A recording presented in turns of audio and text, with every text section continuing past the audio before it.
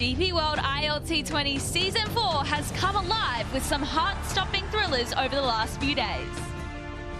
In the first super over in the history of the tournament, the Giants were edged out by the Vipers. Despite the loss, GG have emerged as one of the strongest this season. Pathum Nissanka's Blazing Willow has been magical, and Azmatullah Omazai has been on fire with the ball. Can Sharjah Warriorz stop the red-hot streak of the green and white belt holders? In the Warriors' last game, Sikandar Raza batting blitz was not enough to take them over the line. With 2 straight defeats, Tim Southee and his men are desperate to turn the corner. So it's time for another high-stakes battle in Dubai tonight. Match 10 is upon us. 2 teams with contrasting stories. Sharjah Warriorz are the only team without points against their name, taking on the fiery Gulf Giants. Let's head to the points table and see where the teams are sitting. Gulf Giants are coming off a narrow loss to tabletopper Vipers in a super over that happened on Monday night. Yet the struggling Sharjah Warriorz are yet to open their account this tournament so far. Will tonight be their night? Time will only tell. Hello everyone, welcome to DP World ILT20. We cannot wait to see another firecracker of a game here at Dubai International Stadium. We're going to head out to Alan Wilkins, who's standing by with the 2 captains for the toss. It's a crucial match for both these teams because each of them are at opposite ends of the DP World ILT20 table, and the Warriors are yet to open their account. So let's introduce you to our VIP. Swati Vora is our toss representative. Simon Taufel, our match referee. From the Warriors, Tim Southee is the skipper, and James Vince with the Gulf Giants. James, you've got the coin. Get it from Swati Vora. He does now. Heads. Warriors have called ahead, and it is a tail, so Gulf Giants. Gulf Giants have won the toss.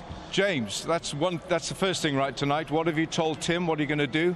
We're going to have a bowl first, obvious reasons. I think the stats back it up, and if Dew comes in later, and the advantage of knowing what you're chasing, of course. Are you recovering from that long evening in the super over? Yeah, it was quite an emotional game. I think we played a lot of good cricket, but made a couple of errors in the field which cost us, but on the whole, 3 games in, I think we played some really good cricket. Obviously I've been sat on the side, so I've been bowling, but yeah, really happy where the team's at. As I say, playing some good cricket. Be a tough game tonight, but obviously looking to get another win on the board. Yeah, knowing it's tough because they've got to open their account. What about team changes? What's the word on Pathum Nissanka? It's a confusing one. I think Sri Lanka have said ruled him out of today, but hopefully he's back for the next game. So right. Sean Dixon comes into our side. So is that the only change for you tonight? Only change for us. All right. Okay, thanks very much indeed, James. Let's bring Tim in now. So you're having a bat first, but in terms of a couple of results recently, that's not the world's worst thing here. No, it's not. I think, yeah, there's been games won either way. So it's a little change up for us. We've bowled first in the first 2 games as well. How do you feel that you've played, not yourself, I mean the team this year so far? Played 2, lost 2, but what about the cricket you played, Tim? I thought we were a lot better in the last game. We got ourselves in a position to win that game, and I think it was a big improvement on game 1. So hopefully more improvement tonight, and hopefully we can open our account. Yeah, to open that account, to get off to a win, you need it. What have you done for your playing combination? Yeah, we've got 1 change. Dinesh Karthik's out, and took an injury in the last game, and Kusal Mendes comes in from Sri Lanka. So, yeah. Okay, great. All the way from Sri Lanka. Tim, thanks very much indeed. Thanks. Hope you open the account tonight. So there you go. The Gulf Giants have won the toss here, and they're going to have a bowl first. And when we're talking bowling on here, where are you? Come on, Wasim Akram. Wasim Akram is here. So Waz, just have a look at this pitch because it looks very brown. There's not much green. We've seen green tinges, but what's your take on this pitch we're playing on tonight? You're absolutely spot on. Looks a dry pitch. And remember, since last season of DP World ILT20, the average score was 157 here. Yep. This season it's gone to 168. And I think this pitch definitely will help the spinners in first dig a bit. But it looks a good pitch again. Dubai pitches have been excellent in general. There'll be a bit of swing early on with the new ball. like we have seen on Dubai International Stadium.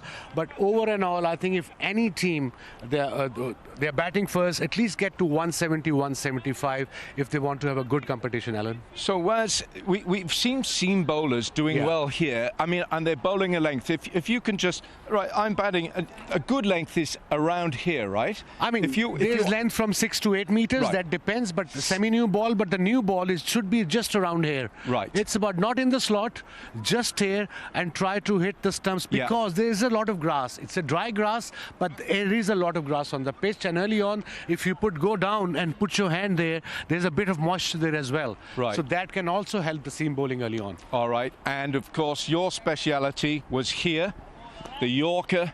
How tough is that to bowl consistent? That's your area, and Waqar Younis. Yeah, look, early on with the new ball is tough because you only have 2 fielders outside the circle. But after 6 over, if you come back to bowl, you got to bowl a couple of Yorkers in there to get the wickets. And that's how you can put pressure on the batting side to get wickets, Alan. Fancy bowl on this? Yeah, absolutely. Let's go.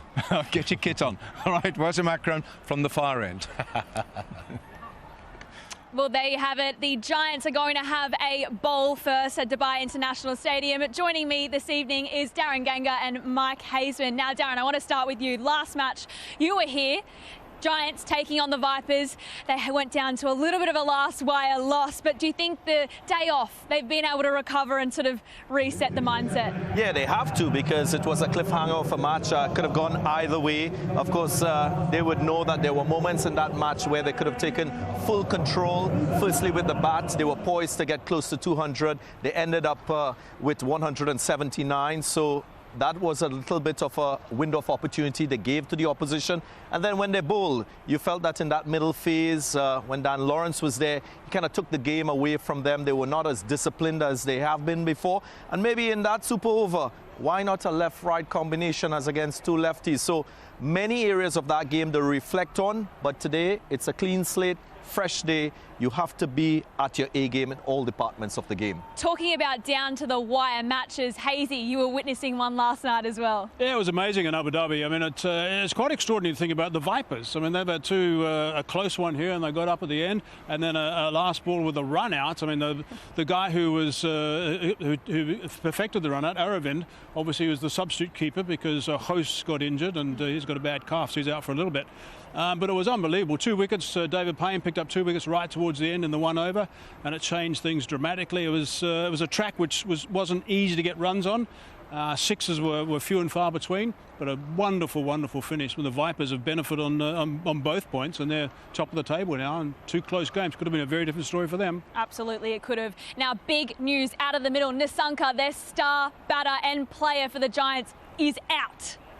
Darren, big news. That's a massive blow. So they have to see that as an opportunity. And more so, Gurbaz has to see that as an opportunity. He got 41 in the last game. He'll know the sort of bulk of scoring that Nissanka brought in the first 3 matches. So he has to step in now and fill the void that man left. So I see it as an opportunity. That's the only way to sell that within that Gulf Giants team, because it brings an opportunity for a new player. It now gives him more responsibility at the top. We may see a difference in his approach. He's been reckless at times, but you expect a risk-tolerant top-order batter in T20 cricket. So I'm keen to see how they go. I see it as a big loss, as a massive loss. I mean, he's 202 runs, he's averaging nearly 60. I mean, he's played superbly. I mean, he averages 60-odd in the last 10 games he's played at this particular venue. I think it's a massive loss. So to lose him at the start is a real bad one. I was pleased to hear the captain say at the toss that it's probably only this game, and I think that was a hopeful comment. Probably only this game, and he should be okay for the next one. But gee, he's set the tournament alight. Actually, he's been unbelievable to watch. And I think it's amazing the way he's transformed his game from 23. His strike rate in 23 was 116 before that when he's playing T20 cricket. And he's just changed his whole game totally. And now he's striking very close to 150. He's done a wonderful job, and we need him back. We'll very much miss him tonight. Well, Darren Ganga was explaining his game earlier on today. Let's take a look. Striding to the hit-in zone for this match number 10. It's Sharjah Warriorz taking on the Gulf Giants. And batting has been the talk of the town. And who is that prolific batter we've seen so far in this tournament? It's Pathum Nissanka of the Gulf Giants. 3 consecutive half centuries, and once more you have to respect the way he's gone about batting in this tournament.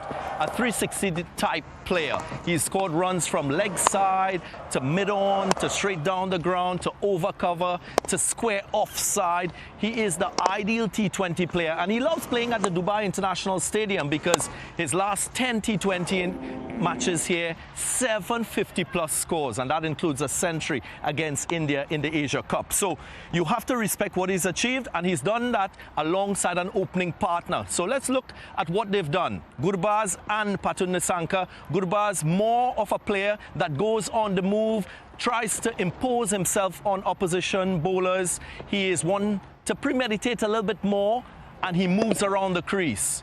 Patun Nissanka, on the other hand, is very still, very steady.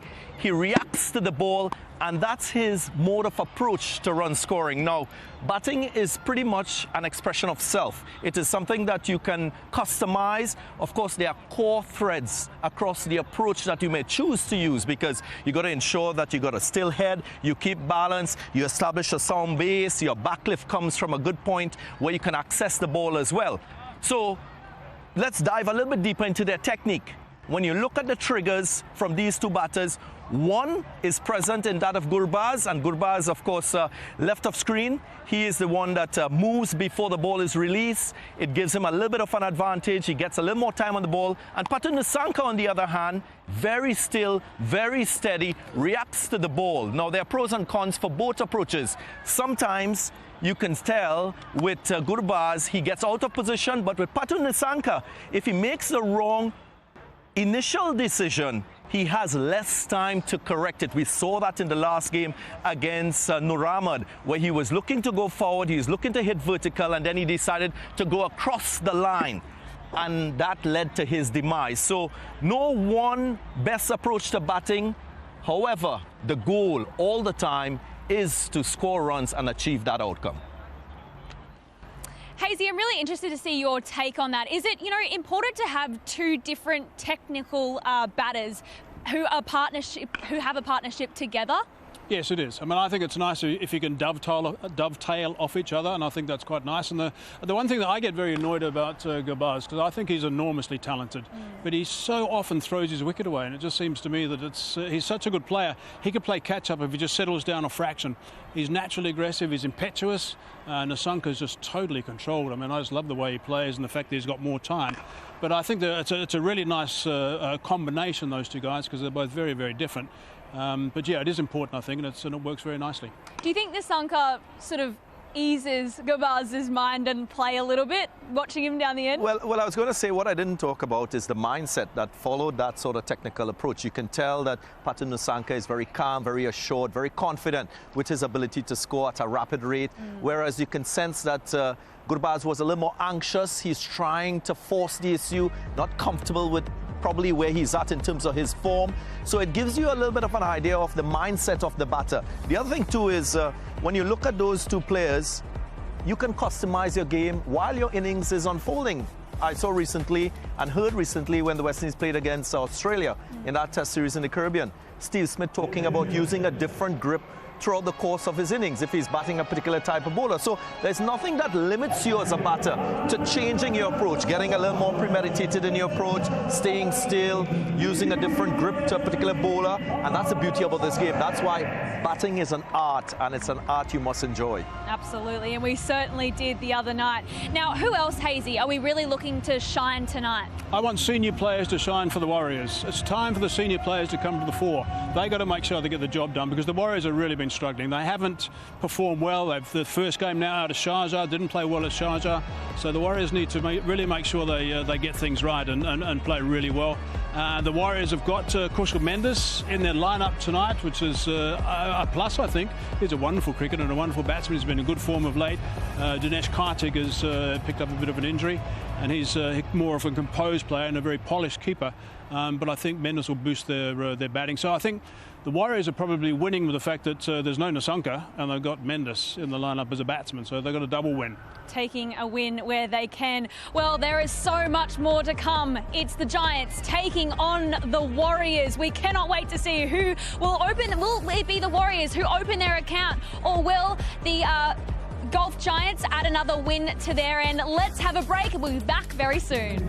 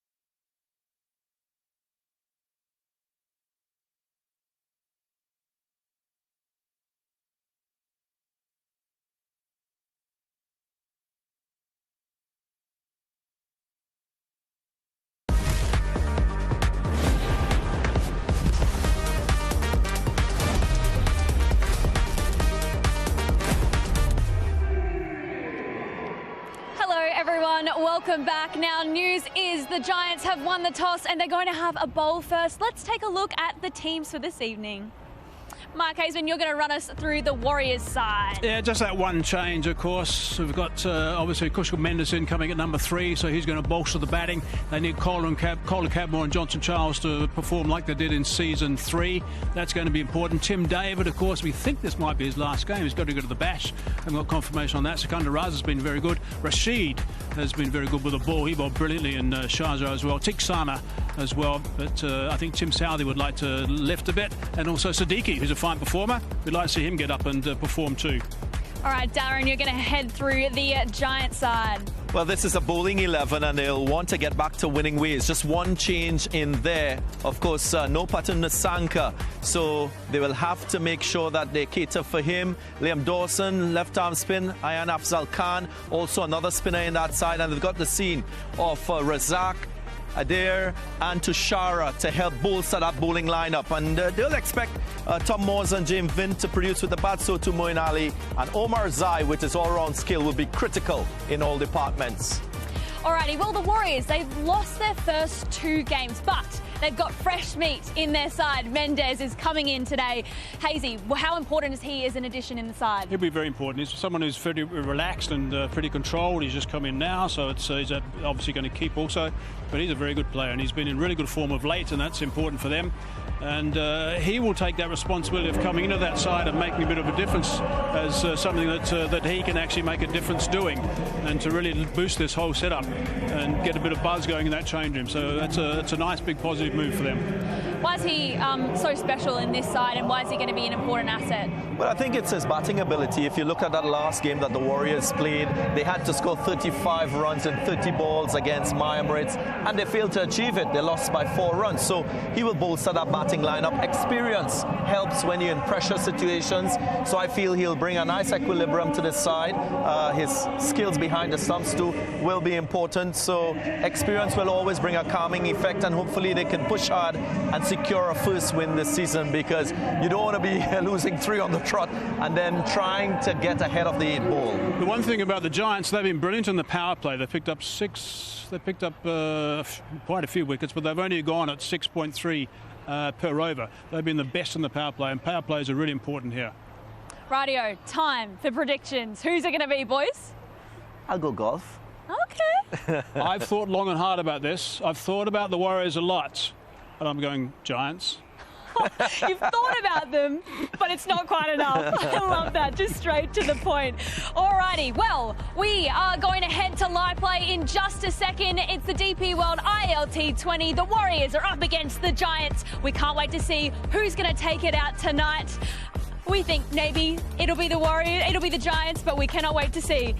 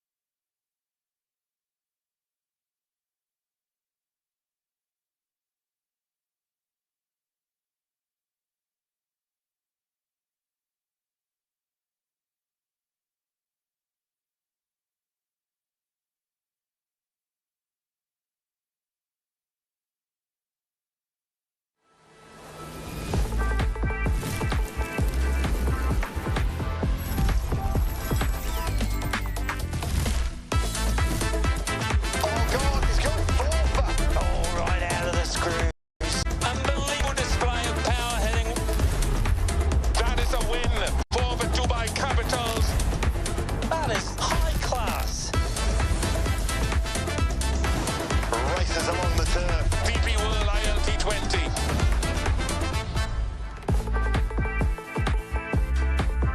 It's match 10 in season 4 of the DP World ILT20. The Gulf Giants, who are sitting at the right end of the table, the top end against the Sharjah Warriors, who are still to find a winning formula. Coming to you live from Dubai.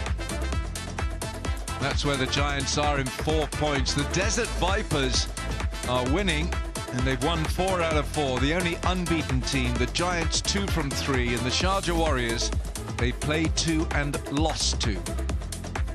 There are 8 points adrift of the Vipers. And the toss, Tim Southey in the yellow and James Vince, captain of the Giants. And it was James Vince who won it. Giants having a bowl. And the Giants just came off a super over defeat last night. So this is the Warriors with Kola Cadmore, Johnson Charles, Kusal Mendes from Sri Lanka comes into the side, Tim David, Sikandar Raza, Adil Rashid. These are household names. Mahesh Theekshana, Tim Southey, Wasim Akram, who's named after the Wasim Akram, Junaid Siddiqui. And on the super sub bench, you've got Tom Abel of England, Tuskin Ahmed, the Bangladesh speedster, Nathan Sauter, the leg spinner as well. Gulf Giants, Ramanul Gurbaz, Tom Moores, Vince, Moin Ali, Ormarzai, who's leading the with the white belt, Gerard Erasmus, the Namibia captain, Liam Dawson, Ayan Khan, the left-arm spinner, Mark Adair, Ireland, Haider Razak, Nuwan Tushara, Sri Lanka. And on that super sub bench, you've got Chris Wood from England who's come in, and Sean Dixon, the hard-hitting South African-born English player there, Zuhaib Zubair, the ball leg spin as well. So plenty of options for the Giants. The umpires, who've been busy men, and so too is the DP World Smart Truck, which is delivering the match ball. And it's always on time. And the brand new ball, which has, well, to an extent it's been used quite well. Waqar Younis is alongside. Waqar, what we've seen in these pitches, and this is a new one, this is pitch 4, the ball has done something here in Dubai with the brand new ball for the seamers. Yeah, hello Alan and hello viewers. Just purely because of the grass on the surface, they've left to keep things together. Ball does come onto the ball nicely, but it's just those early overs when the ball move around a bit, purely because of the weather also. It's a bit cooler and also kind of humid. There's a little bit of moisture in the air that makes the ball swing a little bit, and most of the teams who have played here, they've played their seam ballers up front and made sure that they do the damage. So early part of the game is always crucial. Tom Moores, the keeper, very much in the action. It's Tom Kola Cadmore, the Englishman, with a very healthy strike rate of 140. He's got 46 50s in his T20 career. Tom Kola Cadmore, you might not recognize him with that shock of hair. A season or two ago, he was bald. Right, Johnson Charles, highest, a very high strike rate of 134. He's got over 8,000 runs, and he's going to be facing Nuwan Tushara, the Sri Lankan, who's whippy. He's got that low arm action, 5 for 13 his best, and he's been getting good shape on the ball, Waqar. Yeah, with that slingy action, he still managed to get the outswing going, especially to the right-handers. He always makes sure that he brings the seam down nicely, and he also look to bowl nice and straight, nice and full. We are almost ready. Let's play. Nuwan Tushara gets the ball to shape away from the right-hander. Oh dear. Now then, you really don't want that. As a fast bowler, you don't want to start again. Yeah, there's a killer actually. You know, when you're all ready, all focused, and suddenly the batter pulls out, it's not a very good look also, and it's also not very good for fast bowlers, because he was almost into his groove and suddenly Catmore said, no, hold on, I'm not ready. All right, we're ready now. Moeen Ali is standing there at slip alongside Tom Moores, waiting for the outswinger and the outside edge. That's the shape. Waqar Younis can identify with that shape. Yeah, nice shape. And what he does really good is he presents the seam well, and also starts from more or less leg stump, and then he allow the ball to sort of swing by bowling fuller. And with that slingy action, especially when he's bowling a new ball, it's not that easy to pick, you know, early. It releases the ball late, and it releases almost from the umpire's shirt at times. Nuwan Tashara started off with a maiden in the match last night against the Vipers. The batter was Fakhar Zaman. A brilliant over. Previous match, bowled, well bowled. You see, that's beautiful, isn't it? You're bringing the stumps into play. You've got the LBW. You're looking at bowled, and you've got a first slip. And he's got pace. That last delivery, 136 kilometers an hour, and look at that. Although it's a little bit too tilted for my liking, you want to have it a little bit straighter, but with that action it's very difficult to keep it nice and straight. But he tries hard, he works hard. You can see from his grip that he's looking to shape it away from the right-hander.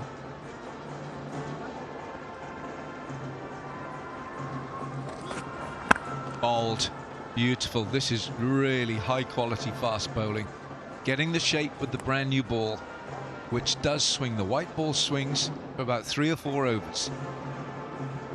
Yeah, that's where you know, the time to pick up wickets. You know, you want to just bowl more in stumps and look to attack the stumps.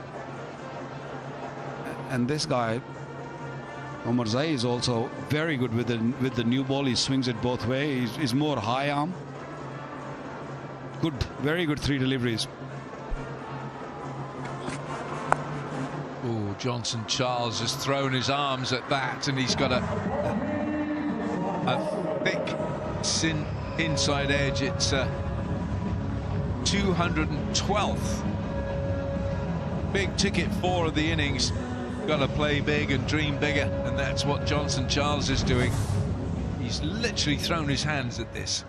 Yeah, that was a slow delivery, or should I say an off cutter. You don't need to do that, you know. You bowl 3 good deliveries and suddenly you decided to go with the slow delivery. That's what I don't like from the fast bowlers. You know, you think there's something working for you. Why are you just changing it?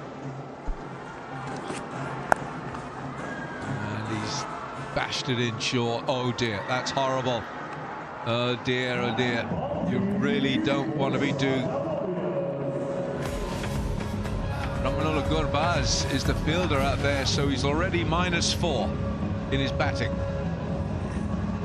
Normally a very fine fielder. I think maybe a bad bounce or took it a little lightly. He got behind the ball. No way. He didn't really brought his hands down in time.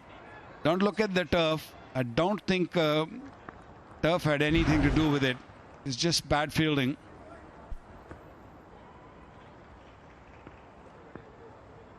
So 2 rather strange deliveries from Tashara when he's got the ball swinging and he's got control and he changes things.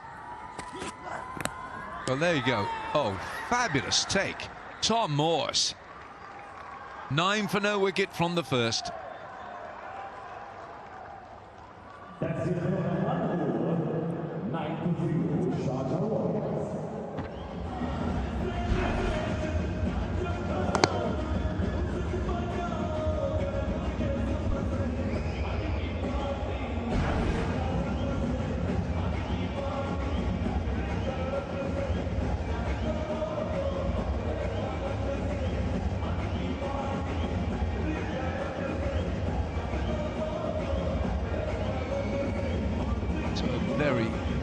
first couple of deliveries from Tushara, and then he changed it, conceded the 2 boundaries. The marker there will be more orthodox. The Ireland seamer does get the ball to shape. He'll bring the first slip into play because he gets the away swinger to the right-hander. Wasn't left arm spin, Erasmus to bowl off spin. Here's Markader from Ireland. A little bit too short. He needs to be a bit fuller. Yeah, he should have seen Tushara the way he bowled. He bowled full and ball swung, and just want to go back to the previous over and try to show all 6 deliveries. That's his numbers. Good average, economy is excellent. Anything under 8 is very, very good. And if you can just look at all those 6 deliveries, first 3 deliveries, and then he went for 2 boundaries for no reason. Interesting, very interesting to see.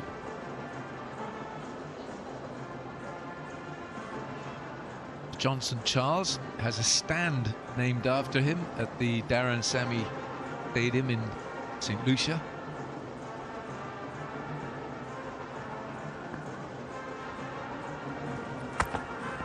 Bowled. Great length, great line, and it's swinging, and it immediately sows some seeds of doubt. First delivery, have a look at that. Nice and full and ball swinging, and then another one, third one, another, an out swing, and then suddenly he decided that he's going to go off cutter and a short one, and again he got back to his strength, and he beat the bat. That's where I sometimes don't understand. I mean, I can give him 10% margin because he's young, he's still learning. Oh, he's going to get away with this. I'm not so sure he really intended it to go there, but Johnson Charles, who's a very strong leg side player because he's got a very strong bottom hand technique. Again, Alan, the last delivery is slow delivery, taking his thumb off the seam and just rolling the wrist. There was no need of that. A little hoik on the onside, and with the fielders inside the 30-yard circle, you put bat and ball, there will be runs. So best is to just hit the length. Ooh, great in-swing from Marker there, whose economy in ILT20 from those who bowled a minimum of 40 overs is a superb 6.95. There you go, look at that. Waninda Hasaranga on top in terms of economy rate, 6.38. Haider Ali, 6.4. And they're all spinners, apart from Sheldon Cottrell, by the way, his left-arm pace. But Marker there, the best of them in terms of seam bowlers, 6.95. Cottrell's there as well. So there you go. Johnson Charles teeing it up, just pulling away so he can use those big arms of his. Yeah, the reason why he moved away from the stumps is he knew what ODI is going to do. He brought that third man up inside the circle and pushed the man on the onside, a mid-wicket on the boundary. That means he wasn't going to bowl middle stump. He was going to stay outside the off stump. And see what he did. Easy picking. That was easy shot to play. It's a bit wide. He's got away with it. Okay, the end of the second over. The Warriors are 18 for naught. That's it, number 2 was 18 for 0, Sharjah Warriorz.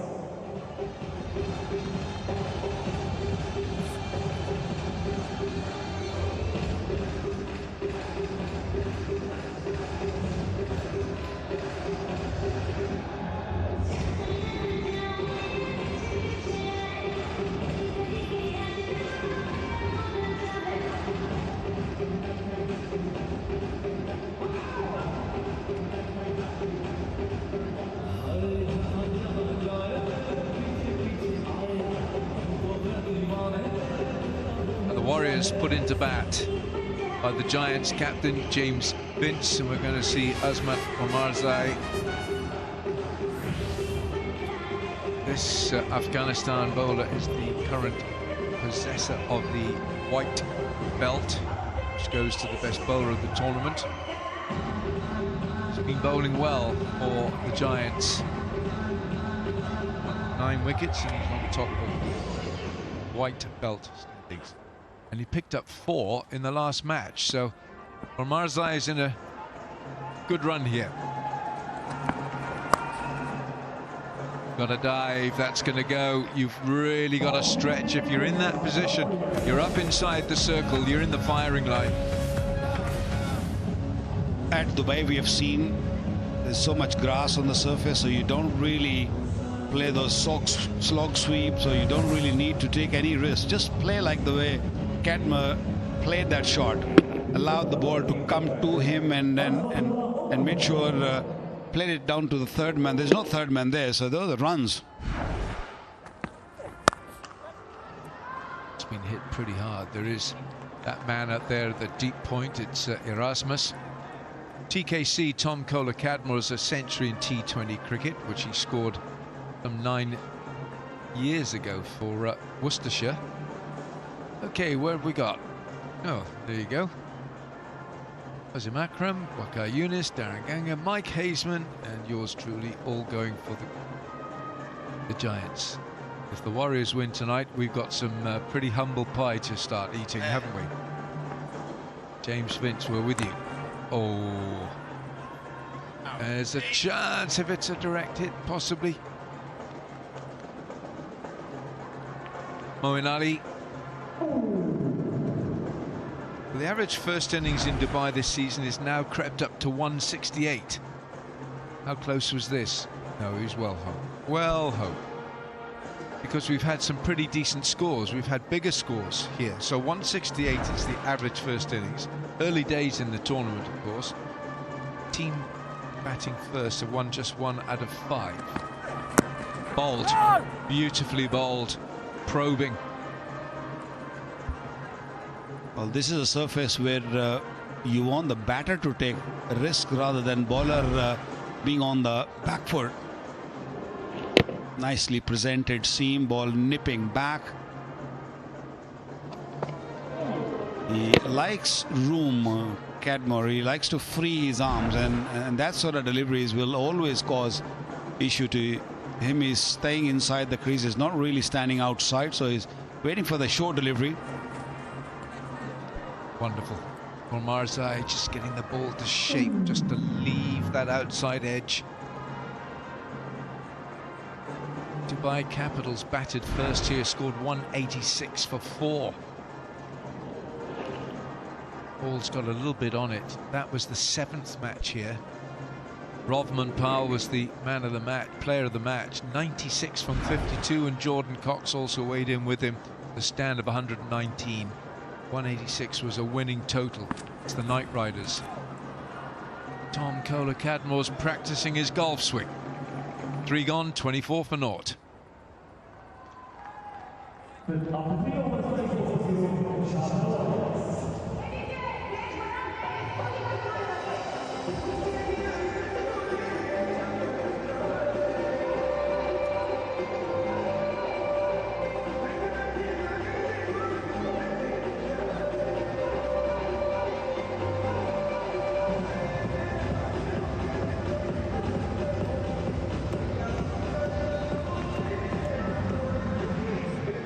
Mendes, Sri Lanka, has flown in. It's his first match. DP World ILT20. Tim David, Sikandar Raza. Big names. That's the in-swinger again, and Johnson Charles, that's an area of strength for the West Indian. He loves leg side. He'll look for anything leg side.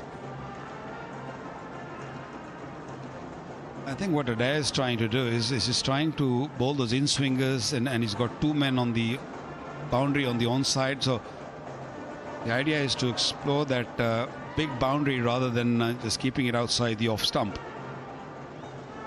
Well, Cadmer is getting a little frustrated. He did get a boundary, but he is one of those guys who likes to feel bat on ball. Well bowled, Mark Adair. I think there he's gone. Mark Adair. It was all a little bit too easy. They knew there was a nick. Mark Adair just looked around to the umpire, and then Tom Kohler-Cadmore was already walking. Well, that's really nice of Kohler-Cadmore to just walk, because I don't think apart from the bowler heard anything. This one just bang short, or just edge. That's why he just flown to the wicketkeeper. Even wicketkeeper didn't hear anything. I'm not sure why, but Dyer knew it, and Cadmore said, yes, I nicked it, I'm just going off. 25 for 1.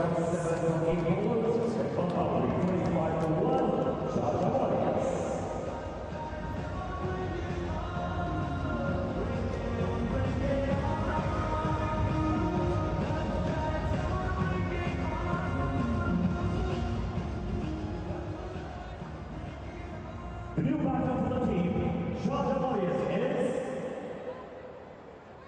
just number 13, Mendes.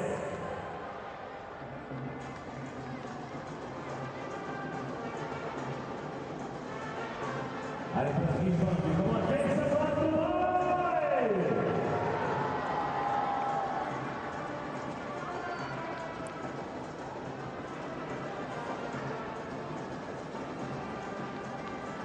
It's a DP World ILT20 debut, Kushal Mendes.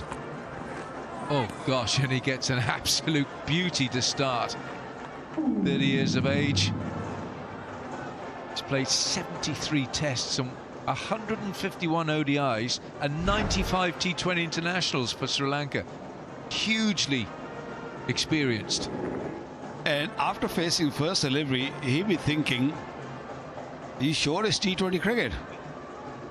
Coming from Sri Lanka, it doesn't seem like this. What a delivery.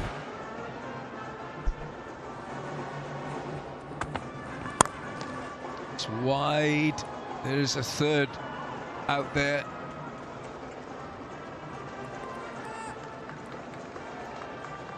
Nuwan Tashara, the fielder, but Mark Adair's getting shape on this. Now have a look at this. Banged in short. Tom Kohler-Cadmore comes down, just a little flick. Watch the keeper. He just doesn't do anything.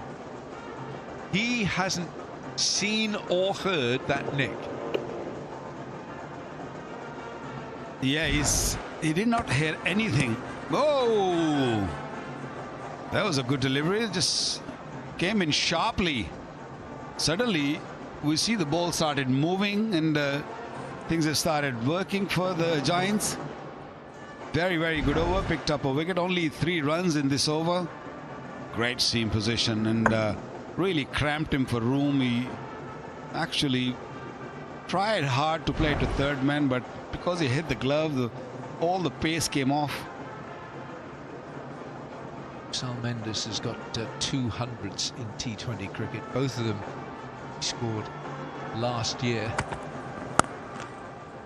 Actually caressed through that extra cover region. It might not have enough. Oh my goodness, that's horrible. Gurbaz, the fielder, and when the turf does that, you immediately worry about the fielder. Think of Simon Jones, the England cricketer at the Gabba. My goodness, it's 29 for 1.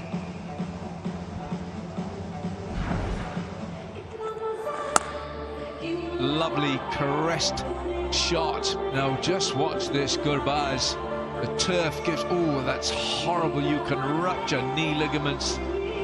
Oh my goodness, I hate to see that. I really start getting very worried when I see players diving like that. 29 for 1, 4 gone.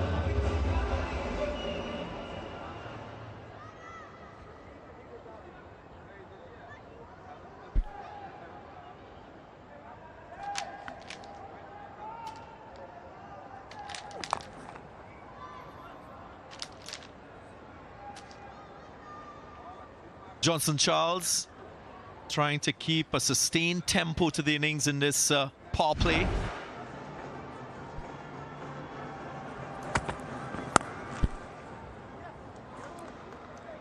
Yeah, that was a good shot, and look at that effort from Gurbaz here. This is unbelievable. This, I'm glad he's okay. You got to be very careful on these grounds because of the sand contact and the surface. You got to slide properly on your hip, maybe. I'm the last person who'll be coaching on slides. Darren?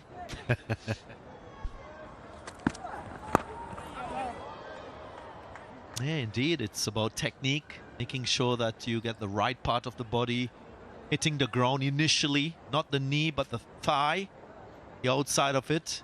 Get low before you start to get that energy across the grass to get in contact with the ball, to have a clean pickup. Let's have a look again. Yeah, it should be the hip first, hip and the thigh on the side first instead of the knee. Oh, that's good bowling. That's really good bowling. Swinging in, Azmat. He has been in great nick, Azmat. Good swing. Got some wickets in this tournament. 9 wickets so far. He's the highest wicket taker so far. Look at this swing. Beautifully bowled. Yeah, I have a story. 1999 World Cup. Before the World Cup started, we went there about 10 days before. I'll get back to it after this. Oh, that's another good delivery. Inside edge. Brilliant effort by the keeper behind the stumps. Our coach, Richard Pybus, I said, Coach, we need to learn this slide. And he got us, he ordered some special, those lures. Those polythene ones, the parachute ones. And then he taught us, and I've learned at the tender age of, I think I must have been 32 in 99, that how to slide. Because on England grounds, especially with the wet grounds, it's easier to slide. One person didn't do it. I'm not naming him. You guess. I leave it to you. I'm not going to guess. I kind of know who that person was. But for us in the West Indies, we had Julian Fontaine, who was an established baseball fielding coach who came and taught us back in the late 90s how to slide, how to use your body to get abreast of the ball to ensure smooth pickup and throw and return throw to the wicketkeeper. I think he went on to coach Pakistan national team as well. Yes, I believe so. 32 for one way into 5th over. It's a good start by the Giants. Another good delivery. He's swinging both ways. Good shot. Played across the swing, but he's got the boundary of the last ball. A risky shot, but another boundary. Pressure off from the Warriors. 5 overs gone. 36 for 1.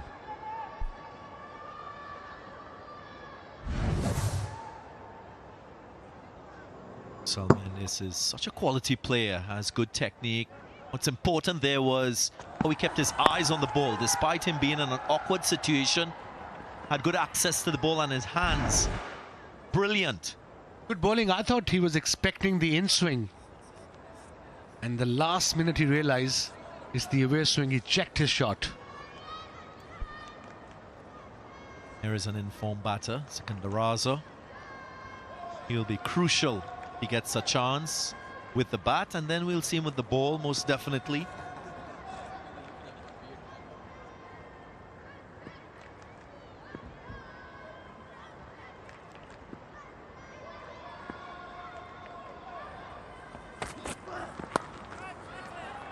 Slow bouncer. Johnson Charles picked it. It's quite controlled in the execution of his stroke. Now the highlights of this 1x bat power play. Didn't really produce a lot of fireworks, just 6 fours in this phase so far. And it's a crucial time for both teams, so one definitely will want to take the advantage after 6, after this 1x bat power play. Darren, is one of those pitches the ball is not coming on to the bat, and it's obviously seaming around. There was slight little wetness in the pitch early on. Maybe that's where the ball is seaming around, especially after pitching. They're bowling well, the Giants. Tushara. Good variations. This was the off cutter. But again, they're aiming the stumps every time, him and Azmat.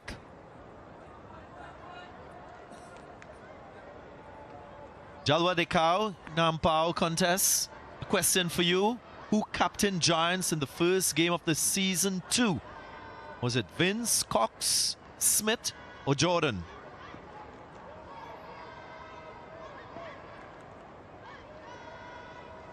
Will be a challenge. Of course, it will be relatively easy for those of you followed this competition from the inaugural season. Cut away, good hand. I think so important, definitely saved a few runs on that occasion. Gurbaz. Good little pocket rock, Gurbaz. He's a keeper by nature. Let's have a look at this effort. Oh, what a brilliant effort. It was an awkward bounce just in front of his hands. Saved 2 runs at least.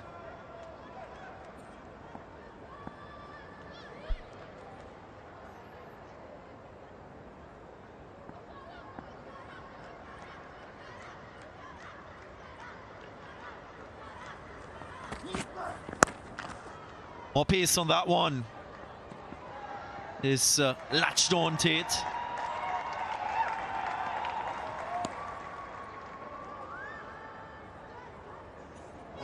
Good effort by Moeen Ali there at mid-wicket. Saved a couple of runs and a good slide from him. In the last game, Gurbaz, he was superb in the outfield. He's a versatile cricketer. Usually he's behind the stumps, but he's also a boundary rider and an efficient one too. Surprisingly, as a keeper, he's got a very good arm. Another slow ball, not the best delivery, picked up beautifully with the spin into the stands. First 6 for Mendes. Great skill. We talk about wrist work from subcontinental players. Won't get anything better than this one for a slow delivery. A little cutter. And it's just sinking that back knee to get the elevation. It was the right amount of contact to go all the way for 6. That's where I have a problem with modern bowlers. The wicket is helping you, the ball is seaming around, and you're bowling slow balls for the sake of it. I can understand if it's the last ball of your over, you can take a risk. But you went for 6 now, just bowl seam up deliveries and see what happens. At least you have a chance to get a wicket. Right, last ball of this power play. Was wide. There is a protection, so 12 from the over. It's an expensive one. You normally don't see Tushara concede so many. 48 for 1.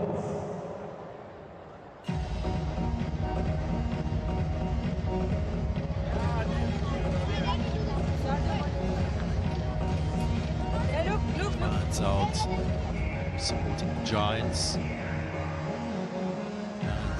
Grown accustomed to playing at this venue this season.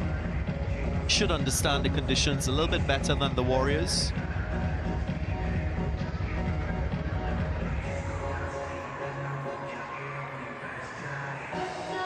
So 1 wicket for the Giants in this first 6-over phase. More important question will be, can the Warriors use this platform now and bat themselves into a position of strength? Average first innings score this season was around 168. So you want to be beyond that with your final score batting first. Ideally 175 would be ideal. Look at this record. Liam Dawson, 273 wickets. He does this for living, playing leagues, plays leagues all around the world. Very experienced campaigner. Good ball, straight away, right on the money. Call is for 2. Yes, no. They're going to settle for 1. Skipper has opted for Moeen Ali because there are 2 right-handed batters out in the middle. So Dawson, the left-arm spinner, will try to turn the ball away at times, but generally use his angle, finish the ball on the stumps. Like there. I think you pointed out a little while ago that Giants have played all four matches in Dubai, and Warriors are playing their first match in Dubai this season, so they should know the pitch a lot better than the Warriors, and of course that's the reason they probably elected to bowl first. 50 up in the 6.2 overs for Warriors.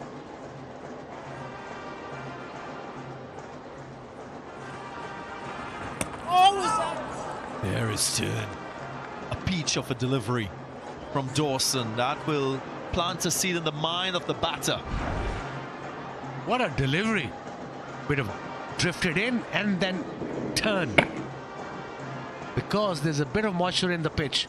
Another good stat about Dawson, also played a test match this year against India and Manchester. He was called after 8 years. Incredible story that. 2 runs. Never too late to represent your country at the international level. So there probably was a void for spinners in that England side. They're struggling in Australia without a spinner. Shoaib Bashir got injured. They didn't pick up Rehan. Obviously, he was in very good nick for the Ashes.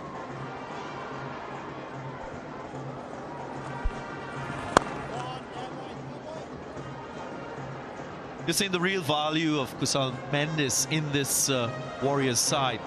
The way he's maneuvering the ball, manipulating the field. He's a very good player of spin, so that's a great asset for this Warriors side, especially at this phase of the innings, where you can work the ball and score. Just as important as scoring boundaries.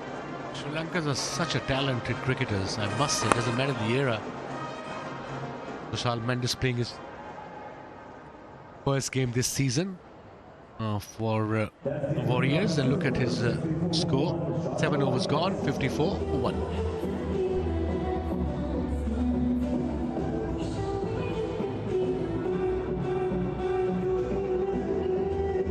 Johnson Charles will be thinking about his strike rate. It's just about 120 at the moment.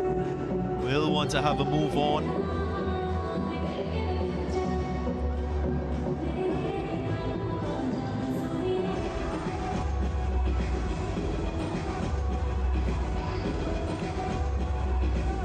Top of the ladder, Desert Vipers 4 out of 4. What a start there.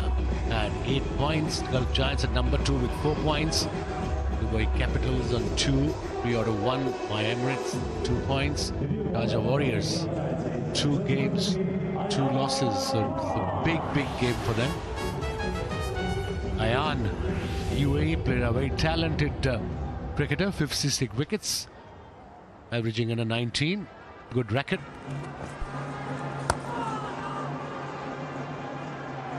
Pace of that first delivery, wasn't trying to push it through. There was a little bit of loop, a little bit of flight,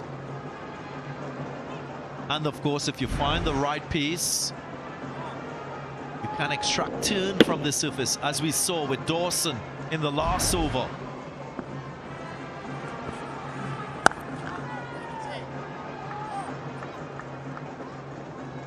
Very talented cricketer, Ayan, from UAE.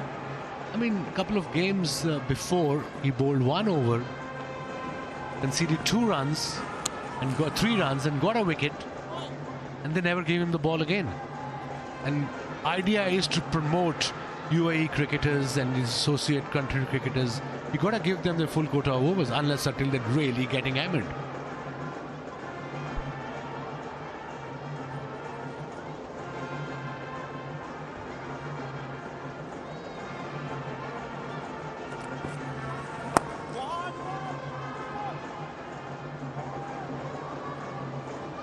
Looking for 2, restricted to just a single, so energy towards the ball from the Giants. Good reaction from the bowler too, who immediately started chasing after it.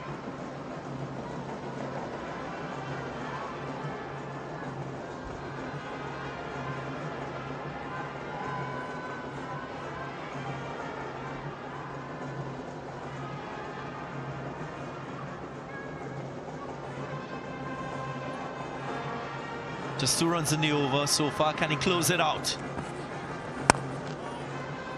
And 1, Johnson Charles still 4 fours in his innings. Don't often see him so sedate with the bat. But he's kind of a player who probably will make this up in 2 overs once he gets going. He's a dangerous player, Johnson Charles. Absolutely, yes. Mendes is on 23 of just 14. The partnership is building up between these two, 32 of 27.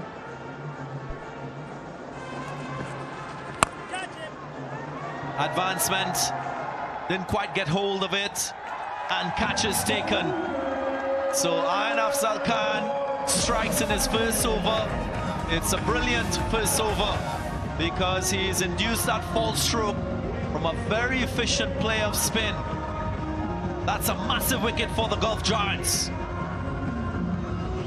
Mendes will have to return to the pavilion because he's just misjudged this one. A little bit of flight, significant turn, just not off the middle of the bat. Guyful from the left-arm spinner. So Mendes departs for 23. It's 57 for 2.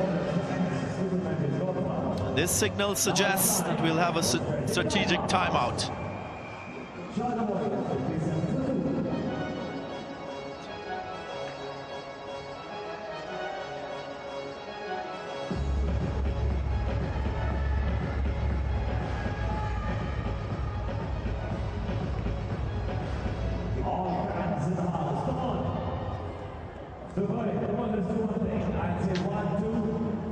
You will clap for 3 times. 1, 2, clap, clap, clap. Everyone, come on. Amazing, come on. 1, 2, clap, clap, clap. 1, 2. 1, 2. 1, 2. 1, 2. 1, 2. 1, 2. 1, 2. 1,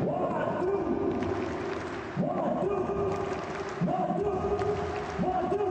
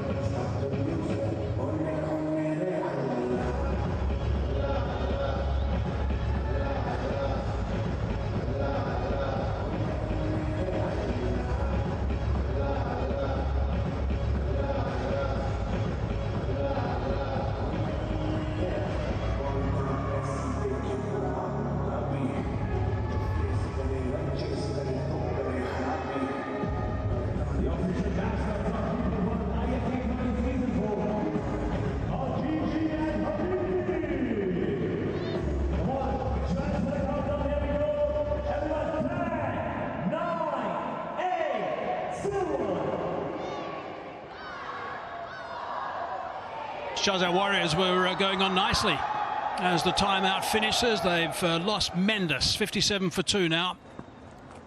Khan picking up that wicket, and he's bowling beautifully right now. Dawson, that's turned as well. We saw one on the previous over turn sharply, went past the outside edge. You don't expect the ball to spin when there's grass on the surface, but Liam Dawson is excellent. He's just giving good revs on the ball, and he's also making sure that the seam lands on the surface. Underneath the grass, the surface is a little bit dry. Slip in position now. He's done at the onside. Johnson Charles, lots of responsibility on him now. He's a runner ball. Charles for 27.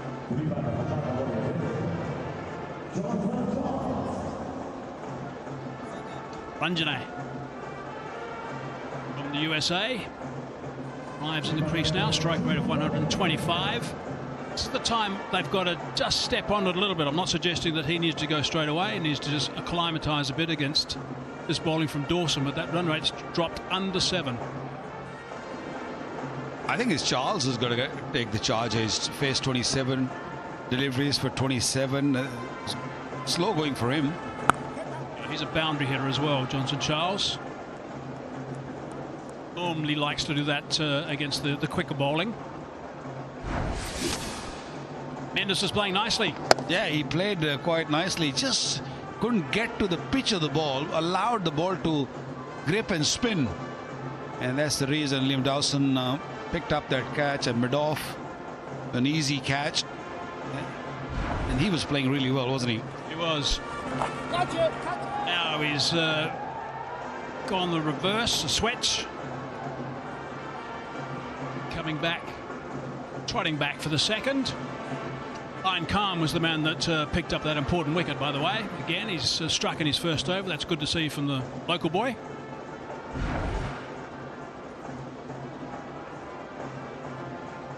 Give enough time to Dawson to see the batter, you know, changing his guard, going a left-hander. Very well bowled, nice and full, didn't allow Charles to get under the ball. Gave the impression he was going to do it again, actually. Here's a look at the spinners, work that they've been doing.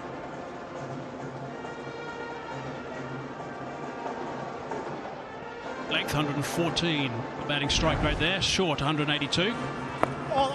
Beautifully bowled by Dawson. It's a nice finish to the over. He's a quality act in any form. 5 off the over, 62 for 2.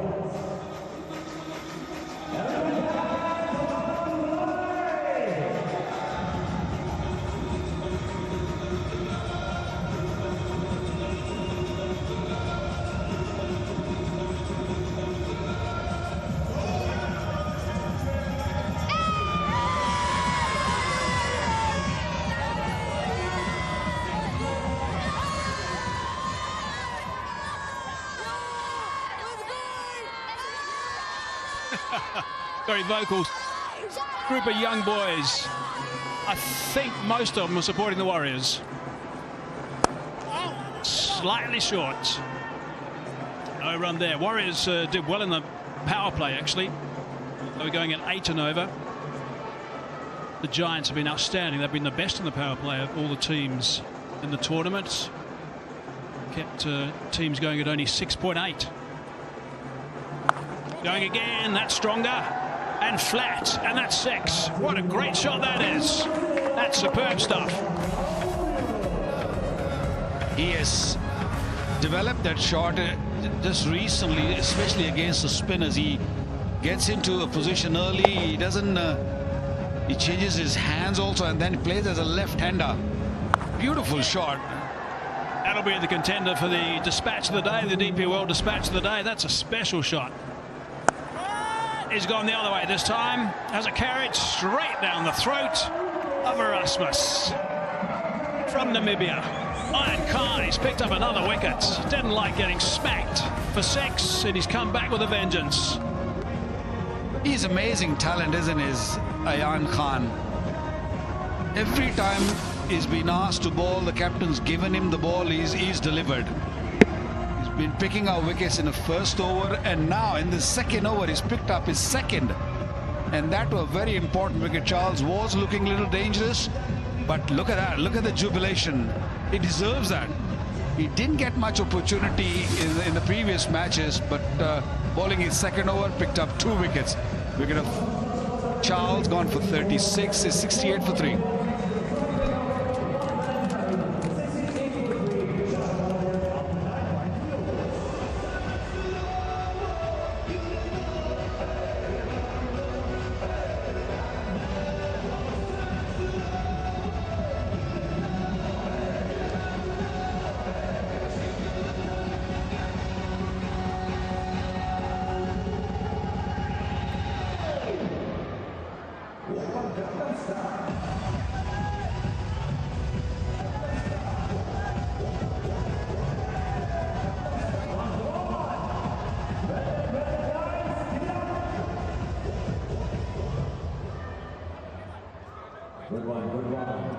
Now, if you want someone to get on with the batting, then this is the guy. Look at those numbers. Strike rate of 163. See what Ian Khan can do against Tim David. Astonishing batsman. Had a wonderful 2025. 3rd highest strike rate in 2025 throughout in T20 games of 178. Sharma at 203. David, number 3 on the list. Brevis in the middle of those two. Ian Khan continues. Beautifully bowled, a little bit fuller. He's not looking to spin the ball, but what he's doing really well is bowling wicket to wicket. And then he varies his pace, a little slower sometimes quicker. This was a little bit more gas on it. Interesting possession after 10, 69 for 3.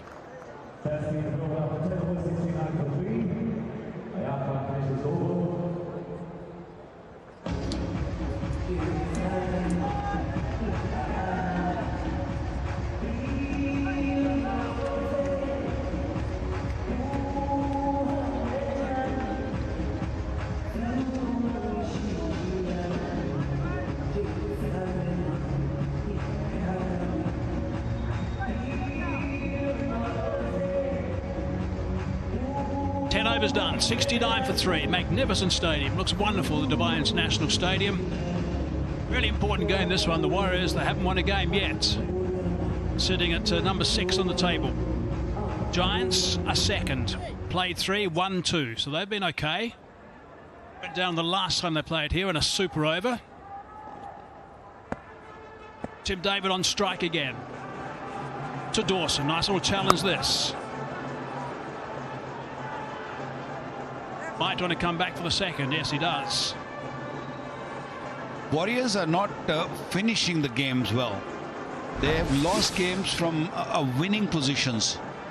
This is Charles' wicket, and he saw it short. I don't think it was that short, and comfortable catch, easy catch. He's soft, that dismissal.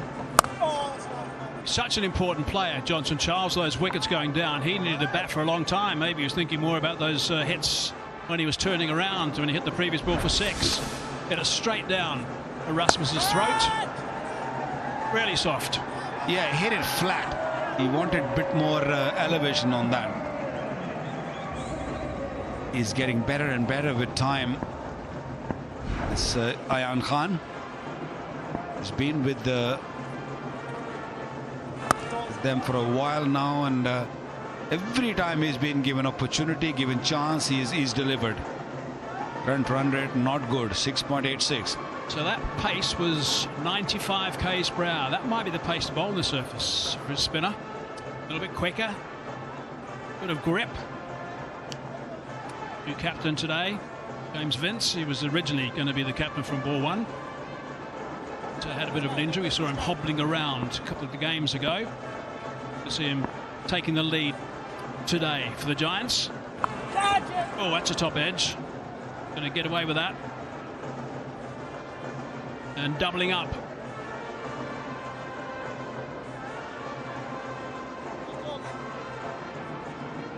Quick little shot of the DP World Smart Truck Buggy Cam, using the latest cutting edge camera to give us a unique vantage point of today's action. That's the vantage point. New technology. DP World uses that as well, of course. New technology to keep the trade flowing. Slightly short that time from Dawson. Sweeper in play. No great punishment.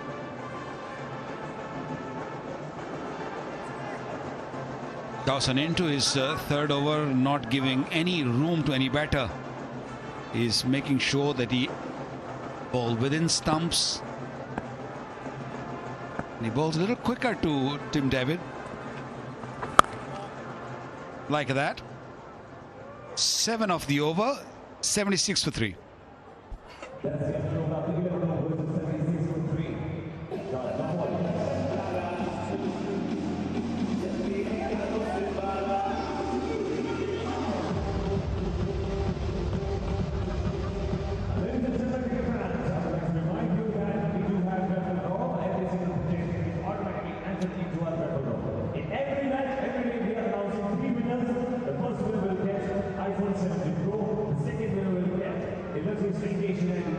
Six over went for a dozen, and then lost a wicket in the 8th. Little small building, not a tall skyscraper, but a satellite dish there. Satellite dish at over number 10 as well. Just pegged there what they were hoping was going to be a good run flow. Ayan Khan gets a bit of grip on the surface and a bit of turn. Smile on his face, there you go. Rod Tucker standing today. How good it is to have one of the very best around standing in the ILT20. A wonderful guy, Rod Tucker, very, very fine umpire.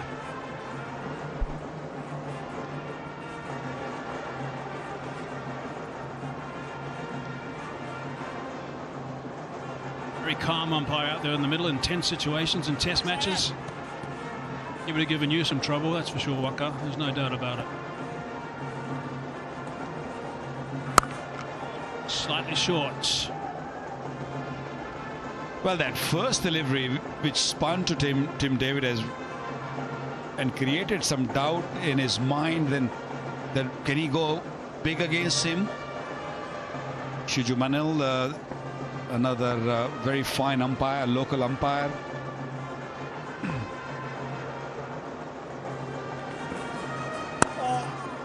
And to go forward, decided he could go back at that length, perfect length for Imran Khan. Have a look at the first delivery, and if you're a big hitter, you will doubt yourself, because this ball was pushed, and you can see from Tim David's face that, look, if I would have gone for this ball or look for a big shot, I was gone. Tim David's got to set his stall out to a certain extent here. He's got to bat for a long time in this innings. He's got to bat really deep, I think. He's naturally very aggressive. He's got to make sure he controls himself until he gets the deliveries he's used to playing. Hitting those boundaries. Third highest strike rate in T20s this year, 178, brilliant. A delight to watch, that's for sure.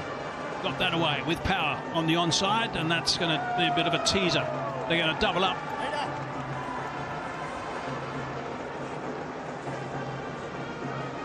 Tim David has been in excellent form just recently from Tim David, from T10.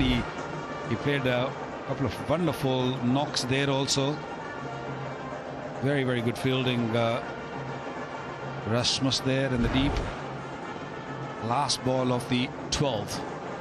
80 for 3. Again, hitting it straight to the fielder. Only one run.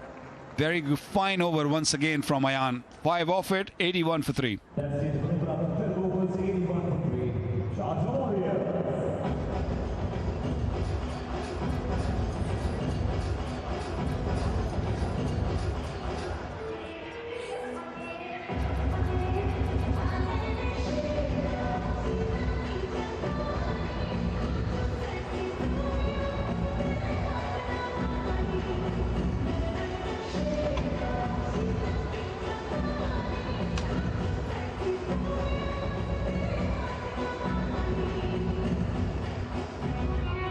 Well, at the rate that they're scoring, they're going to be looking at 135, but of course they'll be looking to step on the accelerator, looking at that 150 mark. And with Tim David there, well, any prediction might just go out the window, because he can launch an assault. 9 from 9.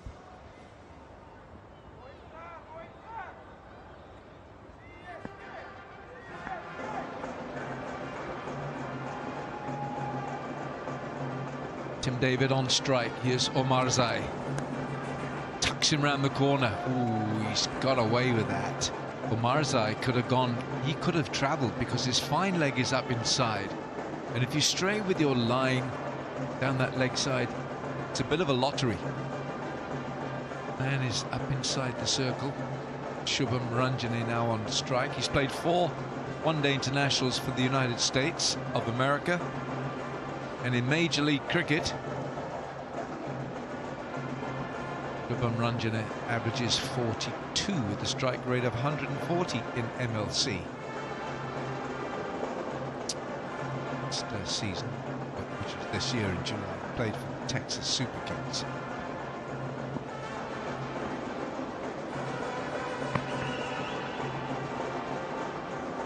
Not sure what happened there, whether Omarzai, I think he's got something in his eye.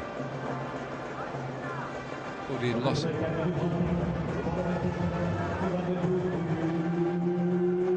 James Vince taking on the captaincy duties today. It's been Moeen Ali, although Vince has been in the squad. Moeen Ali has turned up for the toss.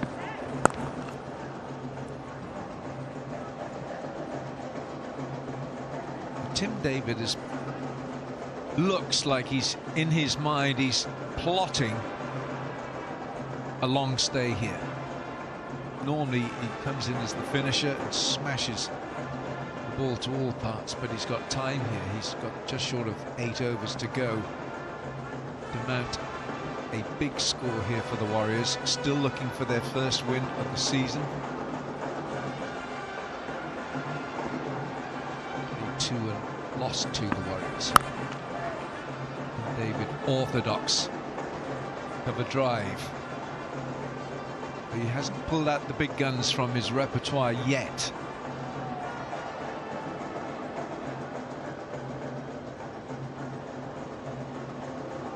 Raza still to come, but that really is about it. Tim David and Sikandar Raza, Adil Rashid, Tim Southey. Tim Southey can certainly belt the ball around, but you're looking at Tim David, which I think explains the kind of cricket we're seeing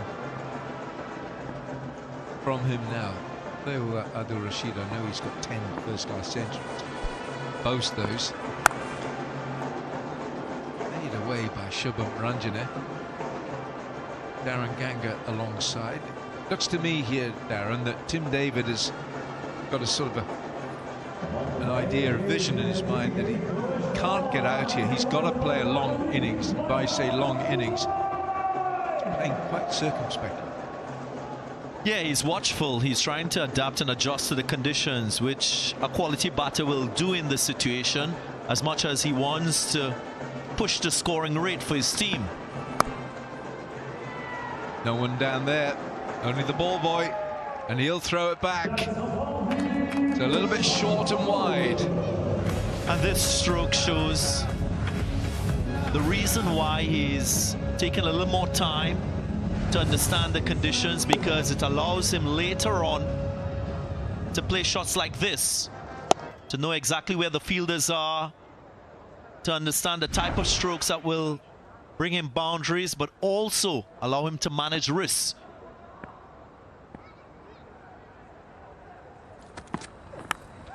Oh, it's gone through. Oh, that's unlucky on the bowler, but it counts as 4 for the batter. 13 gone, 93 for 3.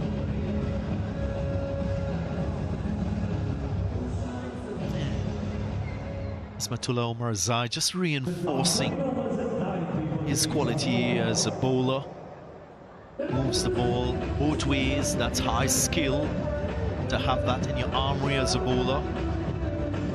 So fortuitous boundary, the last one. So Tim David was deceived, still got a boundary in the end.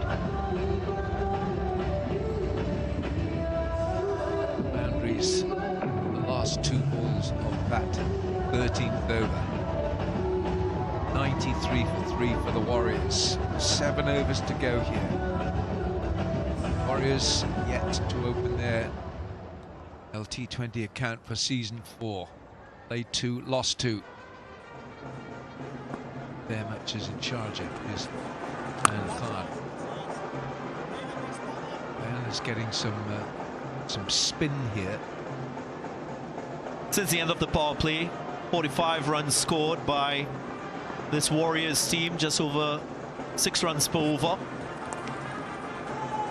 Tuck around the corner. Will just be 1.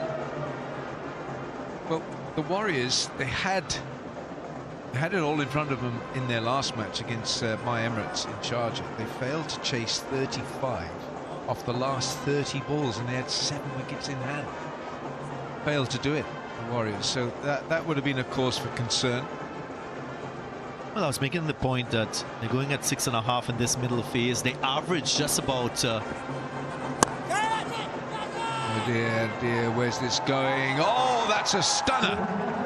Liam Dawson does not drop anything.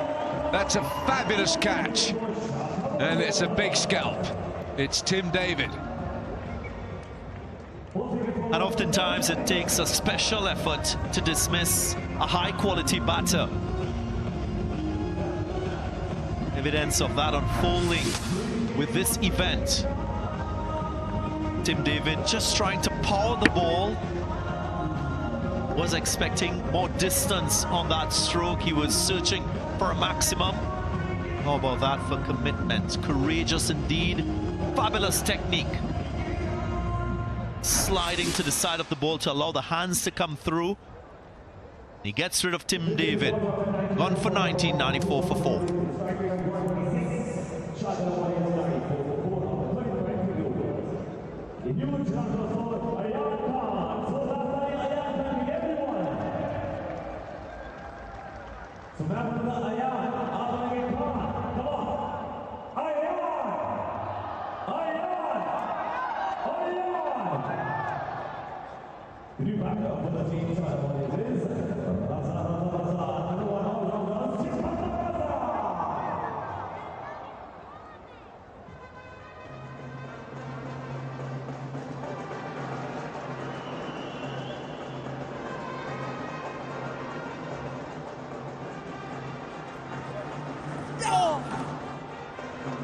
The new batter is Sikandar Raza.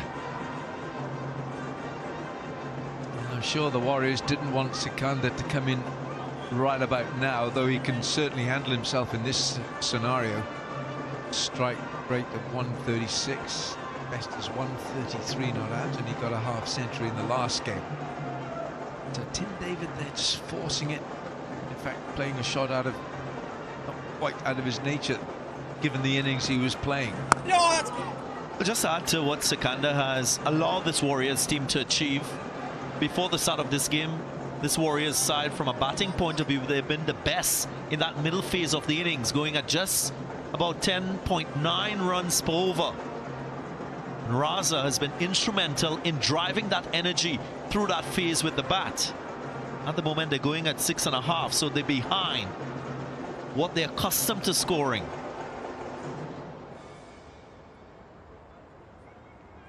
Again, that must be tempered with the conditions, how challenging it is to bat, the dominance of the bowlers, and there's turn. And Khan has shown us that. Turn on offer. Gosh, he's bowled a good spell. 4 overs, 3 for 17. Ayaan Khan, it's 96 for 4.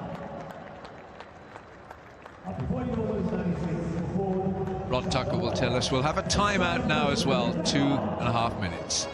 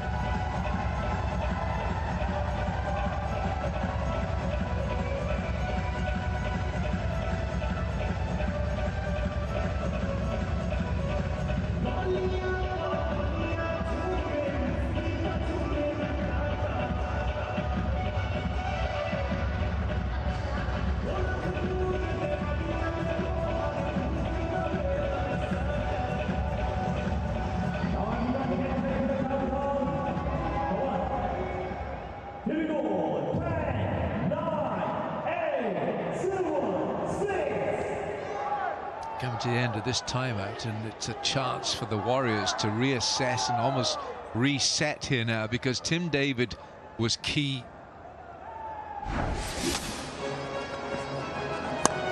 Well, this was Liam Dawson. Have a look at this magnificent catch. Contender for the Cycle Hub best catch of the season, and he could win the stylish and super cool bike brought to you by the Cycle Hub. They're wonderful machines, great pieces of equipment, and Liam Dawson. You know what, Darren? I can't recall ever seeing him drop a catch. That's because of a couple of things. He works hard on his feeling, his catching. It's the right technique. You can see how he ran to ensure that the ball was to his right, allow him to slide and catch it at its lowest point before it was grounded. Ranjana on strike. Kandaraza like a whippet between the stumps, but he's going to go back for the second. Ranjana. That market air bowled pretty well. Always shapes the ball. It's the brand new white ball, and there's always something happening when he bowls.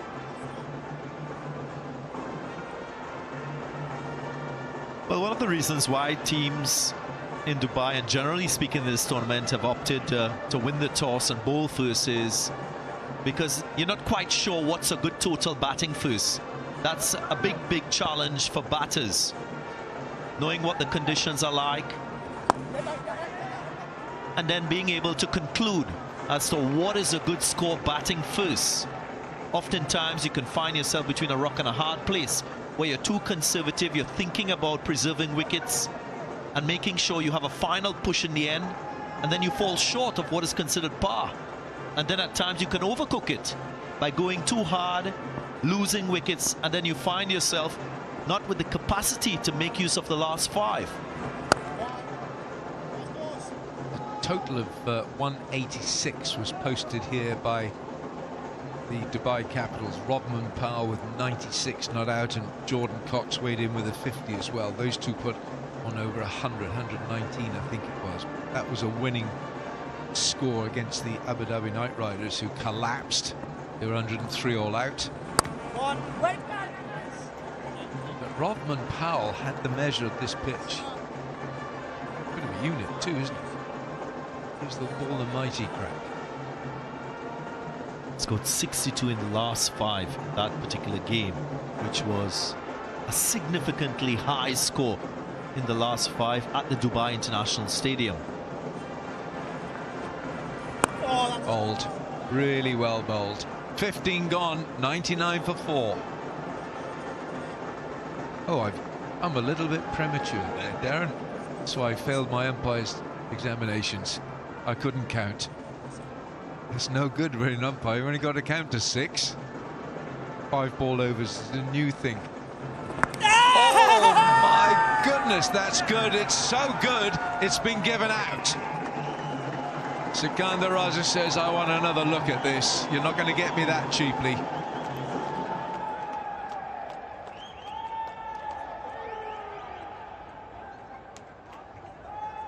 LBW review given out on field. It's a fair delivery. Just looking at split screen now. Just roll this through. Roll this through. Roll this through. Looks like there's a gap appearing there on the left-hand side. Roll it through. Okay, we can go. Just go back again, please. Yeah, there's a clear gap there on the left-hand side. We can go to ball tracking where it's available, please.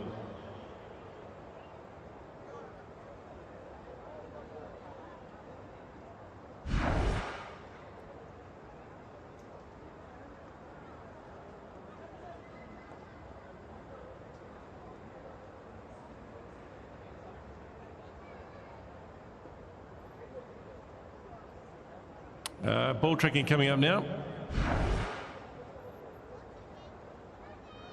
Pitching in line, impacts in line, and wickets hitting, so the review was lost. You can stay with the original decision, Shiju, of out. I'll let you know when you're on screen.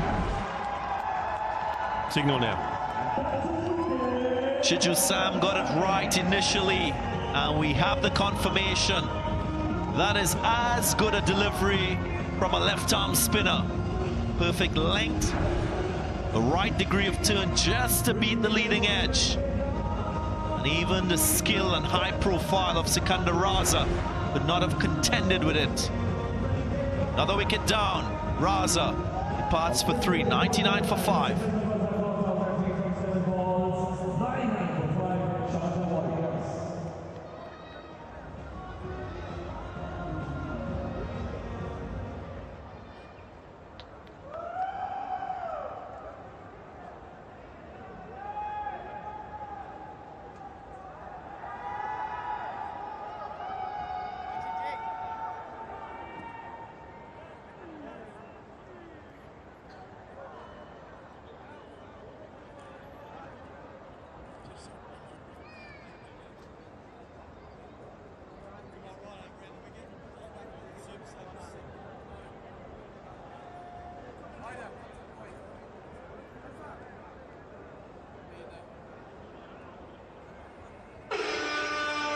The super sub signal is given to us because Dwayne Pretorius is in, and it's Johnson Charles who's been super subbed.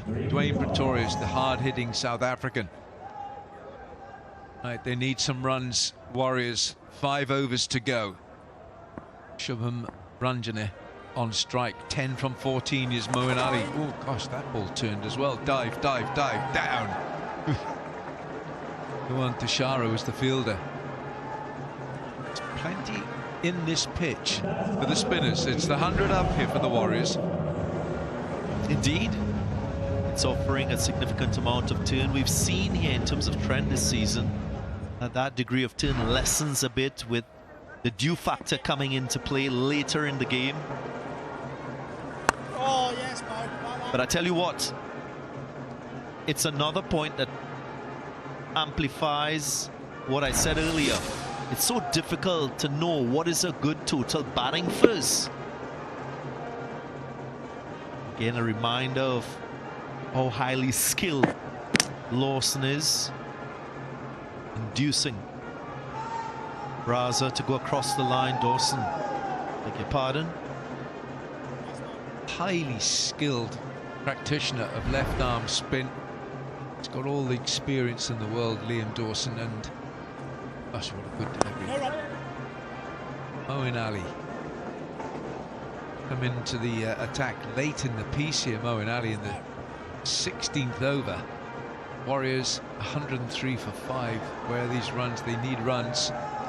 This man here, Dwayne Pretorius, who can wield the long handle, has been brought in as a super sub to get them. And what will he be thinking? 140, 145 at this stage? Given the turn, will it give them a chance to win? James Vince, the fielder. Yeah, to get to 146, they'll need from 10 runs here on in per over. They get 12s, they can get to 155. Nagging length this is by Moeen. They can't really take too much of a risk, but they'll have to pull the trigger at some stage. But they're 5 down, that's the problem.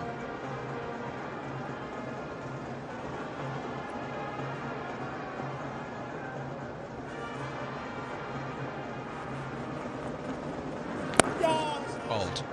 Good over. 16 have been bowled and the Warriors are 105 for 5.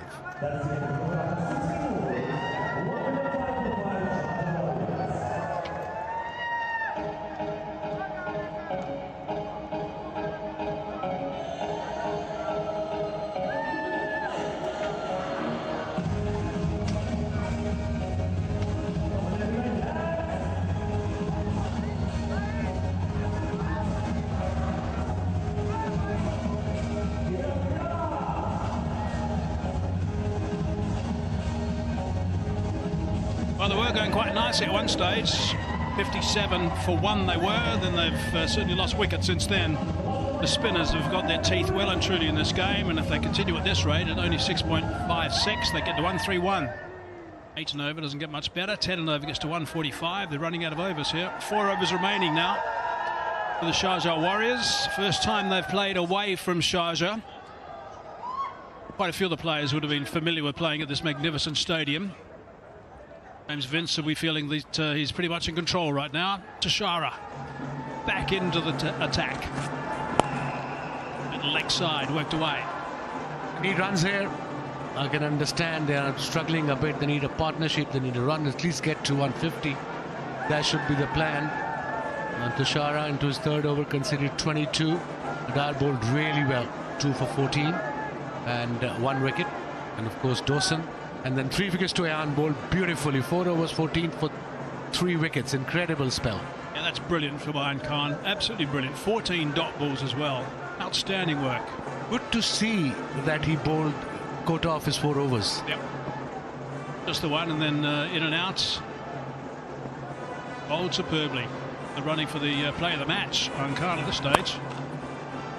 Trying for the block hole. Didn't quite get it full enough, but you can't do too much with that. Spinners will be enjoying today. There'll be a couple of spinners for the Warriors who'll be sitting upright. Looking forward to play on this one with Tikshana and also Adil Rashid. I did the pitch report and I realized there and then there's a moisture in the pitch. It means the ball will grip, and that's what exactly we saw today. It seemed around a bit with the new ball. The ball wasn't coming on the bat nicely as well. So credit to spinners, they bowled beautifully. Well, that's leg side, and that's been given the treatment. Nicely worked by Pretorius. He needs runs. Hasn't bowled very well so far for the Warriors. He can pay back with some really good runs here. For Yorkers at this stage of the game, you got 2 new batters. One is on 15. Pretorius is on 7 after this boundary. Opposition were 107 for 5. Now it's 111 for 5. Just poor length ball on this pitch. It was poor delivery. Fine leg was up in the circle. Easy pickings. Pretorius is someone who would much rather be facing the quicker bowlers and the spinners. Very strong down the ground, Wayne Pretorius. Very good CPL. Both bat and ball, actually. He used to bowl nicely tonight, Pretorius. Inside edge. Length ball, variation, sure, all for it, but length ball, try to hit the stumps. Back of a length. This is one of those pitches. It was off cutter. Here we go. But again, he was finishing into the stumps. And if they get to 150, they might have a game on hands because they've got 3 good spinners in their playing 11. They've got Tikshana, they got Adil Rashid, and of course Sikandar Raza. Yes, Sikandar as well. There's Adil Rashid. He bowled superbly in Sharjah. One game in particular, got 2 wickets in 1 over with his slider.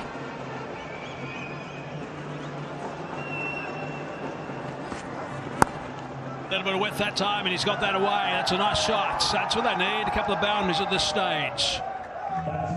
Good over so far, 10 runs from it. 2 boundaries. Every time Adil Rashid comes to bat in the last 10 years, we all mention he's got 10 first-class hundreds. But I've never seen him get any runs anywhere. Maybe today is the day.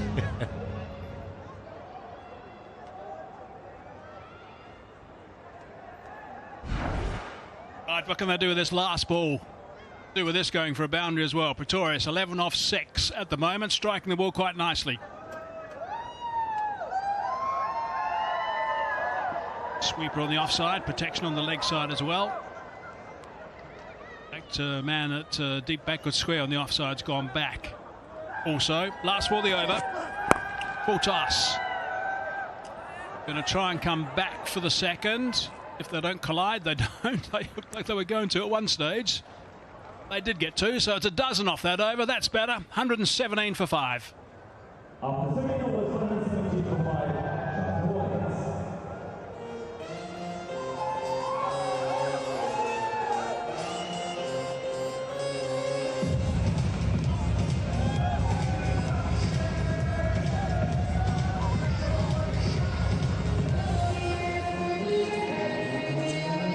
Habibi and Habib T. Which one is Habibi and which one is Habib T? Let's find out soon. 2 mascots have been busy all tournament, actually. It's been to see them I actually thought it was Waka and Genga. Good call. There it is. There's Waka on the left and Darren Genga on the right. Wacker after 18 holes of golf today. Looked like Habibi when he walked in. Right, 3 overs to go. Business end now. Ranjane needs to get some runs here. Hasn't got a boundary in his innings of 15 at this stage. Adair. Oh, that's nicely done. Good improvisation. Still won't find. Oh no, Moeen Ali's. There's so many guys have had their problems with this, and I think everyone's got to realise now that it's not a great idea to try and get down there and slide, and you've got to get a different technique going here, otherwise someone's going to serious damage. I agree with you. Slow ball picked up nicely by Shubham. Let's have a look. Good effort. Here we go. Slide didn't work here again. Second time it happened. It can be very serious. He also went to check his groin. Here we go. He probably pulled his groin. So like you said, Mikey, there should be a different technique. We'll work out something that's going to be better, and if even might even be the boot, I suppose. I don't know. Because you don't want to do anything that's going to do some damage to your groin or your knee or whatever. Good cricketer, Pretorius, in CPL 2025, 196 runs. Strike rate of 146 and 17 wickets as well. A proper all-rounder. It's happening, by the way, because obviously with the overhang of the lights in the stadium here in Dubai, that's moved to the fielder. Straight down his throat. Erasmus doesn't drop catches. Captain of Namibia, easily taken. Very good variation from Adair. Second wicket for him. Off cutter, bowling according to his field exactly. Here we go. Let's have a look. Slow, very slow off cutter. Played it with the spin, didn't middle it. Went straight to Erasmus. Easy peasy. Important wicket for Gulf Giants. And Warriors lost their 6 wickets now. 119 for 6.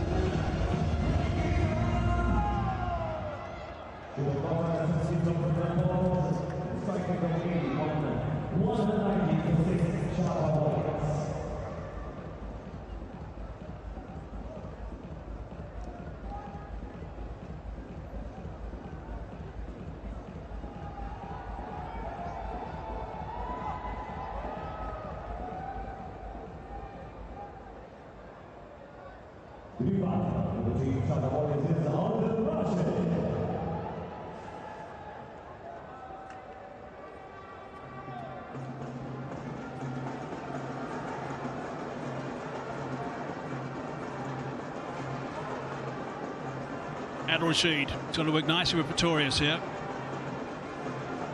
Very capable batsman, we know that. He's a brilliant leg spinner. Adair continues. Off the mark.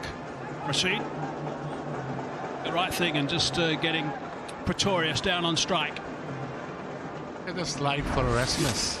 Let's have a look at the wicket again. Yeah, I didn't middle it. The idea was all right. And he's one of the best fielders in this DP World ILT20, Erasmus.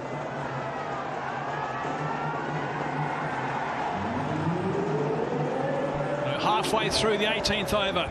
Dwayne Pretorius on strike. What can he do? Got to make sure they get some big runs here. Slow delivery. Halfway down. He's got hold of that. He might have found the gap. No, it's very good fielding. Erasmus again.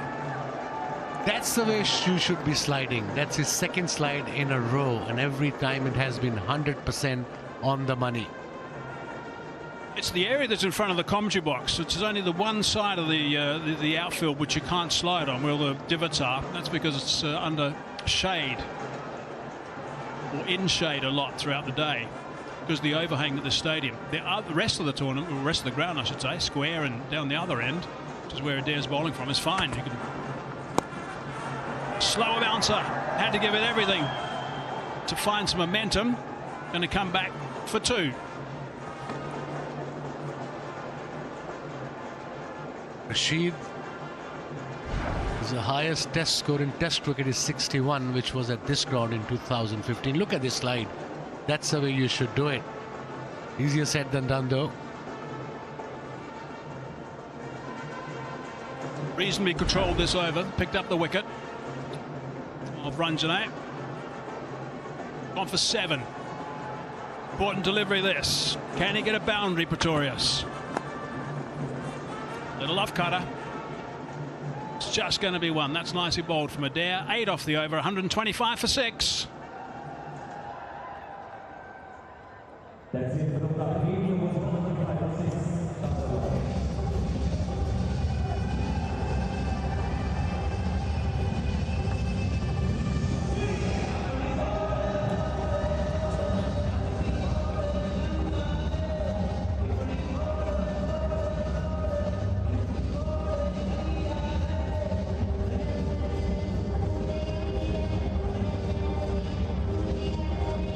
There's a look at the DP World Smart View box. Best seats in the house.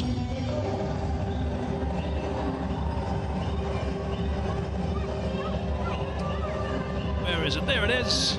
Perfect. Lovely view from up there in the DP World Smart View box. Having a great time. Perfect spot to watch the cricket from. Check all the action on the field. 125 for 6, 2 overs to go. 10 and over would be ideal from this stage of the game. 145, and like I said, they have 3 very good spinners, world-class spinners in their playing 11 Warriors, but they need to get to 145 at least. Yeah, that means 20 runs from here. Can they do that? 2 overs, 20 runs. That might be a tough call. The bowling's been really good. The change of pace, the cutters have been gripping on the surface. Amazai to bowl his final over. That's a good connection. That's what he likes to do, Dwayne Pretorius, and he started beautifully in this over. Belted that almost into the DP World Smart View box for 6. What a shot on this particular track. Not the best delivery, he was right in the slot. Look at this. Look at the follow through. Strong, strong shot this from Pretorius. 83 meters, second tier. Fine shot to start the over. And a width. I'm not surprised that Marzai's decided to go that side for Pretorius.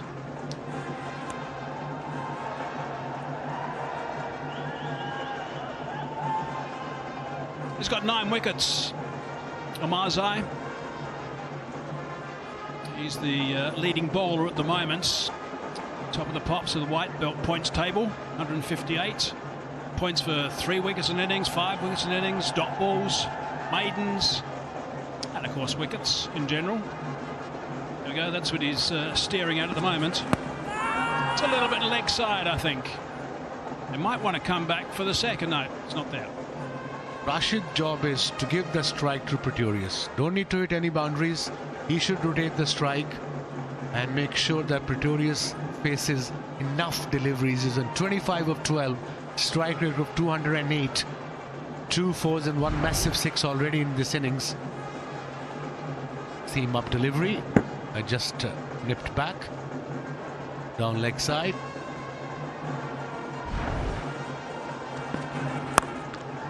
That's a nice connection. Has it gone far enough though? It has in the end. He was thinking about taking the catch and somehow getting back inside. He couldn't do that and has gone for 6. Dawson was the fielder, 14 runs from the over, second 6. Big over this for Warriors. An off break, picked it up nicely, didn't middle it, but went towards the shorter side of the ground. Good effort by Liam Dawson, but in the end all in vain, 73 meters.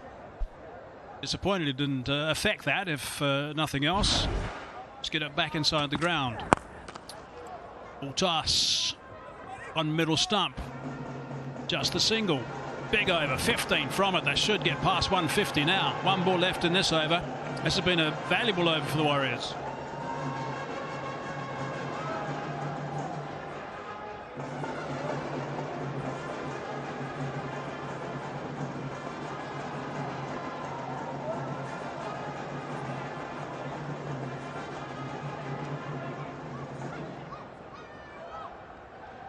Top stuff from the Warriors in this over. Rashid, what can he do with the last ball of the 19th? It's a little bit wide. I think he might get away with it. No, he doesn't. The umpire says that's too wide. I'm going to call that. Fair enough. Brilliant over this so far. 16 runs from it. They're having a bit of a chat. Biggest over of the innings so far. 2 sixes in this over. Let's have a look at the wide ball. He was obviously outside off stump. Yes, good call by the umpire.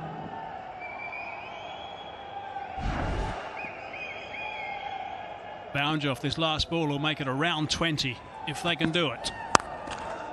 Club that downtown, and it's gone over the top, and it has gone for 4. That's a wonderful shot from Adil Rashid. That is outstanding work. 20 off the over. It's given a nice spurt for the last one. 145 for 6.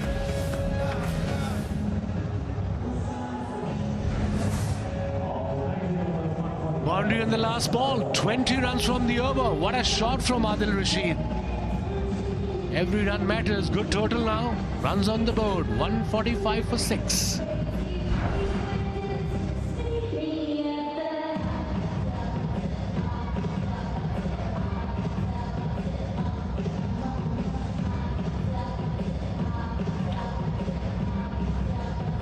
Right, so here we go. Can they get 15 and get to 160?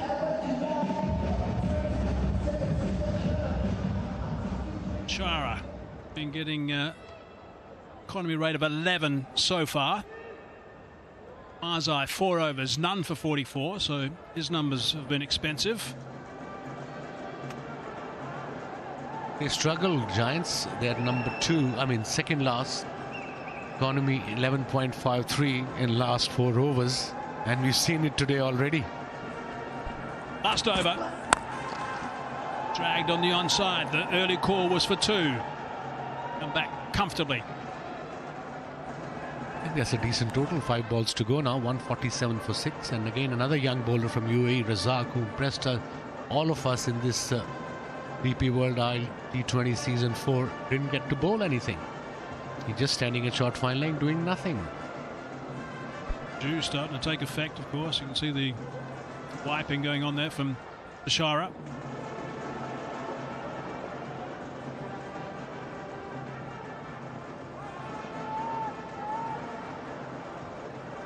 Torres on strike. The right man's on strike.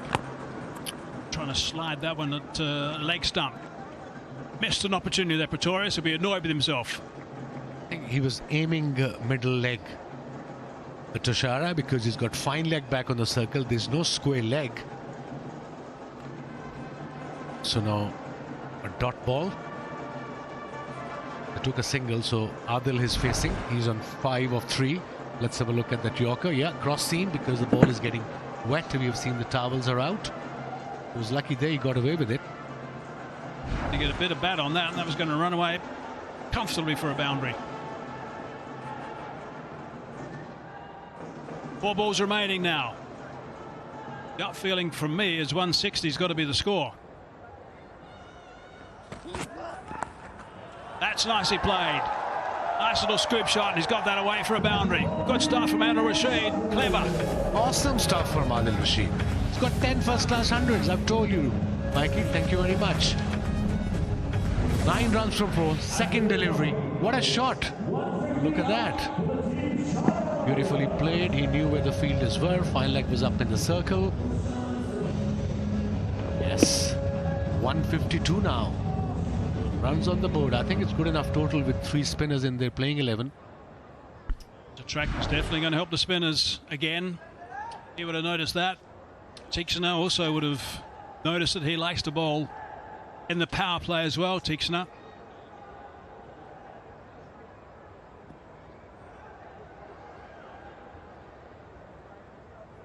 Three balls left in the innings. Short delivery, swatted away. We'll be able to come back for the second. Oh, there's hesitation from Pretorius. He wanted to stay down that end, but at the moment Rashid's playing nicely. He's in good nick, Rashid. 11 of 5, all happening here. 154 now, 9 runs from the over, 2 balls to go. Clearing the air, those two. Wayne said, keep going, Rashid, you're playing beautifully, I think. Pretorius must be saying, hey mate, I'm the big hitter here. 34 of 16. But as long as you get runs, that matters.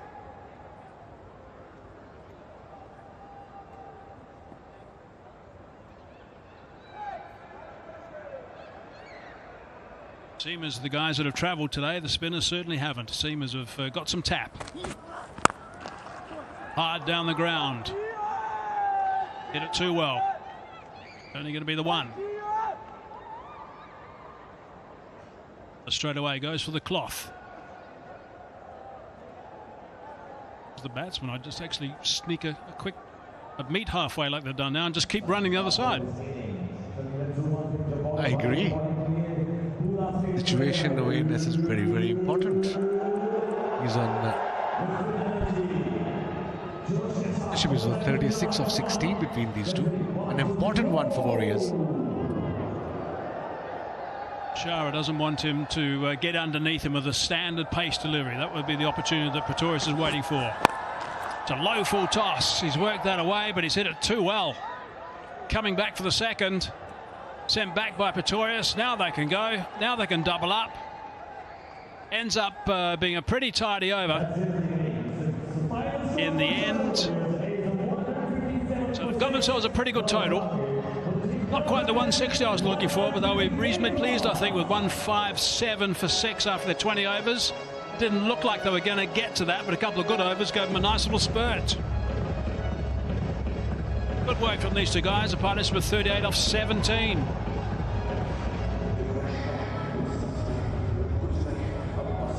Ayn Khan was outstanding. Really did bowl beautifully. Pick of the bowlers. 3 for 17 in his 4. Spinners bowled beautifully. Dawson bowled well as well. Only conceded 21 runs and got a wicket. Tushara expensive. Adar 2 for 22 in his 3. Umarzai was also very, very expensive and wicketless. But over and all, I think it's a good total on pitch, on this pitch. And of course, the ball is getting wet as well. We'll see. We'll find out first 5 overs what sort of a situation, how the bowlers are handling the wet ball. That's going to be the key, the start of it. See how things start with the Warriors. Been that successful in the power play and the wicket stakes. They've only picked up 1 wicket, actually. In addition, 4 if you will, season 4. So 157 on the board. It's a pretty good total for the Sharjah Warriors. Johnson Charles 36 off 32. There were a handful of guys who got starts. Charles is one. Mendes is another, 23.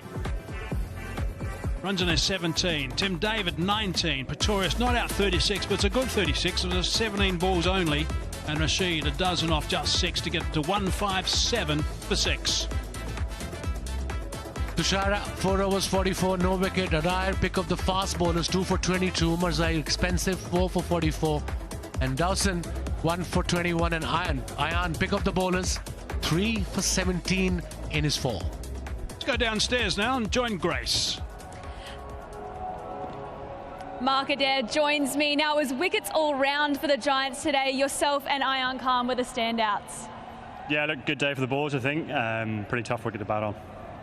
Now, last game, your footing, we were a little bit more careful this game, so you didn't have to have a call back. Yeah, I forgot about that. Thanks for bringing that up. Forgot about it. I mean, that's fun. All right, so last game also, we saw that the Vipers, you had a loss to. It was a really, really close game in the super over. Was it nice to have a day off in between? Yeah, got out to Dubai Creek, played a bit of golf, which was nice. But yeah, looking forward to getting another win over the line tonight.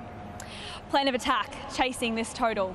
Don't know, speak to the batters. That's not my job anymore. I've done my part. Let the batters do theirs. Righto, nice, short and sharp. Okay, we're going to head back up to the comm box. Thank you so much. Well, thanks, Mark. That was giving us plenty. Much appreciated.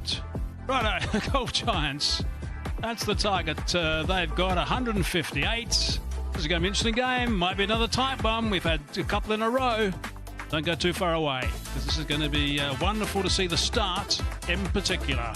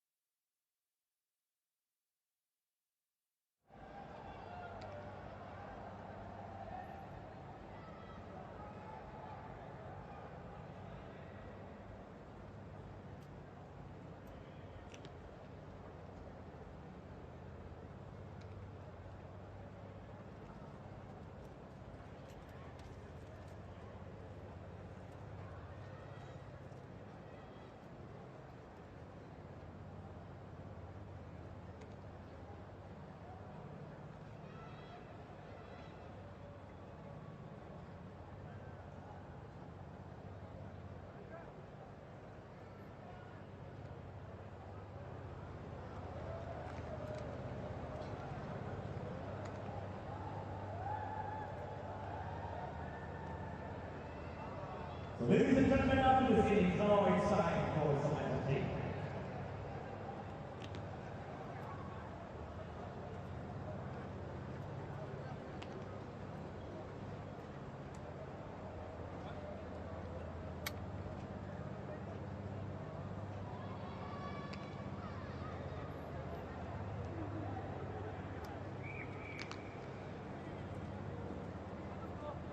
Ladies and gentlemen, let's get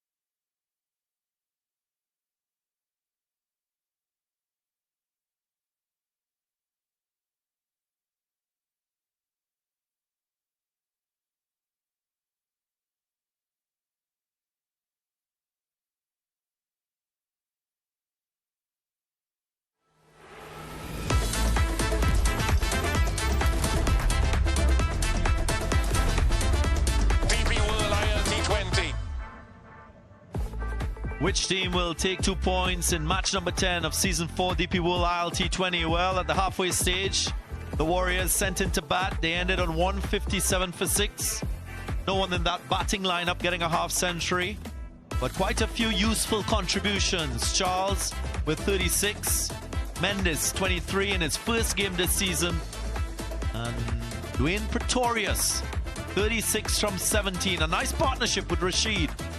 And Afzal Khan, of course, the star with the ball, 3 for 17 from his 4.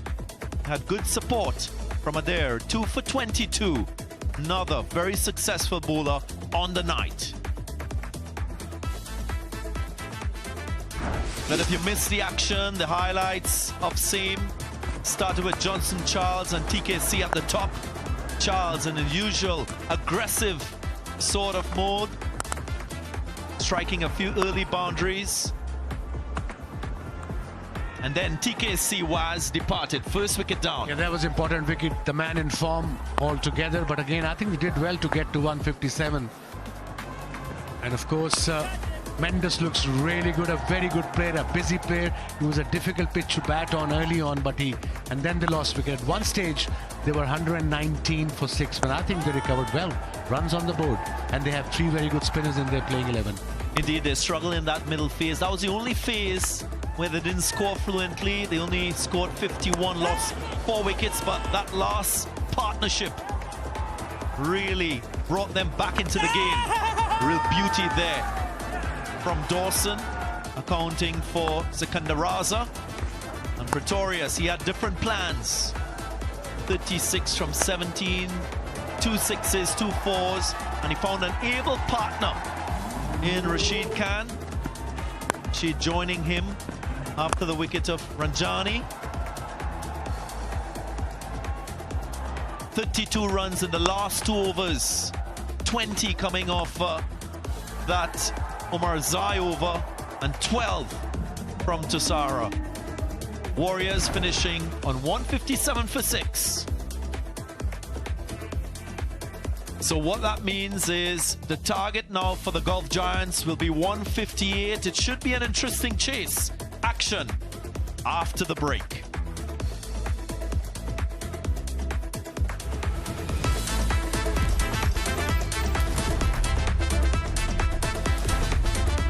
DP World ILT20.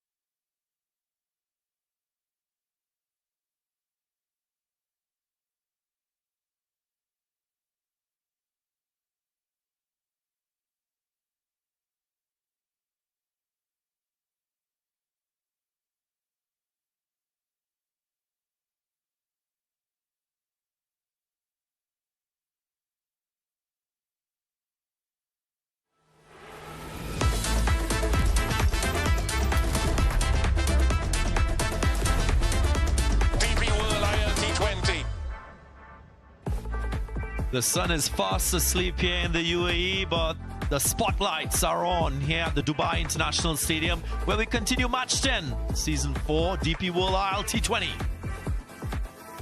It's Sharjah Warriorz batting first. Could only muster 157 for 6 on a tricky surface. Very good contributions from Johnson Charles, from Dwayne Pretorius, getting them to that target. The Giants will be pleased with that bowling effort. And Afzal Khan, Mike Hazeman, the pick of the bowlers. Yeah, I'm delighted for Ryan Khan. I think he's a terrific little bowler. Local boy, good little character, loves getting into the game, and he'll be really pleased with the way he's bowled here. 3 for 17 is where he finished. Really good work from him.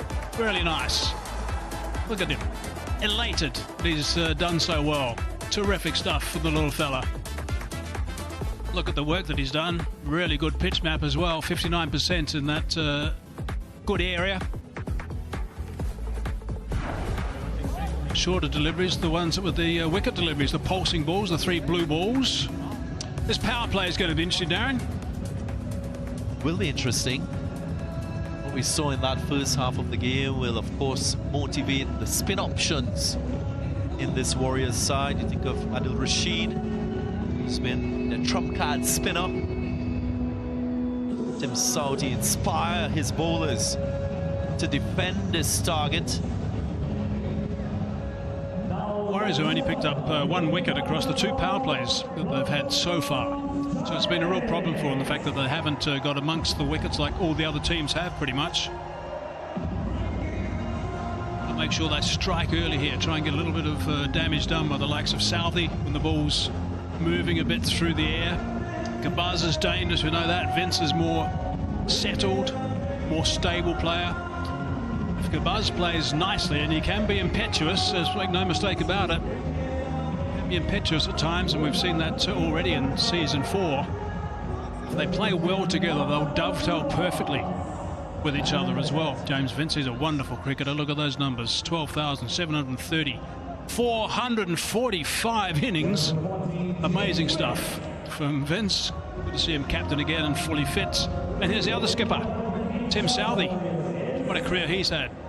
The red balls, white ball. Been a wonderful servant for New Zealand cricket, and thoroughly enjoying his work with the Warriors in season 4.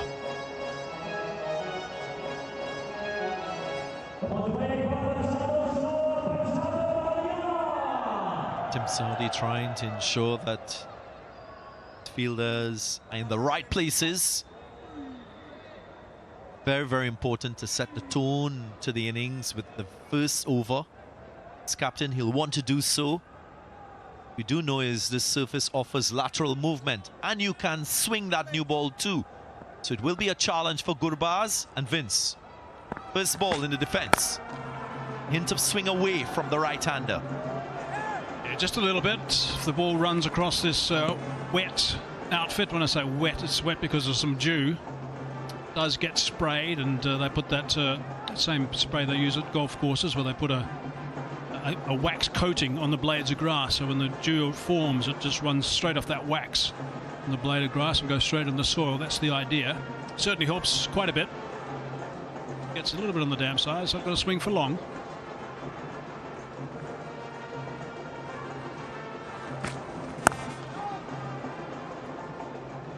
James Vince, top of the innings for his side. Of course, leading the side for the first time this season. Had support from Moeen Ali in the first 3 matches. Now he has to balance that added role as captain with his primary role as a batter.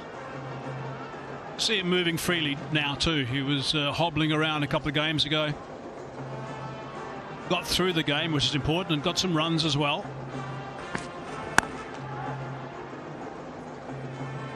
Not such a simple technique. James Vince stands nice and still.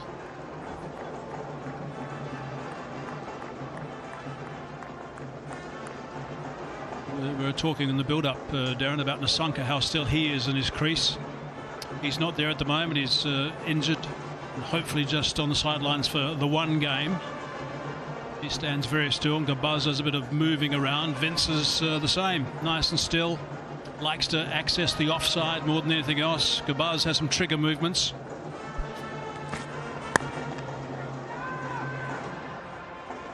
Well, here's a stat for you. In 15 matches in the history of this tournament, the Warriors, defending in those 15 matches, they've only won twice. So that's very, very interesting. Not accustomed to winning using this pathway. They're usually better off batting and chasing themselves as against defending. Here's a stat. I think they're above par though with the score they've got. 157 on the surface. The spinners are going to do what they do. Average score batting first here is 168, but the tracks are not normally like this. It's been turning quite a bit. Adil Rashid will enjoy bowling on this, so I think they're above par with their score. This time they've played on this particular pitch.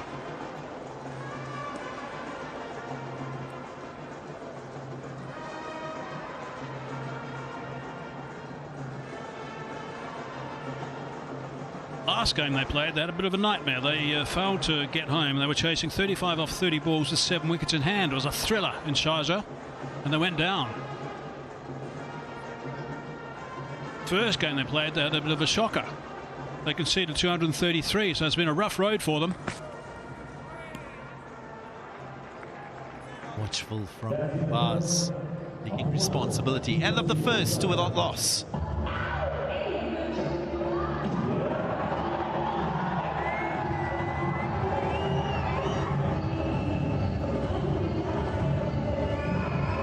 Always a memorable occasion when kids are at the ground looking at the action unfolding. This is match number 6 that I was referencing.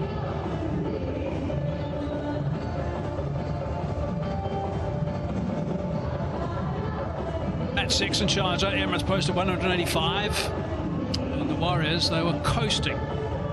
They needed, as I said, they needed 35 off 30 balls with 7 wickets in hand, and they went down. Kazanfa was outstanding, picked up a couple of wickets at a crucial time. Vino Huck picked up a couple.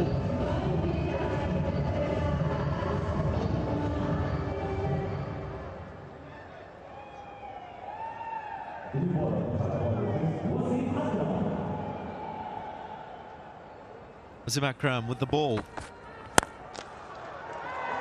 Firmly struck. What a welcome. Vince just latches on to this one, straight down the ground. If you want to show someone how to play with a nice simple technique, you should set a recorder now. Look at this. Didn't move. Footwork stayed pretty much where it is. Guys rely so much on balance these days. No excessive foot movements. They back their ability and just pump that one down the ground straight away. It's a nice welcome to the crease, that. Great shot from Vince.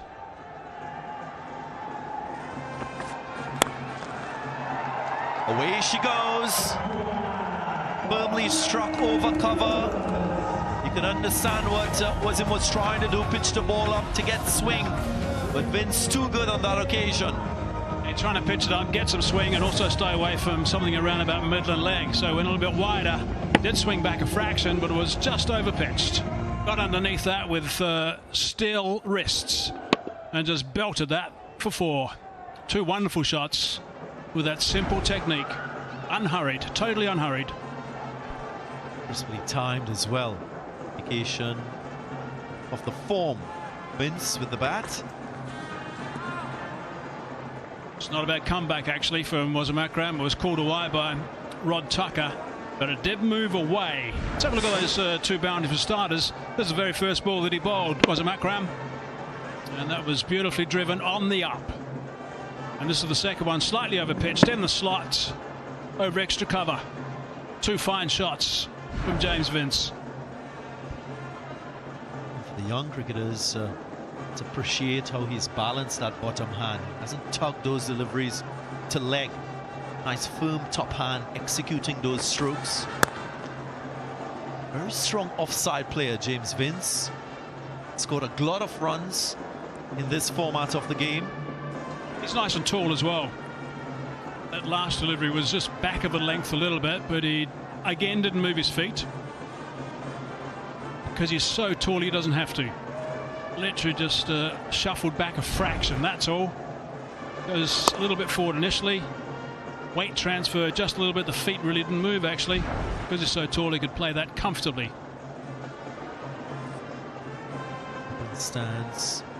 Nice, strong base. As it's a tall right-hander. Gurbaz is a little bit different. The result the same. That should feel good for Gurbaz. It was in the slot. The execution perfect. Southey had no chance. No chance whatsoever at mid-off. 14 runs off this over. There's still 2 balls to go. This is really good batting from these two guys. He's met that and hit it with serious strength.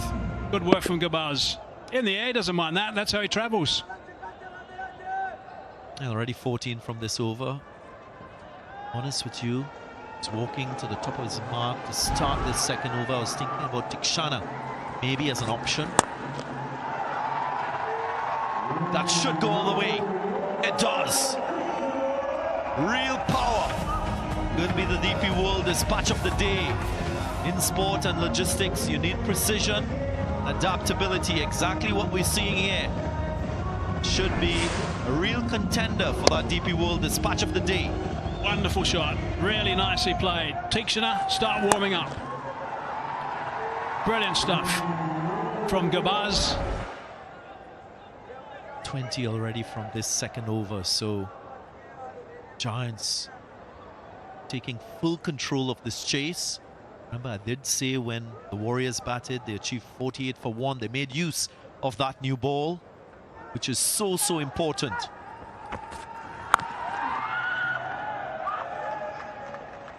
So end of the over, it's a very expensive one. 21 runs coming from it, 23 without loss.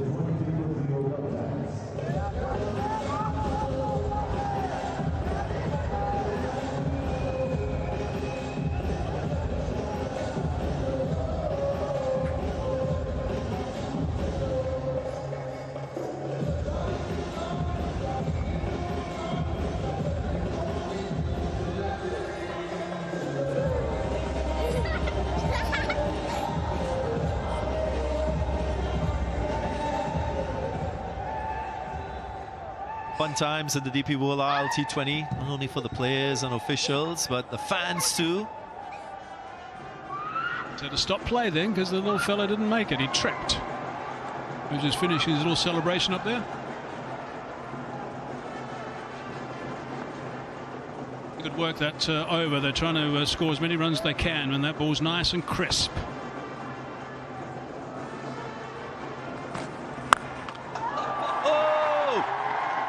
That's a biggie. A monster from Gurbaz. He doesn't mess around. Gurbaz looks to launch pretty much from ball one. That's just how he goes about his cricket. Sometimes he can get out doing this. So far he's been playing beautifully. 6 balls, he's got himself a strike rate of 300. 18 runs off 6. Nice crack off the bat. 81 metres. Down as you go, yeah, reasonable distance. Meets that one nicely. What's Southey come back with? He's vastly experienced.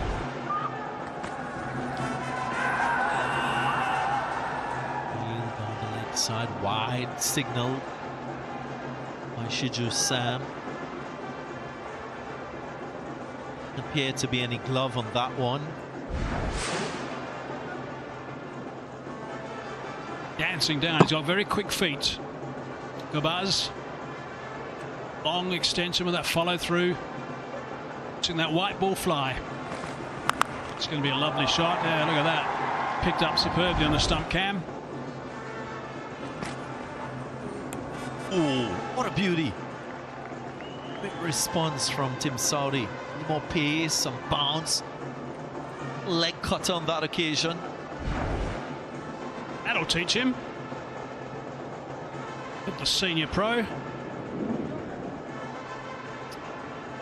Hit the seam, obviously, just bounced a little bit more as it was travelling down.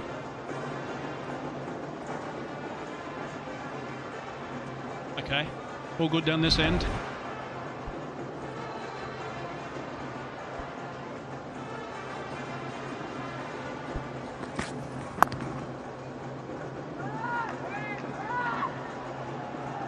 Back for the second. Right, time for our Z question. Jawal Dikal Imam Pal contest.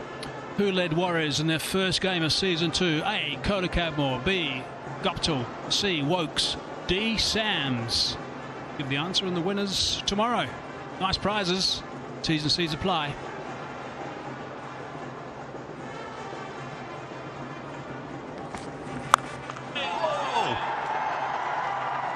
A bigger strike from Gurbaz. Batun Nasanka not playing, no problem for the Giants. He's with a rocket at the moment, Gurbaz. 26 off 9. This is great hitting. 3 sixes, 1 4. That's the third. 6. It's travelled some distance. Fine stuff from Gurbaz. Tim Southey's getting the treatment now. 2 sixes in this over so far. 1 wide as well. He's gone for 15 and 4 legitimate deliveries. Top batting. Just gone past 150 tournament sixes. 151 now.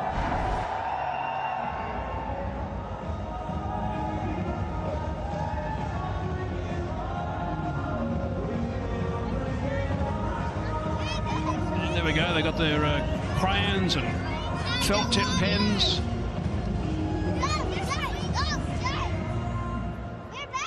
Wakar Yunus away from the colouring in. Seen some of his colouring in over the years. It's not great. He normally uses crayons, that's all. Anything he's safe with. Space off delivery, you should get 2. Side against it. The opening pair this match for Gulf Giants. In this 1x bat power play which is on, it's a critical time for both teams, and more so in this chase. Gulf Giants dominating and taking an early advantage. 39 for none, plays 24 for none at the same stage. That's how well they've played, these Giants.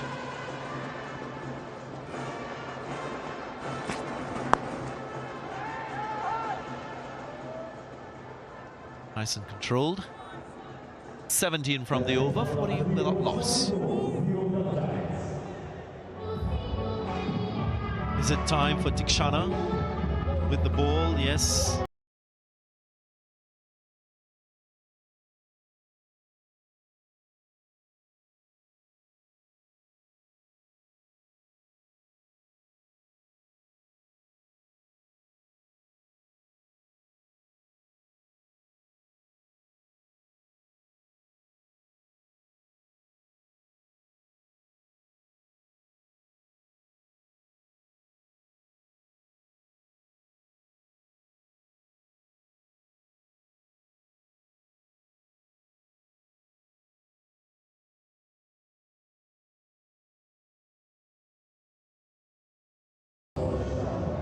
He's working really hard, Wickets. The secret Santa. And also in the com box. The silent Santa. Right, Tikshana.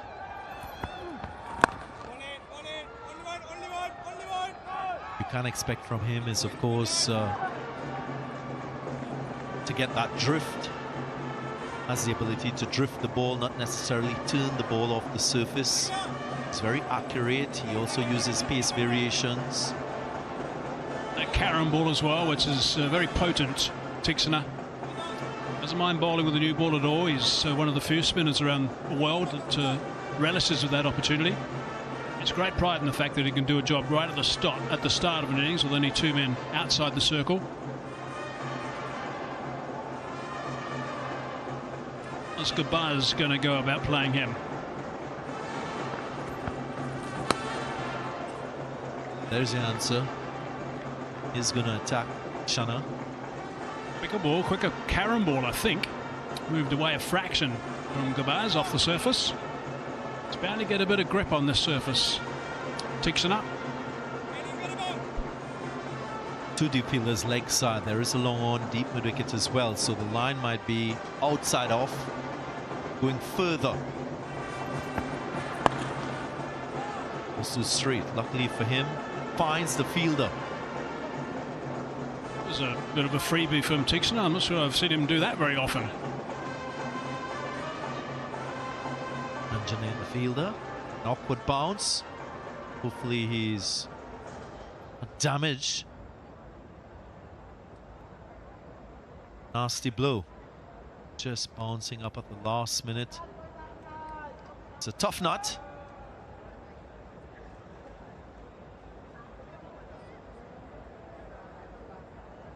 It's Ranjane, associate player from the United States of America.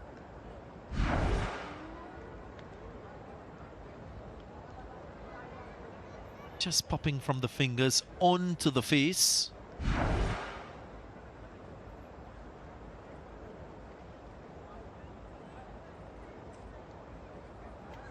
See, we've all been there. Yep, we have. Some more damage than others. Yep, correct. Right, Vince on strike. Similar looking feel.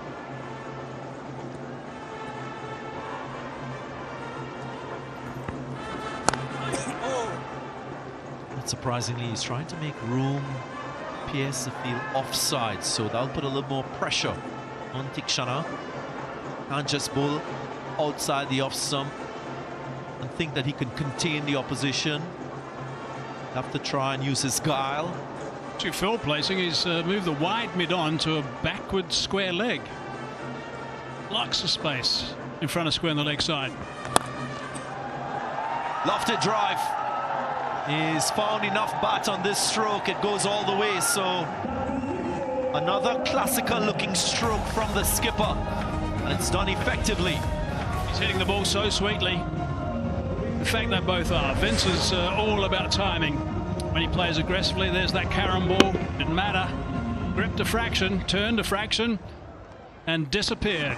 It's a wonderful shot.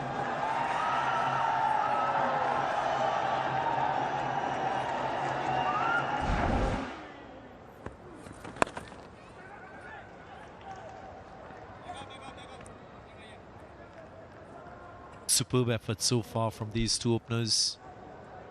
A reminder that the Giants are playing without their most prolific Sanka. End of the fourth, 49 with a loss.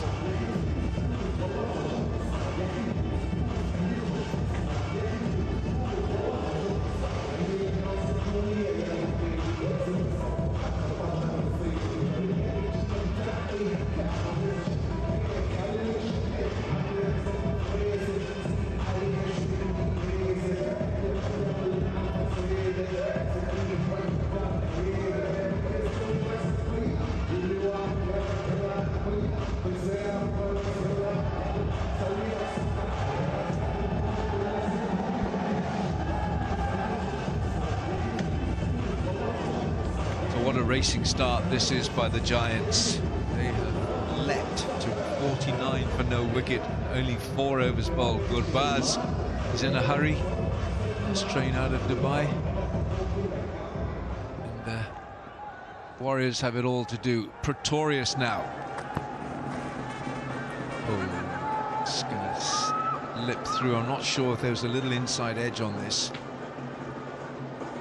No, it's buys. Well, we've got Dwayne Pretorius here, 5 for 17 is best. And I've got a couple of decent bowlers alongside me. And now, I'll throw it out to you boys. You know, who took the new ball first? Was it you, Waqar, or you, Waz? Wazim Akram, Waqar Younis. Who's got the new ball? Not me. Never me. I was given a new ball maybe right at the end of my career. And you were captain probably? Took the new ball yourself? I took advantage of that, yeah, for sure. Yeah, so there we are, www. So you took the new ball. You Yeah, had I the new did ball, most of the time. and he would just pick up the scraps. On the other end, second over, Alan. Not the scraps. Come on. Oh, come on. The great, one of the greats sitting right next to us, standing, sitting, whatever that is. I'm just crouching. You would have loved to have played DP World ILT20, wouldn't you? Wasim Akram is playing already, although he got hammered, went for 21 his first over. But yeah, that's T20 format. Yeah, I would have enjoyed it. 4 overs. Well, bowl with 2 overs with the new ball. Then go at short fine leg, chill. Then we come back for 1 over, 15, 16, and then the last over. Yeah. Happy days. I think he would have been great. Not sure about myself because I was always wavered. But with his action and the lengths he used to bowl, on these pitches, he wouldn't have bowled those slow deliveries, cutters and all that. He would have just kept it right there and boom, boom, beating the bats. You have to assess a wicket as a bowler, like Bakar did. You guys used it when you played 100 years ago, Alan. I'm going to come back to you on that. If I told you I got the film of it. So like I was saying, you have to assess a pitch. At this pitch particularly, just ball back of a length. And it was seaming around, it was stopping as well. And maybe variation once in a while, not every second ball, Vicky. Yeah, you do need a little bit of pace also, you know. If you're in mid 130s and you present the seam nicely, I think you can really do well on this surface. But if you're like 125, 23, you need a bit of height like Pretorius has got. Oh, that didn't help. Magnificent blow again from James Vince. He is such an elegant player, and that's sailed for another big 6. Really is a top player in this format. And even in red ball cricket, he's retired now. Look at this shot. There he's 27 of 16 with 2 4s and 2 massive 6s. Look at that shot. He gave himself room. The bowlers followed it up. He picked it up beautifully. You know, one thing really have to watch closely, any youngster watching, is just when he moves away from the stumps. We'll try to show you the replay again. Next over maybe. 59 for no loss after 5. Just have a look at this, you know, when he is moving away, his head is so still. He's not really, head not going anywhere. It's just the bottom part or legs or hip and everything else just moving slowly. Watch that. The head is still. And that is why he got that control over that shot, because he was watching the ball closely, and once he hit the bat, he didn't have to look after that.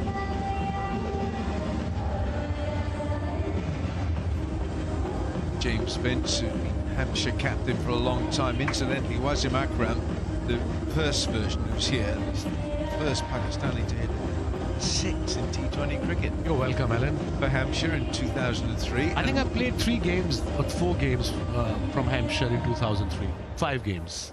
And then, well played. And then Wakar played for Warwickshire in T20s in 2003. You were a bear, a Warwickshire bear. I was actually a bear at the time when I played.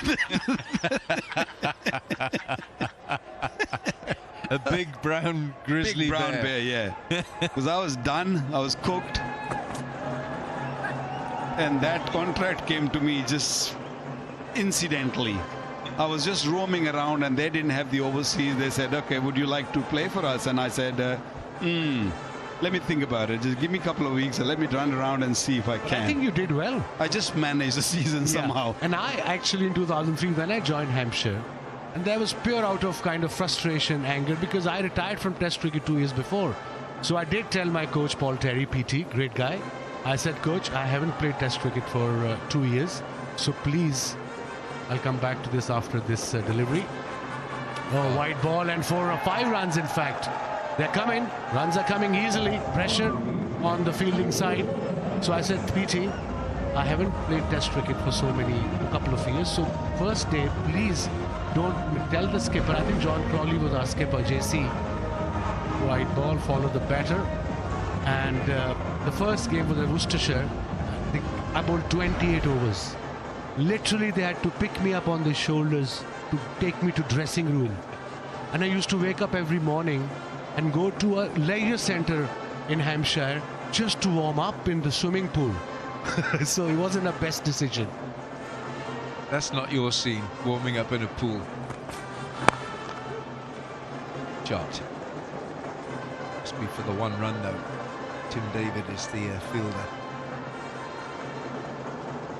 This is a great start for the Giants. 158 is the target. And Alan, with me at Warwickshire, I only played half a season, or maybe 3/4 of the season, because Warwickshire was just going down on the second grade, and they wanted someone to just give them some support, and if they can survive in the top group. They eventually did, just did. But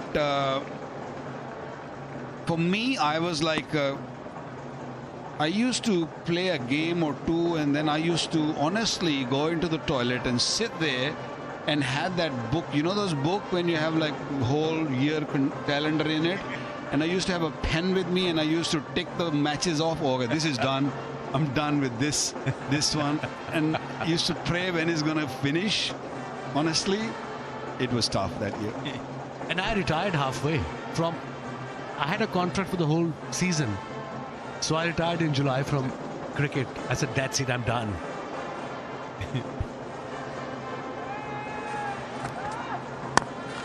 So I bowled 44 overs in the first game I played for Hampshire against Worcestershire. And I was done at Worcester.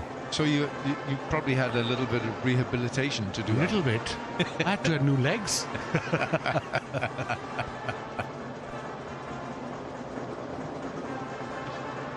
Yeah, but had awesome time playing for Surrey, and of course for Glammy. That was good time. You won the county championship with Glamorgan, 1997.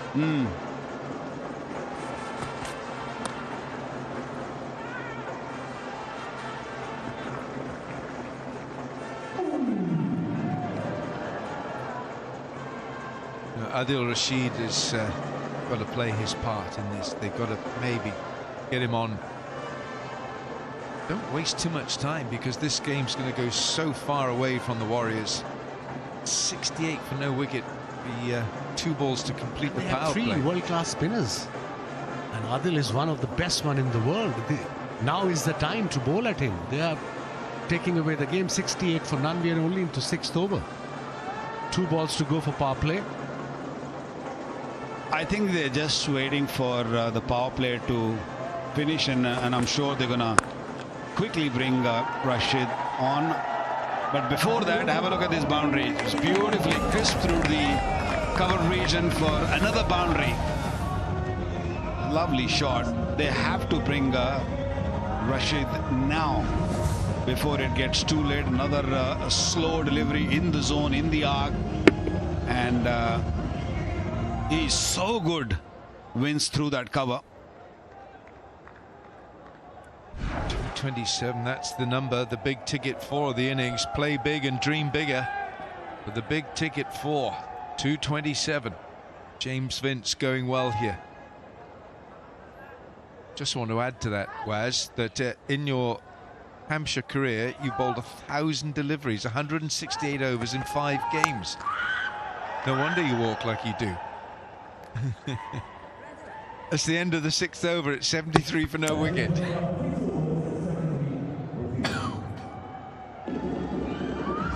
And Rod Tucker says we'll have a timeout.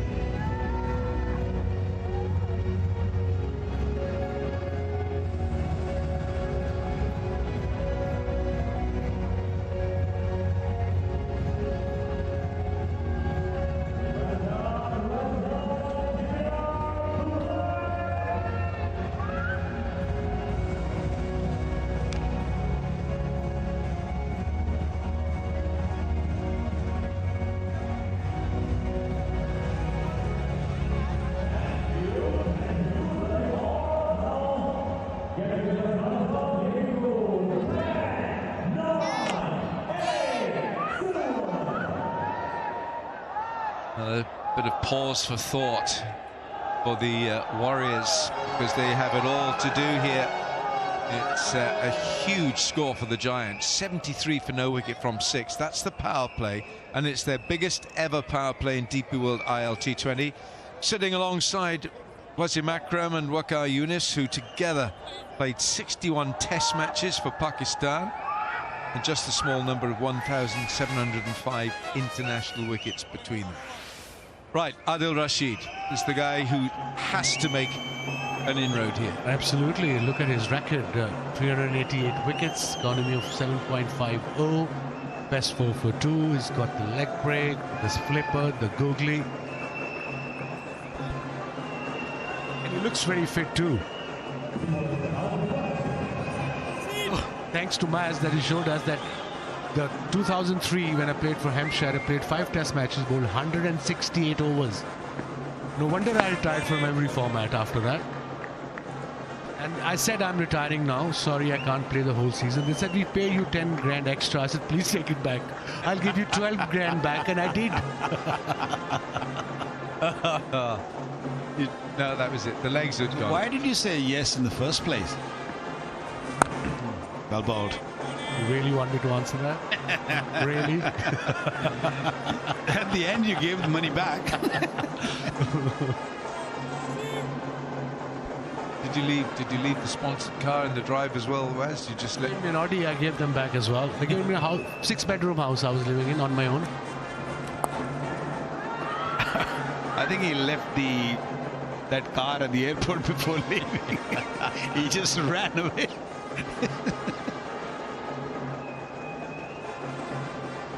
Yep. You're lucky you played for Hampshire. You played for another county, it might have been even more bowling. Leicester or Derby, maybe, in North Ends. Yeah. How are those grounds now? I haven't been there. Same? Yeah. They're not that great then. There's some lovely playing surface. Right, Adil Rashid.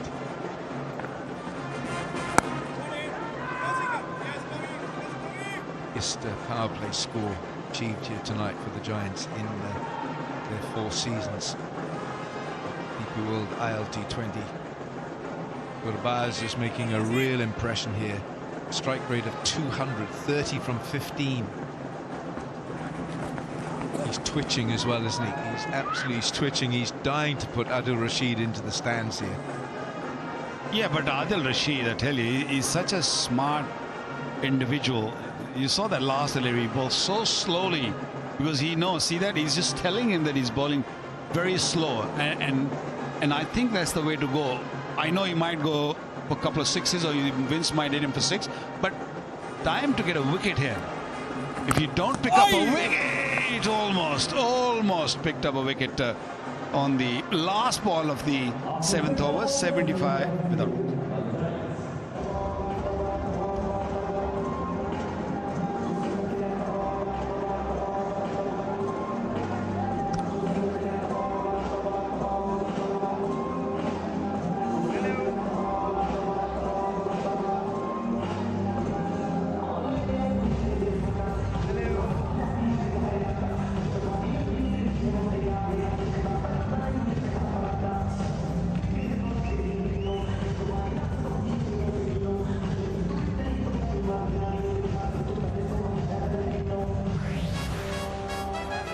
It's going to be Sikandar Raza.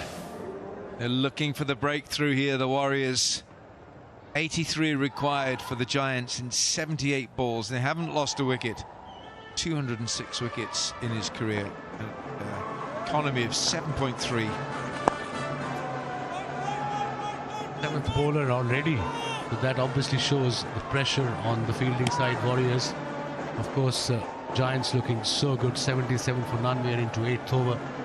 Both Gurbaz and Vince, world class. 33 of 17 Gurbaz, Vince 35 of just 26. Seeing change of action from Sikandar Raza. You know, we've seen leg spinners go well here. Just wondering how one of your former teammates, Mushi Ahmed, would have done. Let's just, the best batter, the green belt is for the best batter, and that's Patun Nissanka. He's not playing in this game. He's slight little injury.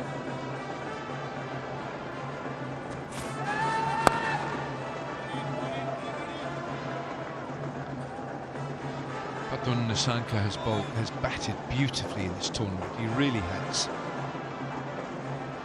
Asmat Omarzai is the leading bowler. The white belt. Oh, see James Vince straight up in the air and out. Wasim Akram takes the catch. Well, Wasim Akram didn't bowl that well, but he scored beautifully.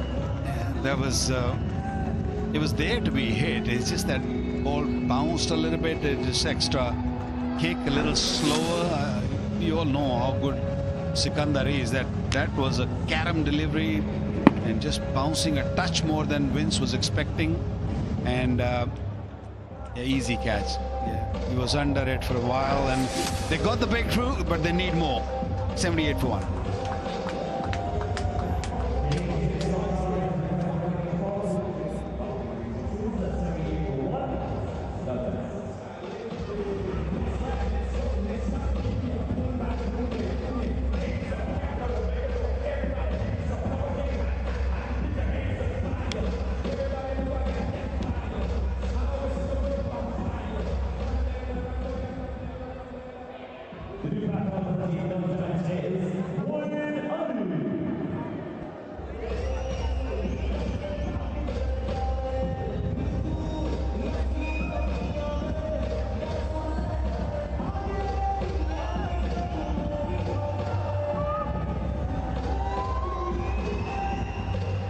Moeen Ali comes in with a strike rate of 137, 35 50s on there, a run short of 7,500. Been a wonderful player for England over the years. 2 balls to go here. I want a word from Wasim Akram about his former teammate Mushi Ahmed. How would Mushi have gone in the DP World ILT? Excellent in this format. Probably would have gone for 100 runs, 4 overs. No, I'm just joking. He was a very foxy bowler, Mushi. 1,400 first-class wickets, Mushi. I think it's more than 1,500. 1,407. I'm wrong. Well, sorry, Mushi. But T20 cricket, I think knowing him, you know, the way he thinks, he would have given more air, and the ball would have disappeared more. Yeah. Oh, Mushi, you're well loved. 8 gone, it's 79 for 1, the Giants.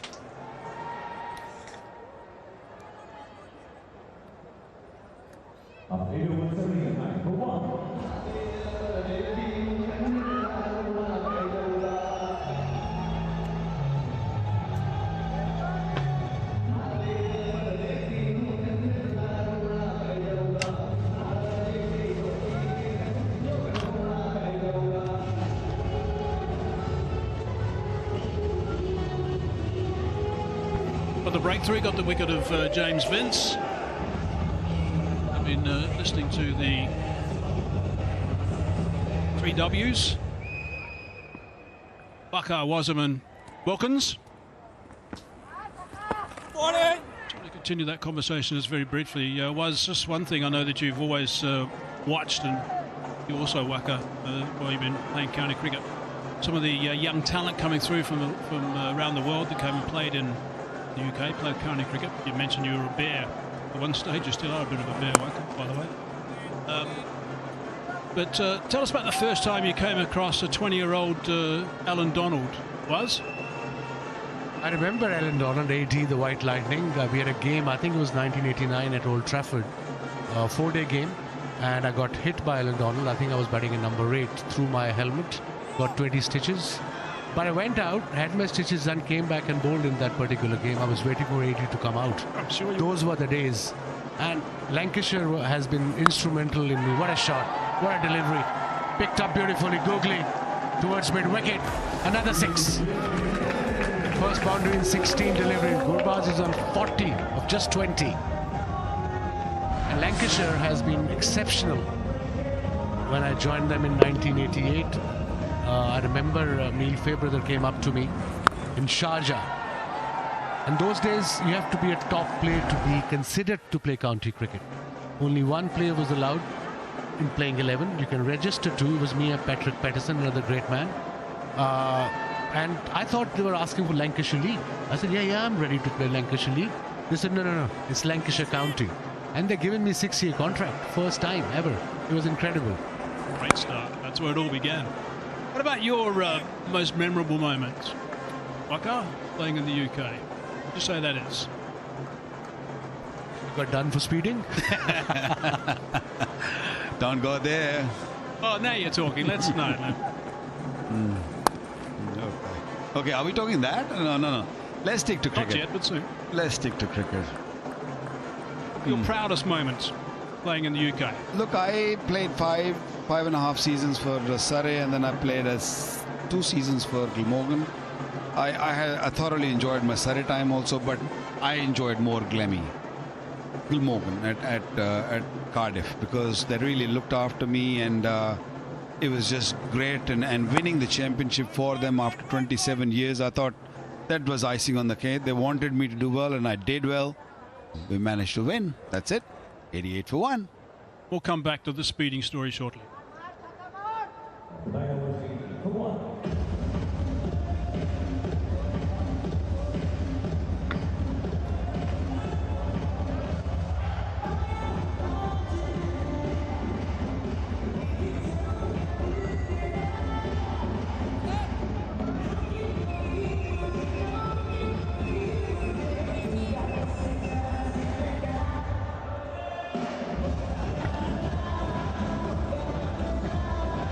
So the Giants need 70 from 66 balls. They're in total control at the moment in this game. 157 we thought was a pretty good total. I had a feeling that they needed to be north of 160. I think I would have been wrong even then, unless something dramatic happens. The rest of this innings, Wazim and Waka have just stepped out. Darren Ganga has stepped into the comm box now. Nice to hear those stories from those two greats. Bring a little bit of batting into that bowling too. Bit of sanity as well. Return from Sikandar Raza, as you'd expect. And I had a slice of those two in 2002 when West Indies played Pakistan and Sharjah. They were back end of their careers, not as rapid as they used to be, but you punctuate those two with Shoaib Akhtar, Mohammad Zaid, Abdul Razak. That's a group of fast bowlers. Good luck. Yeah, good luck. Need to pick up a couple of wickets here. Got to break this stand, because these two guys are both wonderful players. Moeen Ali and Gabaz. Gabaz on 42 off 23, strike rate of 183. Moeen has been silky smooth throughout season 4 of the ILT20. Free-flowing, wonderful player to watch, Moeen Ali. And I love the game of chess that I'm seeing unfold here. Of course, with the introduction of Sikandar Raza and Adil Rashid, the Giants have gone with the lefty in that of Moeen Ali to bat in that important number 3 position, to have a left-right combination. And that's the sort of strategic thinking you want to have in your team, so that you could counter opposition tactics.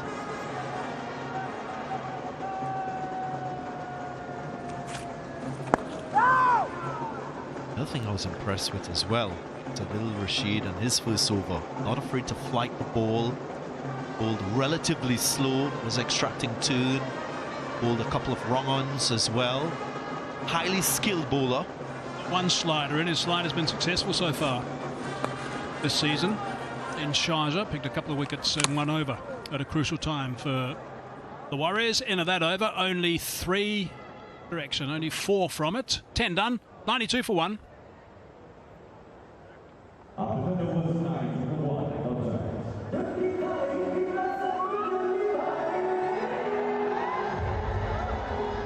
Despite what Tim Saudi has done in that power play phase when he used 5 bowlers, still hasn't been able to contain the run scoring from the Gulf Giants.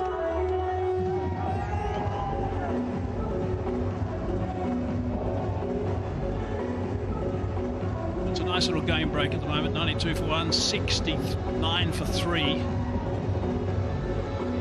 So pretty tense, isn't he? Not. Playing beautifully with both bat and ball so far in season 4. Marzai. I must say, Hazy and viewers, wide cross-section of people reaching out, talking about the tournament, many back in the Caribbean, sending me messages. A friend from Oman just sent me a message, him following the game too. So this DP World ILT20 spreading its wings to all corners of the earth. Lots of eyes on this. There's some quality players, of course. Conditions are good. Conditions are different at all 3 venues, which is, I think, nice to see. The guys have got to adjust. They swap around from venue to venue. First time the Warriors have played outside Sharjah. Tixana. Stove was okay. He would have been a little bit disappointed about it. He needs to get his teeth into this game now if they're to do anything special. The Warriors need to get points. That's what they need.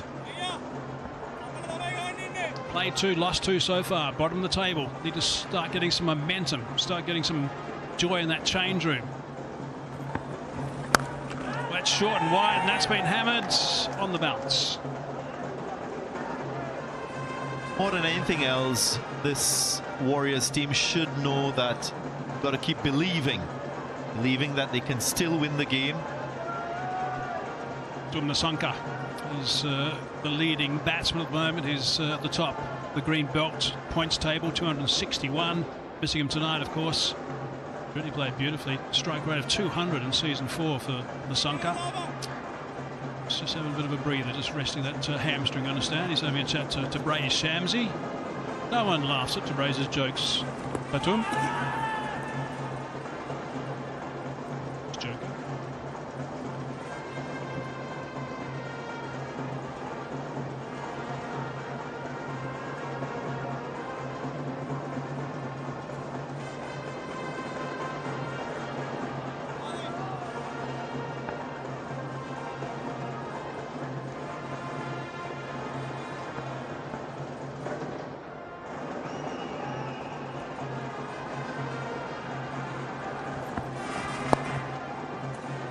Quicker with the carom ball that time from Tixana, coming back for the second. Here's a quick look at our DP World Smart Truck buggy cam, using the latest cutting edge camera work to give us a unique vantage point on today's action. That's the shot that it provides. Just like in cricket, DP World uses technology to keep trade flowing.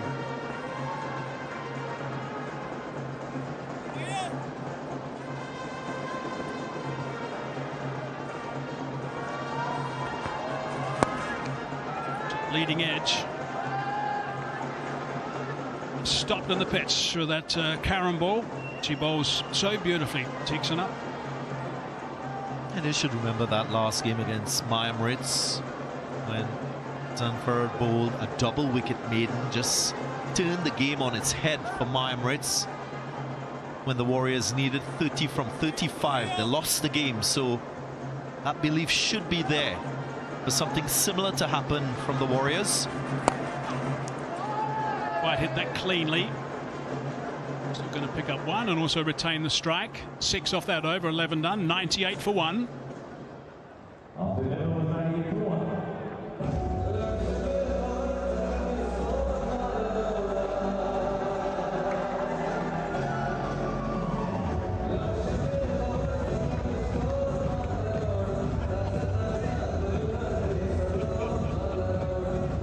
Top 5 bowlers were used in that power play phase.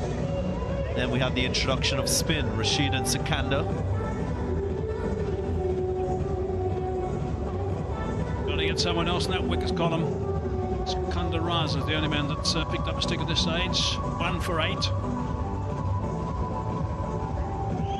The bowlers have been expensive. Got the local boys, Akram and Siddiqui. Sikandar Raza again. Oh, that's slightly short. That's all slightly short. It's been smashed for 6. What a fine shot that is. Picked up that length beautifully to bring up 3 figures for the Giants. The advantage of having a lefty with a right-hander out in the middle. As a bowler, you just under a little more pressure to ensure that your length and your lines are immaculate. Not on this occasion, fractionally short. Moeen Ali is good, very good. A quick shot of Nissanka. I just want to just let people know about how he's developed over the last little while. Apparently he scored 204 runs at a strike rate of 200, including 350s on the trot. Back in 2023, he had an average in the T20 game of only 26 with a strike rate of 116. It's amazing how much he's changed from the start of 2024. He's now hitting a 6 every 17 balls compared to 45 balls previously. Just goes to show, he plays all three formats. Just goes to show, if you really work hard at your game and you've got the right mindset, you can really make some serious improvements in your own game, providing you've got the talent. It's just a matter of getting the mind right, working hard, which is what he does. Terrific player. Rise of Catchets on the bounce again. Just to add to that, Hazy, I saw him in 2021 when he debuted in Test match cricket against the West Indies in Antigua. Scored his maiden Test match century in that game. Was a definite student of the game, the way he spoke, quite a humble guy. Now he's a master from his wealth of experience, his production of runs. Brilliant to watch his growth and development. It's turned quite sharply. There's a double 100 in one-day cricket as well. That's no easy feat. But to Nissanka. At this venue, 536 runs on the last 10 knocks, average of 60, strike rate of 160, including 100 against India in the Asia Cup. He's a wonderful player. I love watching him. Have to move his feet. Moeen Ali, his balance was so good. He's that away for a single. 9 off the over, 12 done, 107 for 1.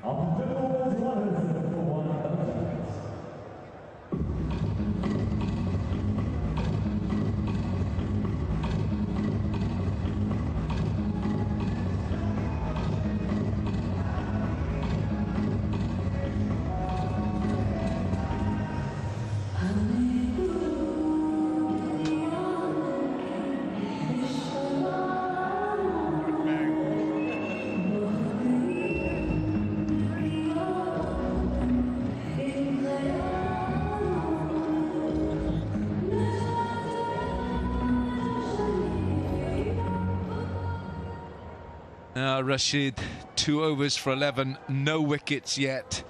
So often the skipper turns to Adil Rashid. Oh, he's bowled him. He's done him easily. That is something to savour. The Warriors have had small morsels to feast upon in this season. That's one of them. Well, that's a treat to watch what we just witnessed. Watch that ball land and spin. An ideal spin delivery from a right arm leg spinner. The landing and then gripping and coming back toward Moeen's off stump. What a delivery. They picked up another wicket, but they're still, I feel, far behind. Moeen gone for 14, 107 for 2.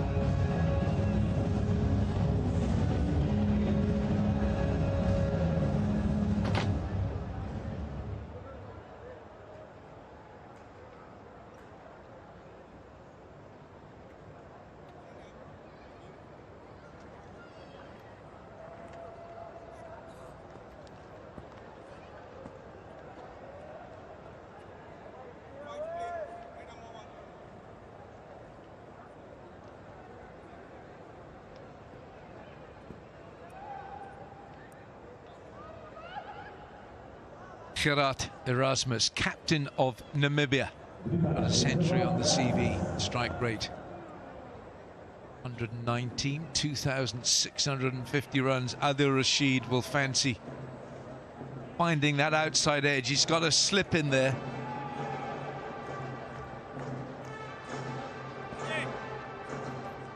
Ball is turning here. Sikandar Raza at slip. Really fancy that the way that Adil Rashid bowls, he's attacking both edges of the bat. The inside edge with the googly, and it's the outside edge with the slip in there that'll be the target area.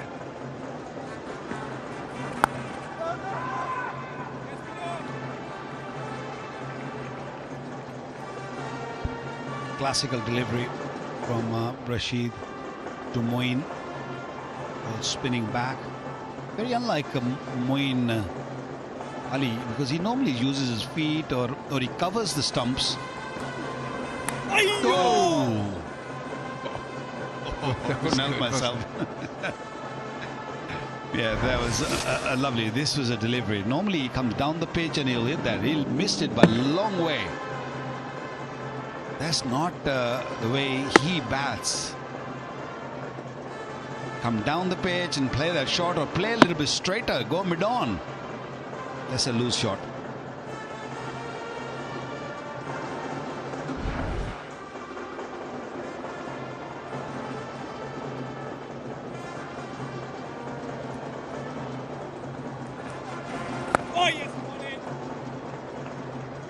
Gurbaz treating Adil Rashid with respect.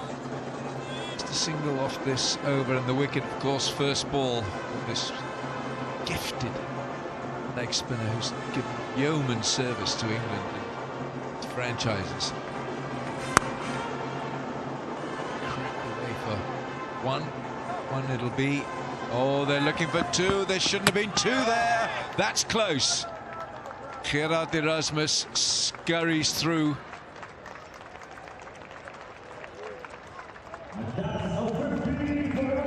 It's a half century for Gurbaz. His 38th 50-plus score in T20s and his third in the DP World ILT20. It's 110 for 2.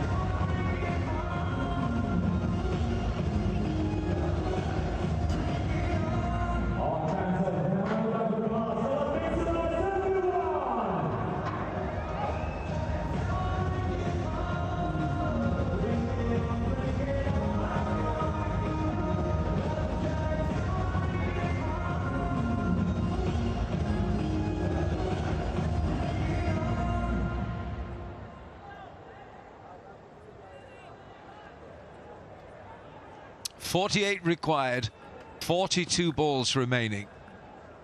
Gerard Erasmus has just come in to join Romanullah Gurbaz, who's played so fluently and so belligerently for his half-century. Chance here now for Gerard Erasmus, the captain of Namibia, to spend time in the middle to assist Gurbaz to get the Giants home. Got plenty of time. I think the best way to get back in the game, that's a wonderful knock. 50 of 34 delivery with the 4 sixes and only 1 4. He likes to play in the air. He likes to hit big sixes, and he proved it today. And I think the best way for the Warriors to get back in this game is to somehow get Gurbaz's wicket, because he's the one who's playing very sensibly. Yes, he was attacking early on, and but now he's understood. He knows that his job is to stay out there. You don't want two new batters to be at the crease. One of these guys have to really carry the burden and carry it all the way, because the equation is quite simple. 47 or 40, that's not big when you talk T20.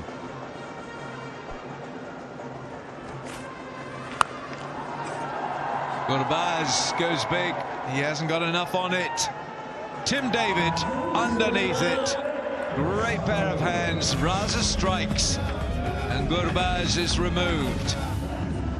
Well, I was talking about how sensibly he has played the knock so far, but that was not sensible, because the team needed him out there, and playing that shot, not using his feet and playing from the crease, allowing the ball to spin and grip and bounce. And Tim David, he's got huge hands. He wasn't going to drop those. And Sikandar just quietly feels that they're back in the game. The Rasmus is on 2, Gurbaz is gone, so it's 1-1-1 for 3 now.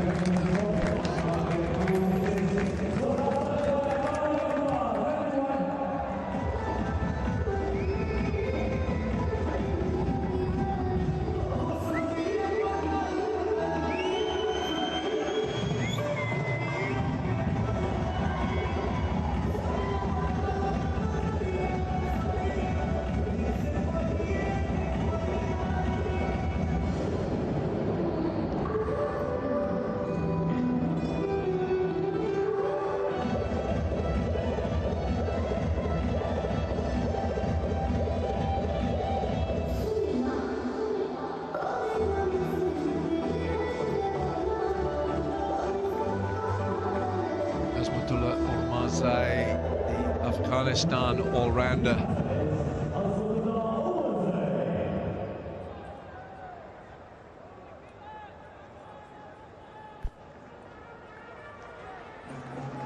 .47 required of 39. Losing wickets at wrong time, not going to help the cause of the Giants. 7.42 required run rate. You don't want to fall back. They need partnership. Just a small partnership will do. Very good, very good fielding. Good captaincy also, just squeezing those singles, just keeping those inner circle fielder very close to the bat, making sure not easy singles are given away.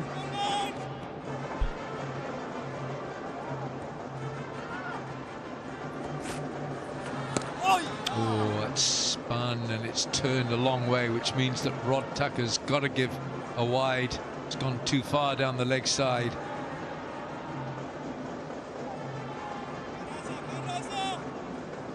Of the fighting spirit of Sikandar.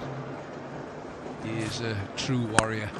He really is. He fights to the very last ball. Great competitor. 14 gone, 113 for 3.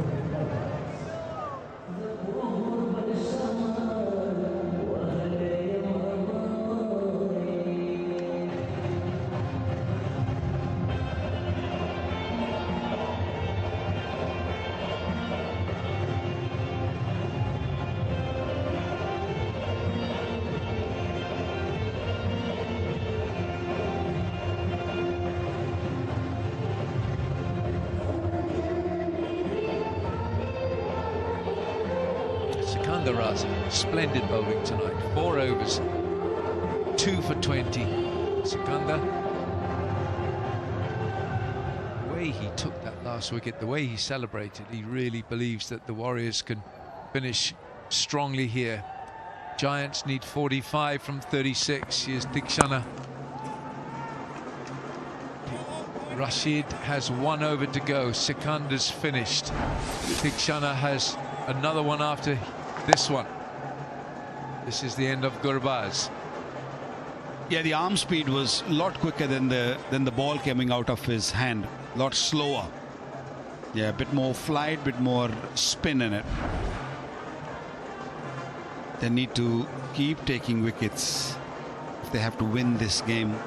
The Warriors, they haven't won in this yet in this tournament, so it's crucial for them to just open up the gates, open the counts. For that, they have to really keep on their toes. Don't give up hope. This game is not over yet. Absolutely. Yeah. The required rate, which was very gentle 6, is now creeping up towards 8, 7, and 7.6.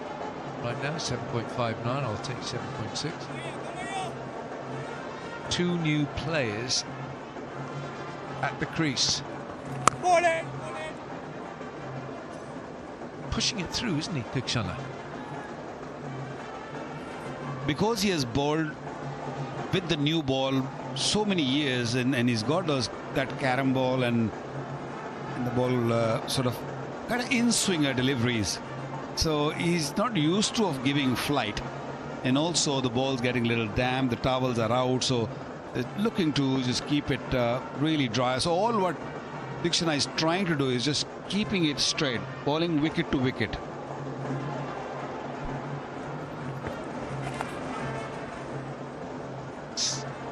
Little paddle from Erasmus, picked his spot, premeditated. He can bowl you a good over, I feel, but if you say that he's got with that cricket ball that he's going to spin the ball, or if he's going to really trick you or fox you, I doubt it. But you know, he's a class act. He's done it over the years. He's got what it takes to pick up a wicket. But at the moment, I feel that he's just going through the over, looking to just bowl an over of 5 or 6 runs, not give too many away. Pushing it through at round about 100 kilometers an hour, Dikshana, so he's really firing it in.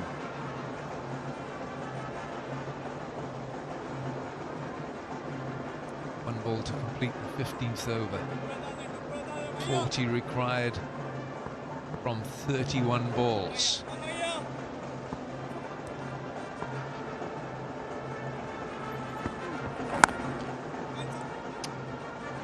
Much coming from that.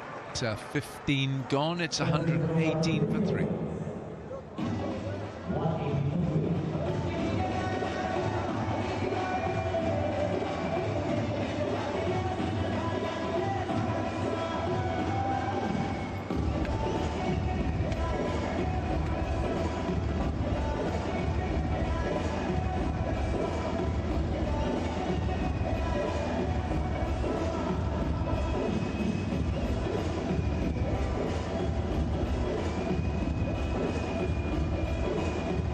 See the impact that Rashid and Sikandar had. 7 overs between them, 3 for 34 with 21 dot balls. Sikandar's finished. Rashid has got 1 to go. Dikshana's got 1. Saudi skipped 2. Chance was in that run. 1 over for 21. Doubtful. Notorious. 1 over cost for 9. Well, he's gone to Tim David, more spin, off spinner, and I think Tim. This. Yeah, I think Tim Southee feels that it's not the pace attack that can get you a wicket; it's the spin. Gentle off spinner. That's very gentle. Not a regular bowler. You can tell from a very first delivery. No, but he does. Likes turning his arm over. He's got 15 wickets in his T20 career. You're right, he's an occasional off spinner. The last throw of the dice, this really by the Warriors. Tim Southee.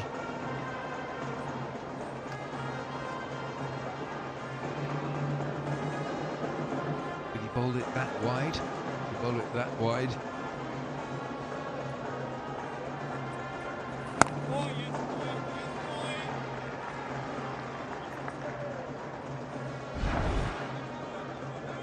First delivery, I don't think it's a no ball, because as your foot lands and if your foot is not touching the sideline, it cannot be called wide, no ball, just there. When it hits the turf, the toe, and with the toe if your heel hits the same time on that line, that's a no ball then. A lot of bowlers I've seen who come across, Shahid Afridi was one of them, and who used to come and cut across, but their initial, good fielding, initial landing or first impact point of landing was the toe, and once the toe hits, and if there is no heel on the ground, even if the heel hits the line, it's not a no ball.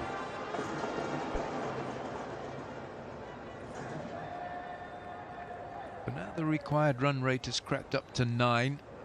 39 required from 26. So this is a bit of a gamble for the Warriors with Tim David on.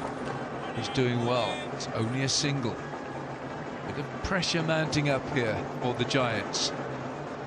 Pressure is created by themselves, with Gurbaz getting out when he shouldn't have. I think what they're looking to do, Jonathan Trott is a little anxious there. He's getting a little worried, I feel. I think they need to just sort of push for singles at least. Don't play dot balls. You played 3 dot balls in this over. 3 of the over, 121 for 3. It's a timeout, 2.5 minutes and 16 overs have gone, 121 for 3. Okay,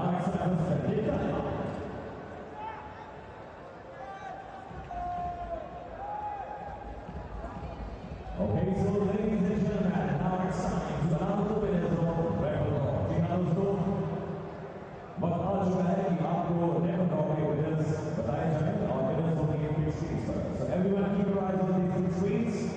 You may be the winner of this draw. So the first winner of iPhone 17 Pro is Arslan Ash. Ticket number is 36541930. I repeat the name. Ticket number is 36541930. You have won iPhone 17 Pro. Now the winner for luxury staycation is the Red Ticket number is 36873031. I repeat the name, the Red Ticket number is 36873031. And now the winner, shopping voucher worth 1,000 dirham is Arslan Ash. I repeat the name, Arslan Ash. Ticket number is 36541927. So big congratulations to all the winners. And I request each one of you, please go to registration desk which is outside. Go there, make your prizes. And once again, big congratulations to you guys. So just to be winners हैं, आप सभी बनाना चाहेंगे, बाहर registration desk है, वहाँ पर जाएं और अपने prizes ले करें. Thank you.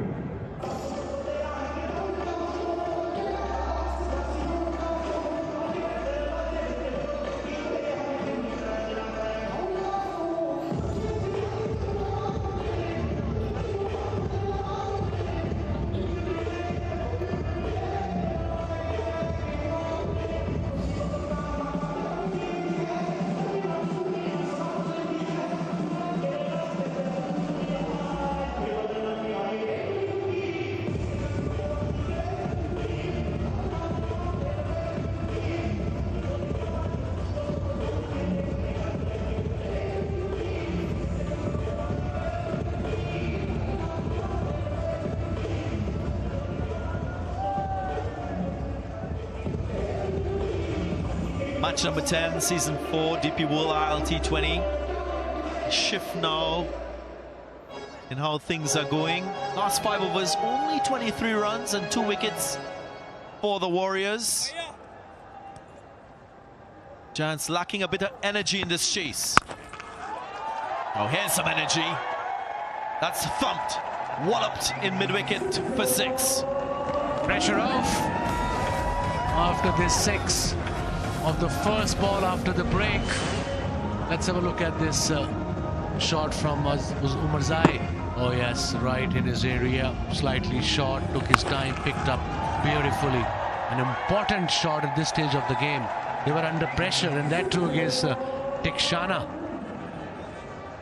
Andre after 4 overs. That's what prompted me to say a shift in the momentum in this chase.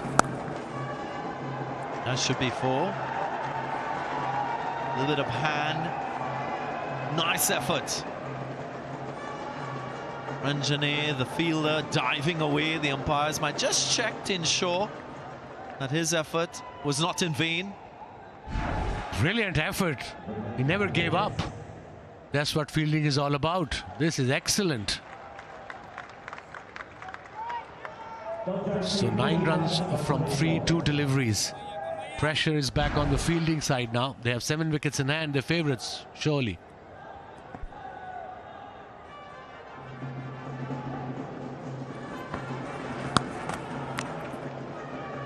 Smart bowling. Went wide. was a little bit surprised with the call too, and quite rightly so. I'd like to see that again. Surely was within the guideline, despite the fielder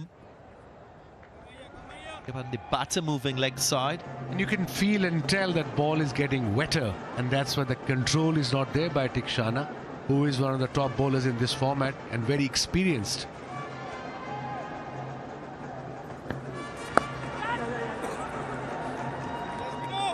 Lewis, luckily it didn't go to the fielder. Just a single for all that inventiveness. This ball that was struck for 6. Too short. Often see that from Shana.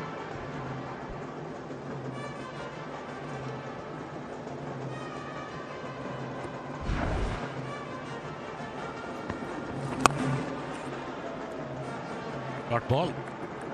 11 runs from the over, 2 balls to go. Required run rate is just under 8 now. This partnership is building up between these two. Runner ball, 21 of 21. Yeah, the pace of Tikshana, 400 kilometers per hour. That's nearing medium pace from the slow bowler, the mystery bowler.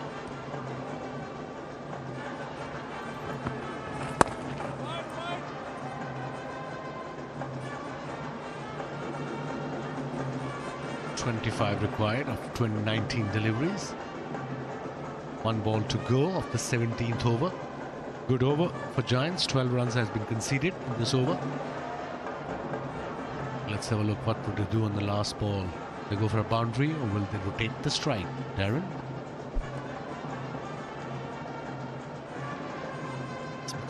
Net run rate 2. So intent must be uppermost in the minds of the two batters. And what we saw, 2 runs off the last ball, 14 from the over, 135 for 3.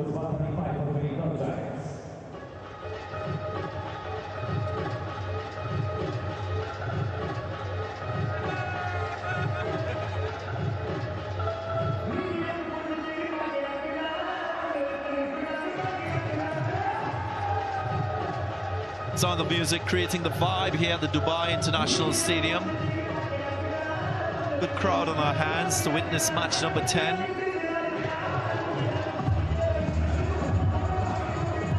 Giants fans very happy because it's a simple equation in the context of this game. 23 from 18 required. There's Jonathan Trott. Not sure how to describe that expression.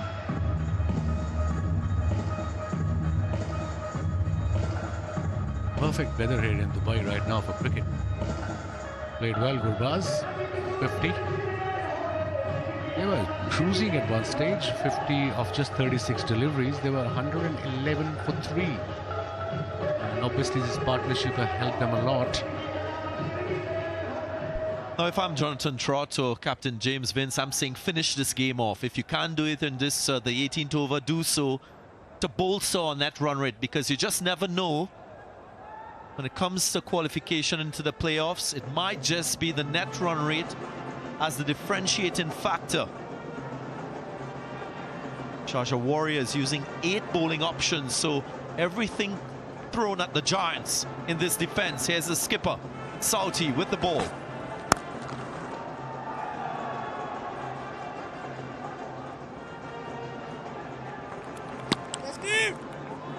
The action keeps getting better and better as we go through the Season 4 DP World ILT20. Some big guns going head to head.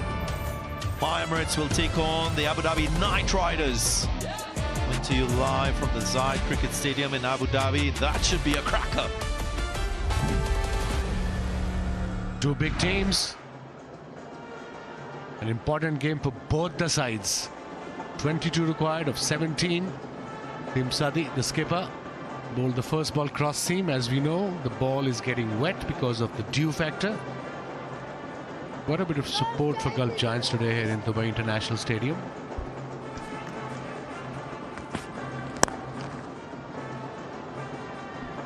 It's for 2. Oh yeah, they're going to take it easily. This is really good running. Sensible cricket from the Giants. Pressure is back on the fielding side, Warriors. That's their third game. They lost 2 in 2. Specifically mention the 8 bowling options used by the Warriors. First time we've seen this all season. Don't know how to interpret that was. I can interpret for you after this delivery.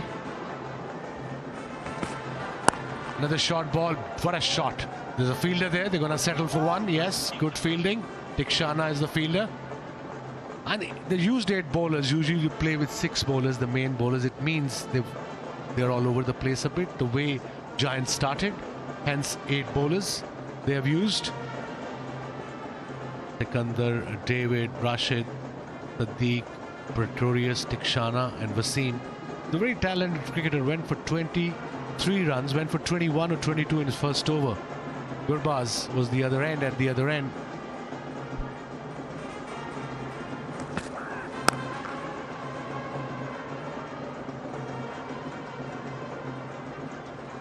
We've seen some brilliance in this game.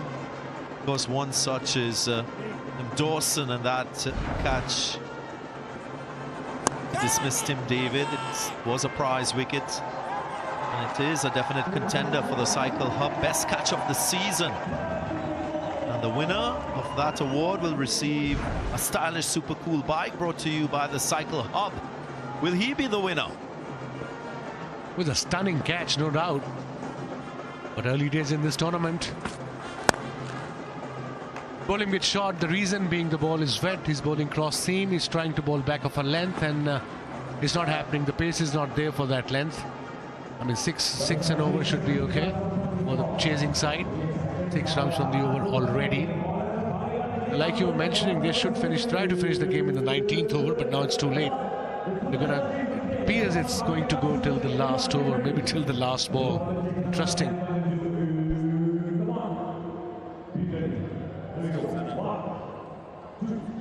You mean in the next over, finish it in the 19th now?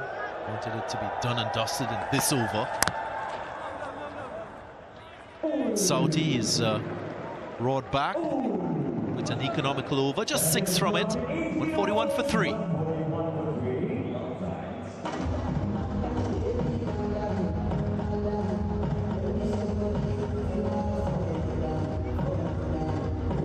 "17 off 12, it looks simple, but can they pull a rabbit out of the hat?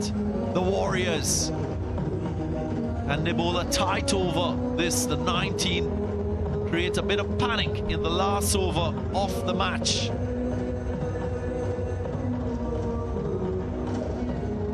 Now then, Adil Rashid is back.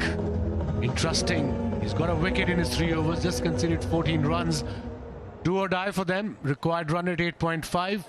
17 of 12 balls. They have 7 wickets in hand. They need a couple of boundaries in this over. And he is very experienced bowler. Agree. Try to score as many as possible from this, the 19th.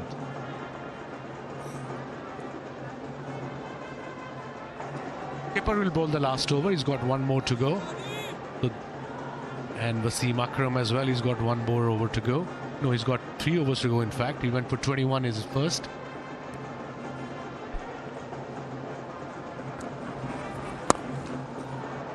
Nice shot. Just using the turn and the pace. Finding the gap nicely. Good punch off the back foot from Omar Zai. He's quality. Absolutely quality, Omar Zai. He plays that shot beautifully. The other day he played beautiful shots against Rashid in the same area. He waited for it. It was a slow ball. Picked up nicely towards extra cover and got the boundary. Much needed boundary on the second delivery. Good effort by TKC, but not good enough in the end. He's not happy, Adil. Shows how quick his hands are. Arzai, great bat speed in that stroke. That's going down with the angle. Have to wait and see if they go for the review. And he does.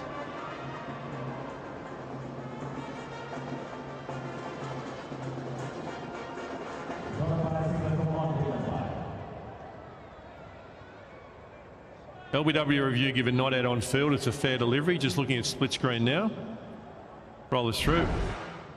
Okay, the ball goes close to the back. Can we look at ultra edge when it's available, please?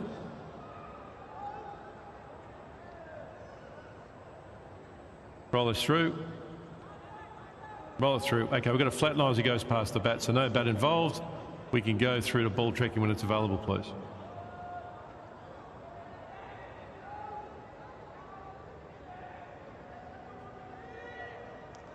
Ball tracking coming up now.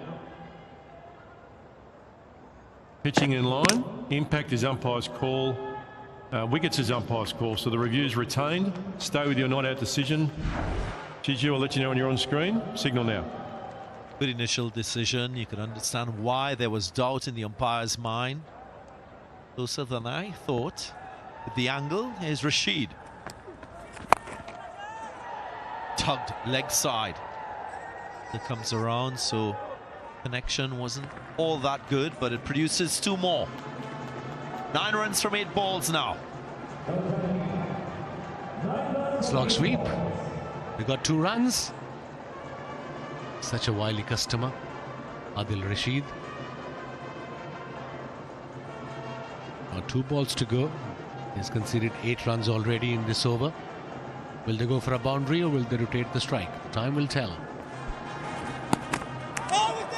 He lift that back leg. Good piece of stumping there from Sal Mendes behind the stump. Again, the line so good from Dil Rashid. It was outside the off stump. Ball spinning away further. Bit of a drift. Flighted delivery. A brave move by a leg spinner in the 19th over. But again, experience matters. Skills matter. And Adil's got everything. They're going upstairs for the stumping.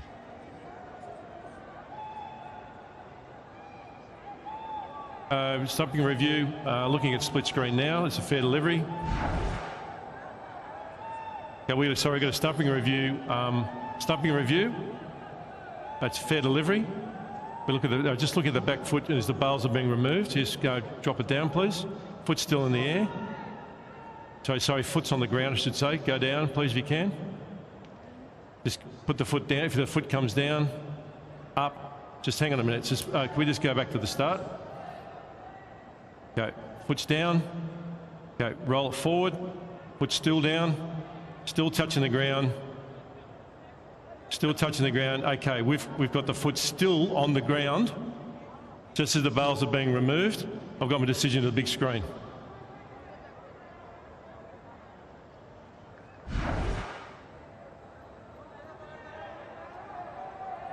Correct decision made by TV umpire Paul Wilson. At the point that the bails were being dislodged, the foot was grounded. Two dots in a row, so a little bit of pressure added by Adil Rashid. End of the 19, 149 for 3 and 9 required from the loss.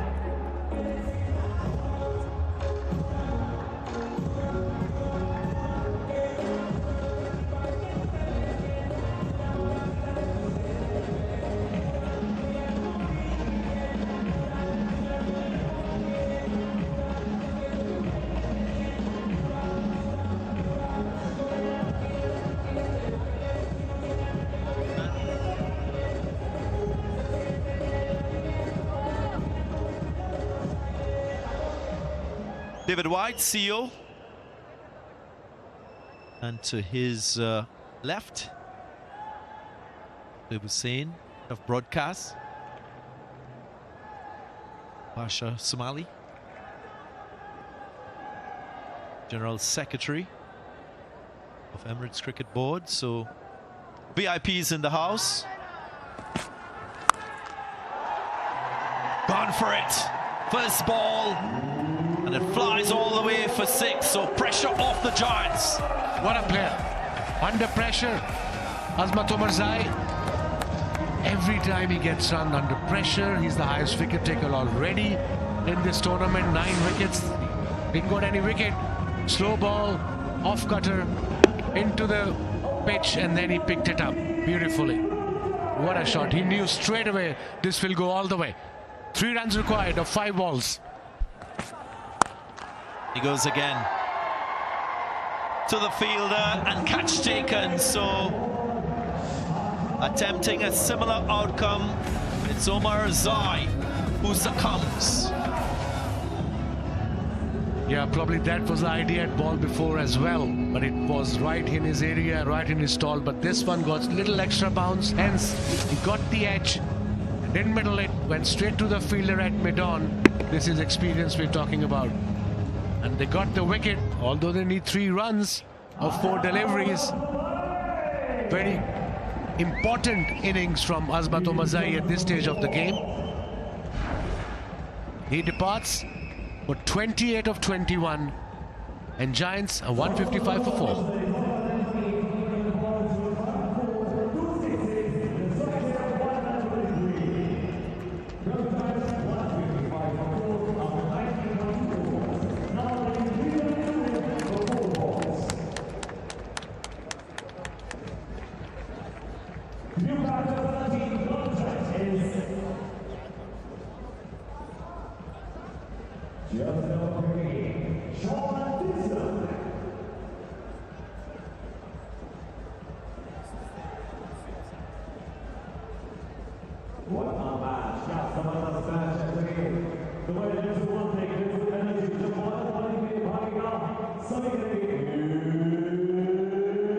John Dixon, English international, the super sub for the Giants.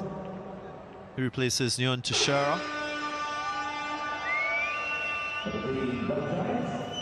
He's an experienced cricketer, off a batting all-rounder, can hit a long ball.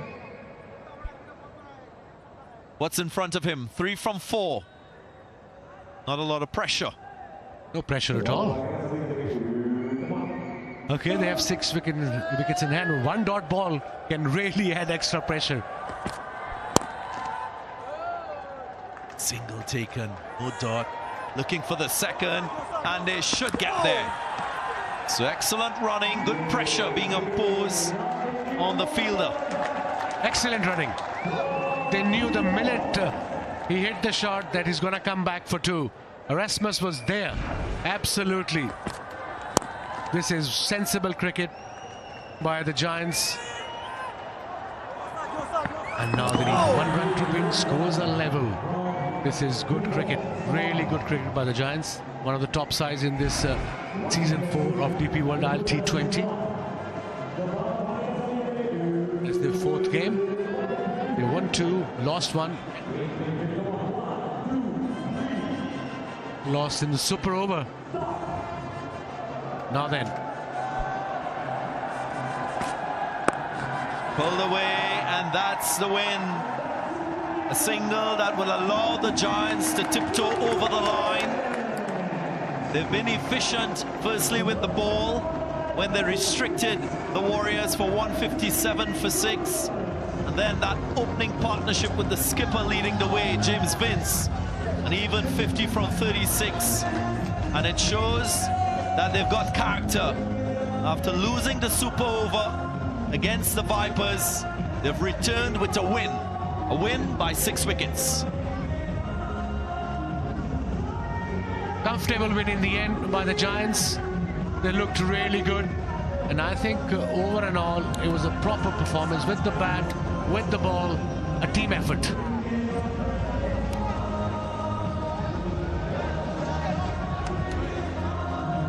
They never looked like they panicked. Gulf Giants had the advantage of winning the toss, electing to bowl first. They made good use of that first option. Had to toil in that power play phase.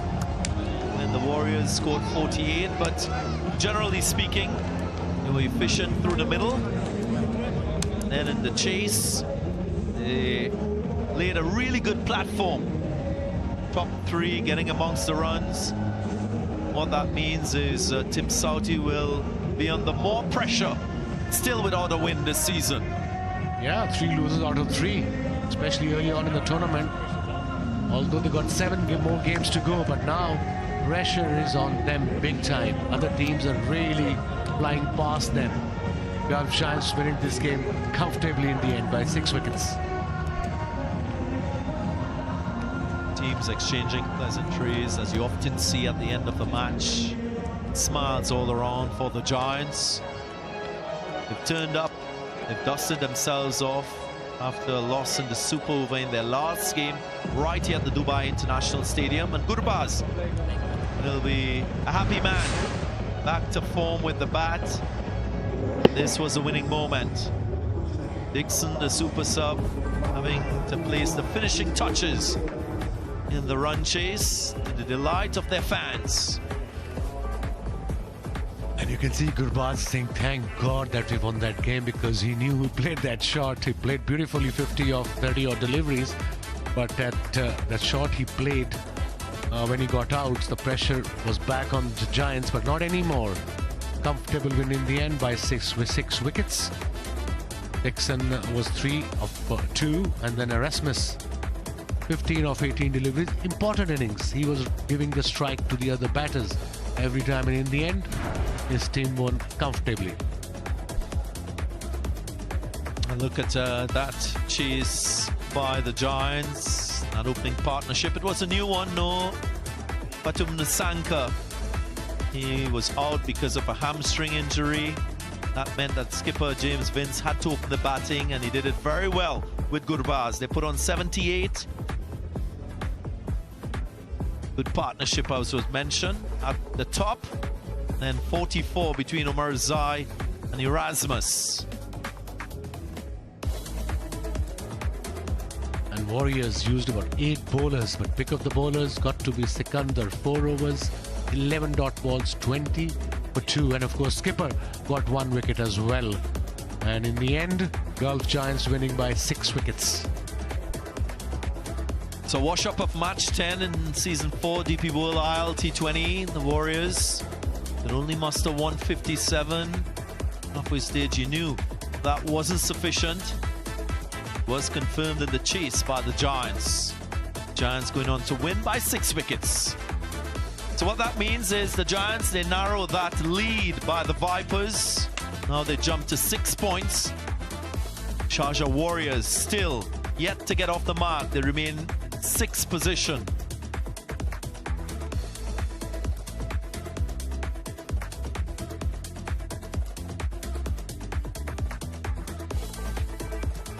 So as we close match number 10, confirmation that it's the Giants, James Vince and his men, going on to win by 6 wickets.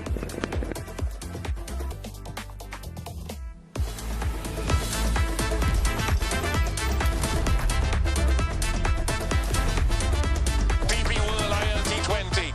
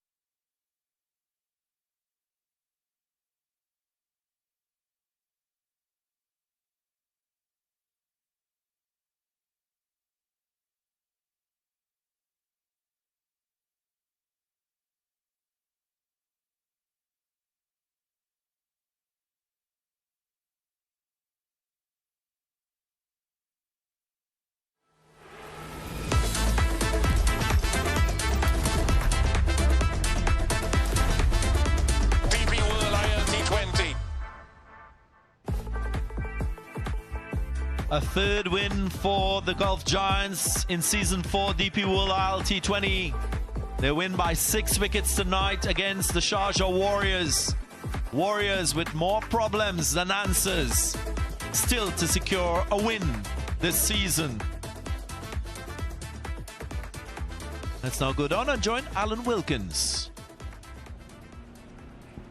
Another close finish here in Dubai, and it's the Giants who keep their momentum going. So we would like to thank all the sponsors of the DP World International League T20 for Season 4, DP World, One Expat, Big Ticket, TCL and the Cycle Hub. And DP World ILT20 would like to thank all the government organizations, the stadium authorities, everyone involved in the smooth conduct of this match. First award for tonight's presentation is the DP World Dispatch of the Day. Winner gets a trophy, a check for $1,500 US. It's Ramanullah Gurbaz for this big 6 off Tim Southey.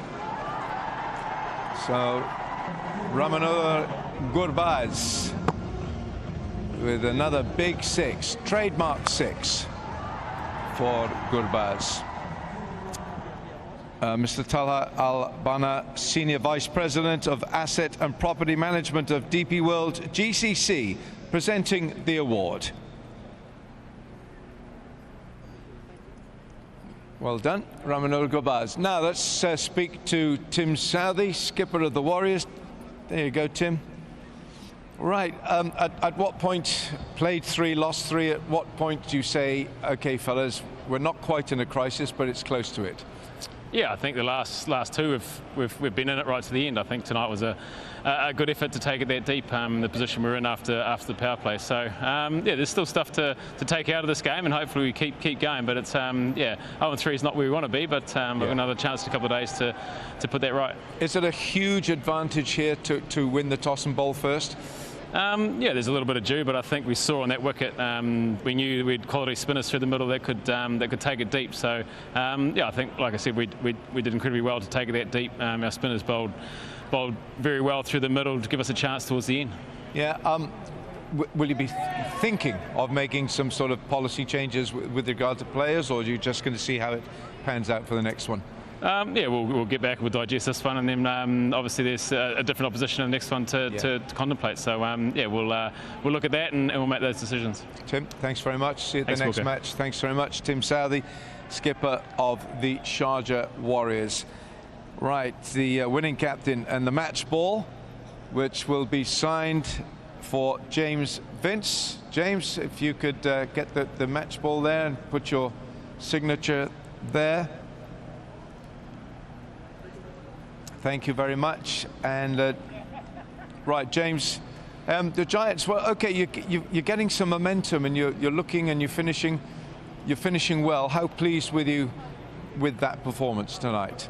Yeah, yeah. Obviously, winning the toss and bowling first. I thought the spinners were excellent through the middle. Dorse, Ayan, whenever he plays, seems to do an amazing job for us. So great to see him do well. I think they probably got away from us a little bit at the end. It's obviously, as the innings went on, pace off was quite tricky to hit. So I think they got 40, 50 off the last 4 overs, which probably a couple too many on there. But yeah, overall pretty happy with the bowling effort. And then yeah, we felt trying to get ahead of the game, knowing that the quality of spin they had through the middle and the way the pitch was playing, getting ahead of the game was important. So obviously got off to a decent start with the bat. It was tricky, like we expected, through the middle against their quality spinners, but yeah, managed to get over line in the end. So did you feel it was a pitch that was suited Ayan? Yeah, I think pace off the ball we saw, even the seamers that rolled their fingers down it, sort of sat in the pitch a bit. The spinners, I think, throughout the game played a really big role in the game. So yeah, Dorse, Ayan, Mo in his over, and our seamers that took pace off the ball well were tricky to hit. Yeah. Now we saw Pathun Nissanka sitting there watching the cricket. You said at the toss, James, that Sri Lanka didn't or pulled him off not to play today. What's his future with the Giants? As far as I understand, he's going to be okay for the next game, but it will happen quite late on in the day, so we'll have to, I don't know, leave that to the professionals. But yeah, hopefully he's back in for us on Friday. Generally, you're pleased with the way that Giants are managing the cricket and pulling off a win tonight, the way it went? Yeah, absolutely. Obviously, the last game we got in a position where we could have won it with a super over, but that happens in the game. So to be 3 from 4, playing some decent cricket, and yeah, we've got ahead in a lot of the games and managed to get over line in 3 of them. So a big game coming up on Friday against the Vipers. But yeah, pleased to where we're at, and hopefully we can continue the momentum on Friday. Are you feeling okay? Getting there, yeah, much better than I was a few days ago. All right, good man. Thanks, James. James Vince, captain of the Giants. Our final award tonight is the Player of the Match award, and he bowled beautifully. You just heard his captain saying how well he bowled.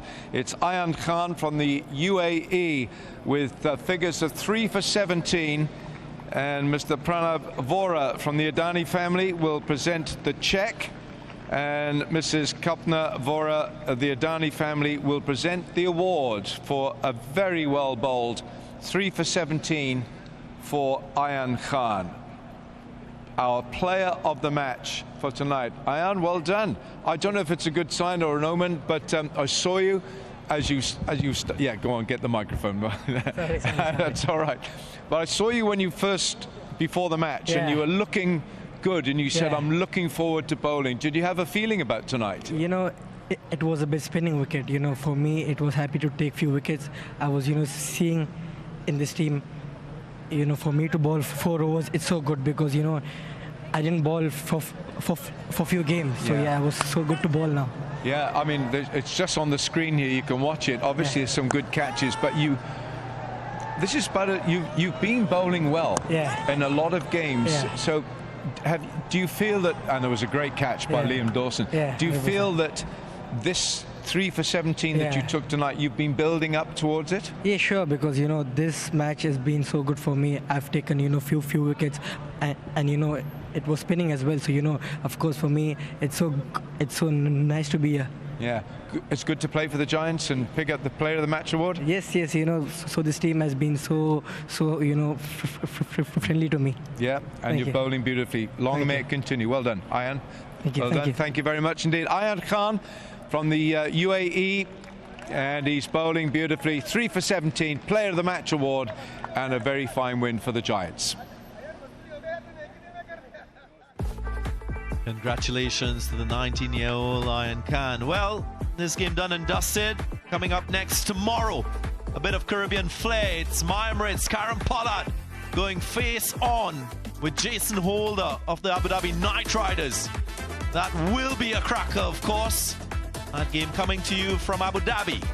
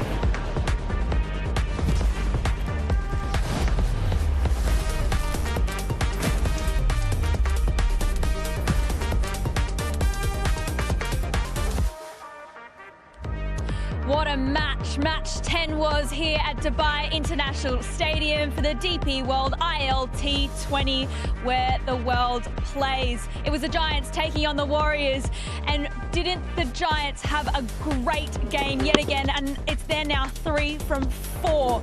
And there were some sensational players on board. Ramanullah Gurbaz was one of them. 50 from 36 from him today. James Vince, the skipper from today, 35, and they had a 78-run partnership. Those two were sensational together to watch. Power, class, absolute excitement galore. Well done to the Giants. Let's take a look at the summary, shall we? So it was the Warriors that had a bat first. They posted a 157 score, but the Giants came through with 158 and won the game. Gurbaz and Vince at the top, 78-run partnership for them, and it was just a sensational win from them. So let's take a look at the leaderboard. This means the Giants are still in second place, not far behind the Vipers, but Sharjah Warriors are right down the bottom with yet to win another game.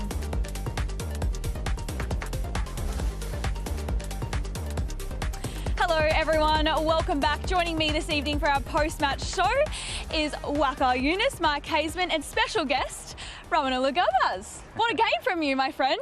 Sensational work. Thank you, thank you. Boys, how would you unpack his game? Yeah, I thought it was an interesting game. It was a game, obviously, that Sharjah had to play well, the Warriors, and I didn't think was enough runs on the board. They got 20 runs off over number 19. I didn't think that was quite enough. And the way that these guys started off was terrific. Ramanullah and also James Vince, just terrific. And they're going at basically 11 over the first 7 overs. So it was just outstanding work at the top, and I think by the time that was done, the hard work was done, because they knew the spinners were going to come into play and they're going to pull it back, but they were always going to be ahead of the game, as far as I could see it. Waqar, how important was that partnership between Gurbaz and Vince today?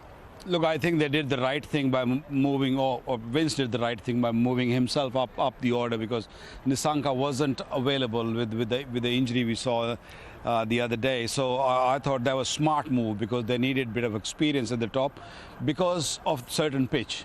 The pitch early doors, it does a bit. It's not that easy if you're just a hitter. You have to play really good shots. You have to play cricketing shots and then put bowlers under pressure, rather than just going and playing those big slog sweeps and stuff. So I felt that was a really good move.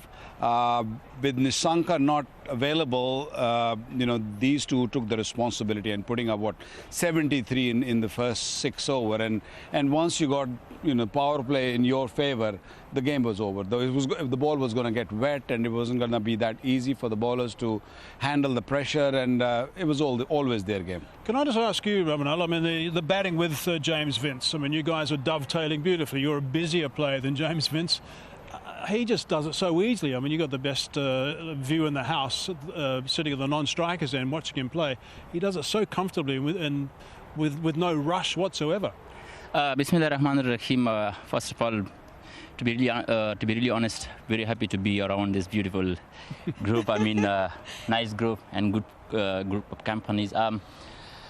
I'll just say I was struggling a little bit with my start from the last 3 games, the way I wanted to play, and I was not able to open the innings with the same intent. But yesterday I went, I organized my practice session only for myself, and went to the practice. I was just thinking about myself to just as much as I can to stay calm and relax and hit the ball, to be just a little bit relaxed in the crease. We know that Patum is not playing, and then, to be really honest, he's in very good form actually. Yep. And we discussed that it's a big mess for us, but when I discussed with him, I said, today gonna make a big score for you. I'm gonna dedicate it to you as well, and yeah, grateful for that also. And with Wednesday, it was a good partnership actually. He's very calm and he don't talk a lot. I like to be busy in the crease, talk a little bit with the batter and between the wicket running a little bit. But yeah, he's a little bit struggling with his hip, and yeah. But yeah, very grateful the way we start and win the match as well. Do you like batting with Nissanka, or would you prefer Vince? Because good question. Because Nissanka is very much similar to you, the way you play. Big hitter, pick up shots and all of that? Good question, sir, actually, because for me, it's always, I also try to attack, and Nishanka is always try to attack the bowlers.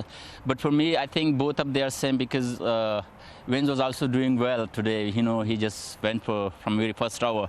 For me, I like to bat with both of them, whoever bat with me. I just like to bat as much as I can to give a good start to my team. And Patum, yeah, I didn't bat well with him for the last 2 games, but hopefully for the next game, if he come in, we have the same start. Okay. And the plan was very much to take advantage of the new ball at the start of the innings, so that if the spinners got involved on that track, which was turning as you guys saw, that that wasn't going to cause too many problems. That was the case, that we go a little bit harder in the power play. Once we start well, and then main Wednesday just start talk conversation as much as we can take advantage from the first 6 hours from their fast bowler. That will be better, because we knew that it's going to be hard a little bit for the spinner when the spinner come in. It's not easy to hit straight away. That was the conversation going on between us.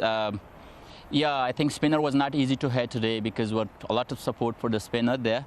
But I can still say that we were a little bit more negative, and we can be a little bit more positive against the spinner, because it wasn't that much difficult to as much as they gave us the difficult time. I think for the next match we need to learn something from here as well, because it doesn't mean that we win and we didn't make a mistake. Still we make mistakes, and we need to come stronger for the next game if we again face the situation like this and You think when you played that shot with Erasmus new at the crease, you guys felt it in the dugout, or you guys felt that, okay, now we might be in a little bit of trouble?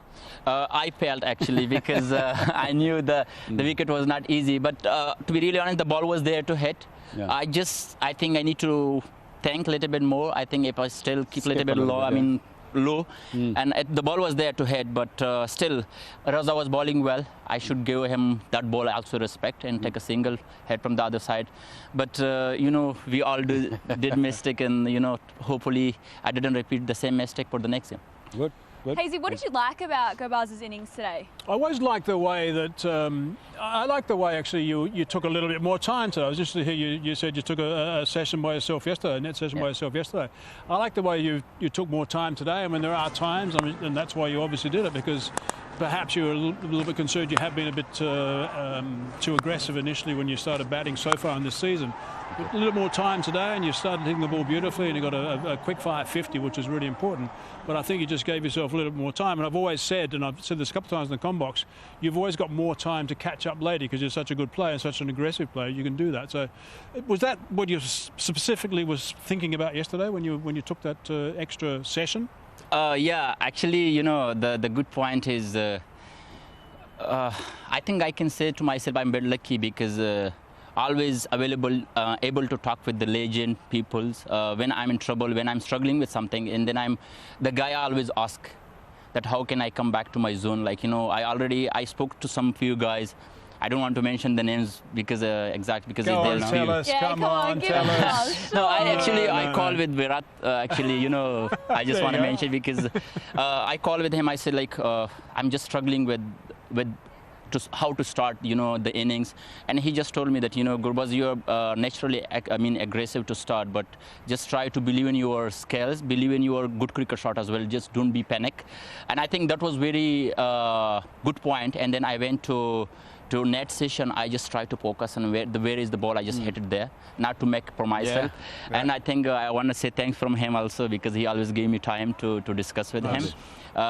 Yeah, so I think that's always nice to be to discuss with the good people. Great, so you can pick up the phone and have a chat to him. Exactly. I mean, lucky you. Yeah, I'm very lucky. Yeah, very lucky. So nice to have advice from so many legends at the tips of your fingers too. I mean, you get to play all around the world, not just here in Dubai, but you know, you meet so many amazing people.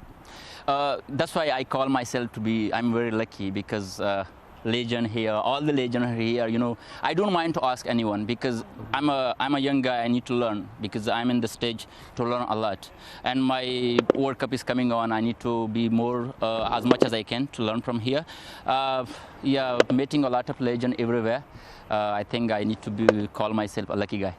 Can you just clear it one more time when you said you're lucky to be talking to legends when you look at me and you said talking. Were you talking? Because he everyone. I said everyone. Everyone. I said. I told you.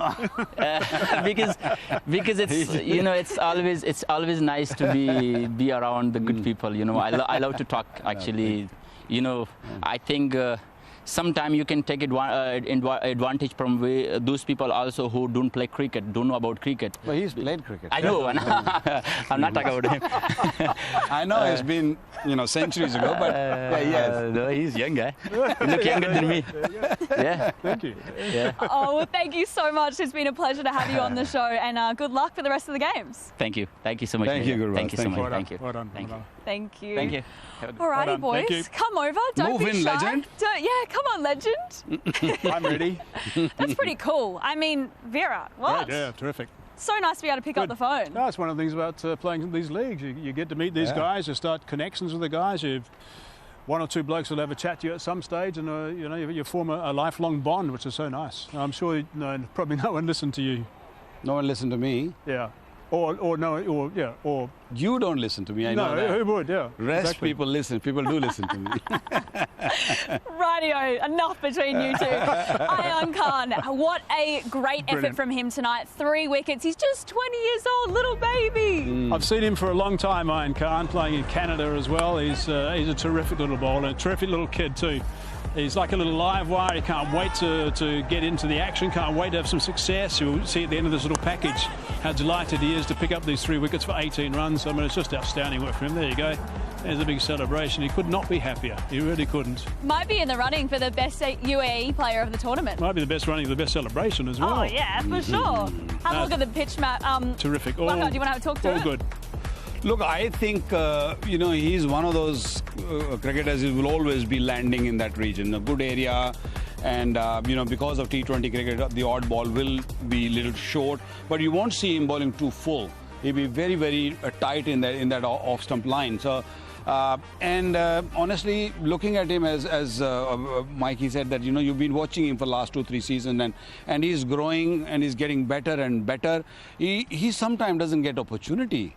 And, and he's, really pleading for an opportunity. And today he got the opportunity and he's shown that how good he is. It's not the first time we're seeing that. Even the previous years, whenever he was given the ball, whenever he's given the opportunity, he always creates something. And a genuine wicket taker, ball wicket to wicket, has got nice pivot, good revs on the ball. So, I mean, everything going for him, but sometimes he misses out, and he's always someone who's urging, who's always looking for an opportunity, which is a really great sign from a youngster in that dugout. And it was nice to hear James Vince at the presentation say that at the presentation. He was very complimentary of the work he did today, which is terrific. Now, Liam Dawson, he had great pace variation today. He took a really outstanding catch as well to get Tim David out. But yeah, Waka, what's your thoughts on his pace variation tonight? Look, I think you take Ayan Khan and Liam Dawson, they're very much similar. Liam Dawson probably more experienced, a very similar action, gets revs on the ball, and because he's got so much experience, he'll probably bowl better. And when there is a little bit purchase in the surface, he's probably your man. And he's another one who's always looking for an opportunity, looking for the ball to come to him. Even in the catching also, we saw the diving, and he's never give up kind of a cricketer. I think for a captain, he'd be a wonderful guy to have in your team because he's a banker. You give him the ball to do a job. He always does a job. In the field, he's very safe and good pair of hands. So I think he's just an ideal player to have in any sort of environment. I'm sure in the change room, he's probably helping these young kids as well as much as he possibly can. So it's terrific. I think we haven't seen really the best of him with the bat also. No, we haven't yet. He can bat. He can bat. Totally. Yeah. Right, let's talk about the sore point in the room. Sharjah Warriors, they haven't got a point on the table yet, but they looked out of sorts tonight a little bit. They didn't actually look like being very penetrating with the ball at all, really. I mean, once the runs were scored when they were bowling, they really didn't look like they were going to get too much going. The batting as well, there was I expected more from Mendes actually. He didn't last very long. I thought he was going to be a little bit more solid in the middle there. Some soft dismissals, I guess that's what we've got to say. That's just picking out fielders left, right and centre, and I think that's quite disappointing. I mean, they've got to work harder, really. That's that catch you were talking about. They've got to work harder in, in these games to get off the bottom of that table, because being at the bottom is certainly not a great place to be, of course. They've got to, I think, just suddenly, the captain's got to get them together, I think, and just get them going. They've got to find some momentum from somewhere. Momentum is a massive word in this format. Look, I am more worried about their bowling.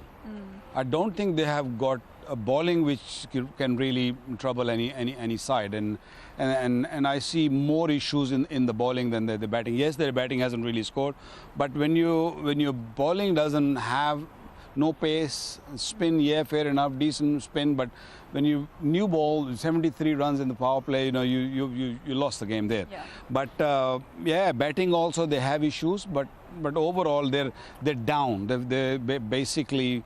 The morale is really down, and now they lost 3 matches. How they're going to lift themselves? It's not that easy when you're just sinking. You need a performance. I mean, the one odd game, they came very close. They should have won those games, but small mistakes, where you don't win games. So these games come thick and fast. So you got to be really on top of things, And at the moment, I feel that they need some inspiring performance from one of them to sort of lift them. Yeah. Otherwise, they're going to sink further. And I made the comment to you pre-game that they needed their senior players to step up. I mean, they weren't playing well. They played 2, they lost 2. I mean, if you look at their batting card, I mean, Tim Kolokabin was a fine player. Tom Kolokabin he got 7. Mendes got a start with 23. Johnson Charles played pretty well for only 36, though. Tim David, 19. It was only Dwayne Pretorius at the end. He got 36 quick-fire runs, which made any sort of difference. So disappointing. But one bright spark in their bowling was Sikandar Raza. 2 wickets for him tonight. Yeah, look, Sikandar Raza is one of those guys who just loves getting into games. He would have been very disappointed when he got out earlier today, so given an opportunity in the ball. He's always made that comment throughout his career, actually. He gets 2 bites of cherries with his batting or bowling. He's got 2 opportunities to make a difference, and he picked up 2 wickets at an important time, but sadly he wasn't supported by too many other mates in that lineup to help the Warriors get up. Alrighty, it's that time of the night for our winners of the competition, the Jawal Dikau Inam Pau questions. Congratulations to the lucky winners. Tonight's entrants, so make sure, these are tonight's entrants, sorry, so make sure you stay tuned for tomorrow night's post-show to see who's won for tomorrow night's match. But yes, congratulations once again. Make sure you keep an eye on the questions that are posted to you so you get a chance to have a win. Alrighty, we're going to take a short break, but we'll be back very soon with some more unpacking to do.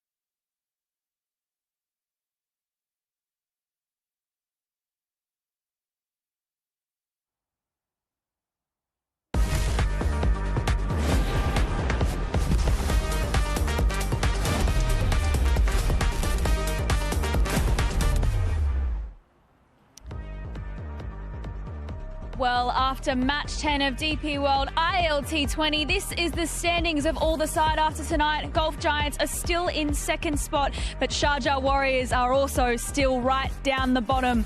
There is so much to play for tomorrow night, however. We've got two absolute heavyweights. We cannot wait to see all the action of match number 11 being taken on in Abu Dhabi tomorrow night. It's the My Emirates taking on the Night Riders. It's going to be a Caribbean flair fest. Just absolute icons galore. We cannot wait to see what they have in store for all of us. Right, boys. Now, they're both sort of in the same position. They've lost the same amount of games, won the same amount of games, although I want to mention that My Emirates, they lost a very close game the other night. Yeah, they did, and it was last night, in fact. And what surprised a lot of us last night was the fact that the pitch was not ideal for hitting sixes, and both these teams rely on that. So that's going to be something that might just hamper them a little bit, because they are two very good lineups. We know that. This was the end of things yesterday. And it went through to the keeper in the end, and he, Arabind, then threw the stumps down, which was a magnificent finish. They were scrambling through to victory there and ran him out. So that was the finish, and it was just quite extraordinary. Rashid batted beautifully in that last over, got a couple of boundaries, which got them right back in the game, and that run out just sealed it. So it was so tight. But I think I'm right in saying that about 80% through the game, I checked to see the sixes that were hit. It was only like 4 sixes hit. The guys really struggled. They had the My Emirates team had 4 players caught on the fence trying to hit sixes. So the pitch might be something they need to look at. But normally the track there is very good. It was for some reason last night it was hard to hit sixes with. How good's a nail biter though? Yeah, we've seen a couple now, isn't it? We saw the other day here with the super over, and then of course yesterday. So we are going to see more, because this tournament is going to get really intense when you move forward. Still plenty of cricket to be played, but yeah, once you gone into 3-4 games, you got to be a little watchful. Not only winning, losing, but you also got to watch out the net run rate. You know, so I think as you mentioned, they're two heavyweights. They're going to really come hard at each other, and position number 3, 4, and 5, they're all playing for to jump onto the third position. So it's plenty to play for. I feel they're going to be really a quality game. Absolutely. I mean, Night Riders, what do you think that they've really been doing wrong in the way that they've been playing since game 1? In Sharjah, they just didn't. The spinners actually took care of them. The spinners are the guys that bowled them out. That was what happened in one particular game that I remember in Sharjah, and that wasn't an ideal scenario. I mean, they were full of some power hitters, the Russells. Romario Shepherd is, he's on the My Emirates. Russell was certainly there. But yeah, the spinners did most of the damage when they lost a game in Sharjah. I remember that they were expected to win, but suddenly spinners got involved. If you were to predict tomorrow's game? I'm not going to predict now. Why? I've got a day off tomorrow, so I don't want to predict, and I don't want to get into that. I want to play golf. I want to kick back, relax, enjoy my day off. Guys, stop talking to me. I back Night Riders to sort of win this tournament. So really? I am, overall in my heart and in my mind or whatever. So it means them. Okay. You mean them? Yeah. Okay. Yeah. If you say you? So. I'm going for My Emirates tomorrow. There we go. My Emirates taking on the Night Riders. We cannot wait to see them in action in Abu Dhabi tomorrow night.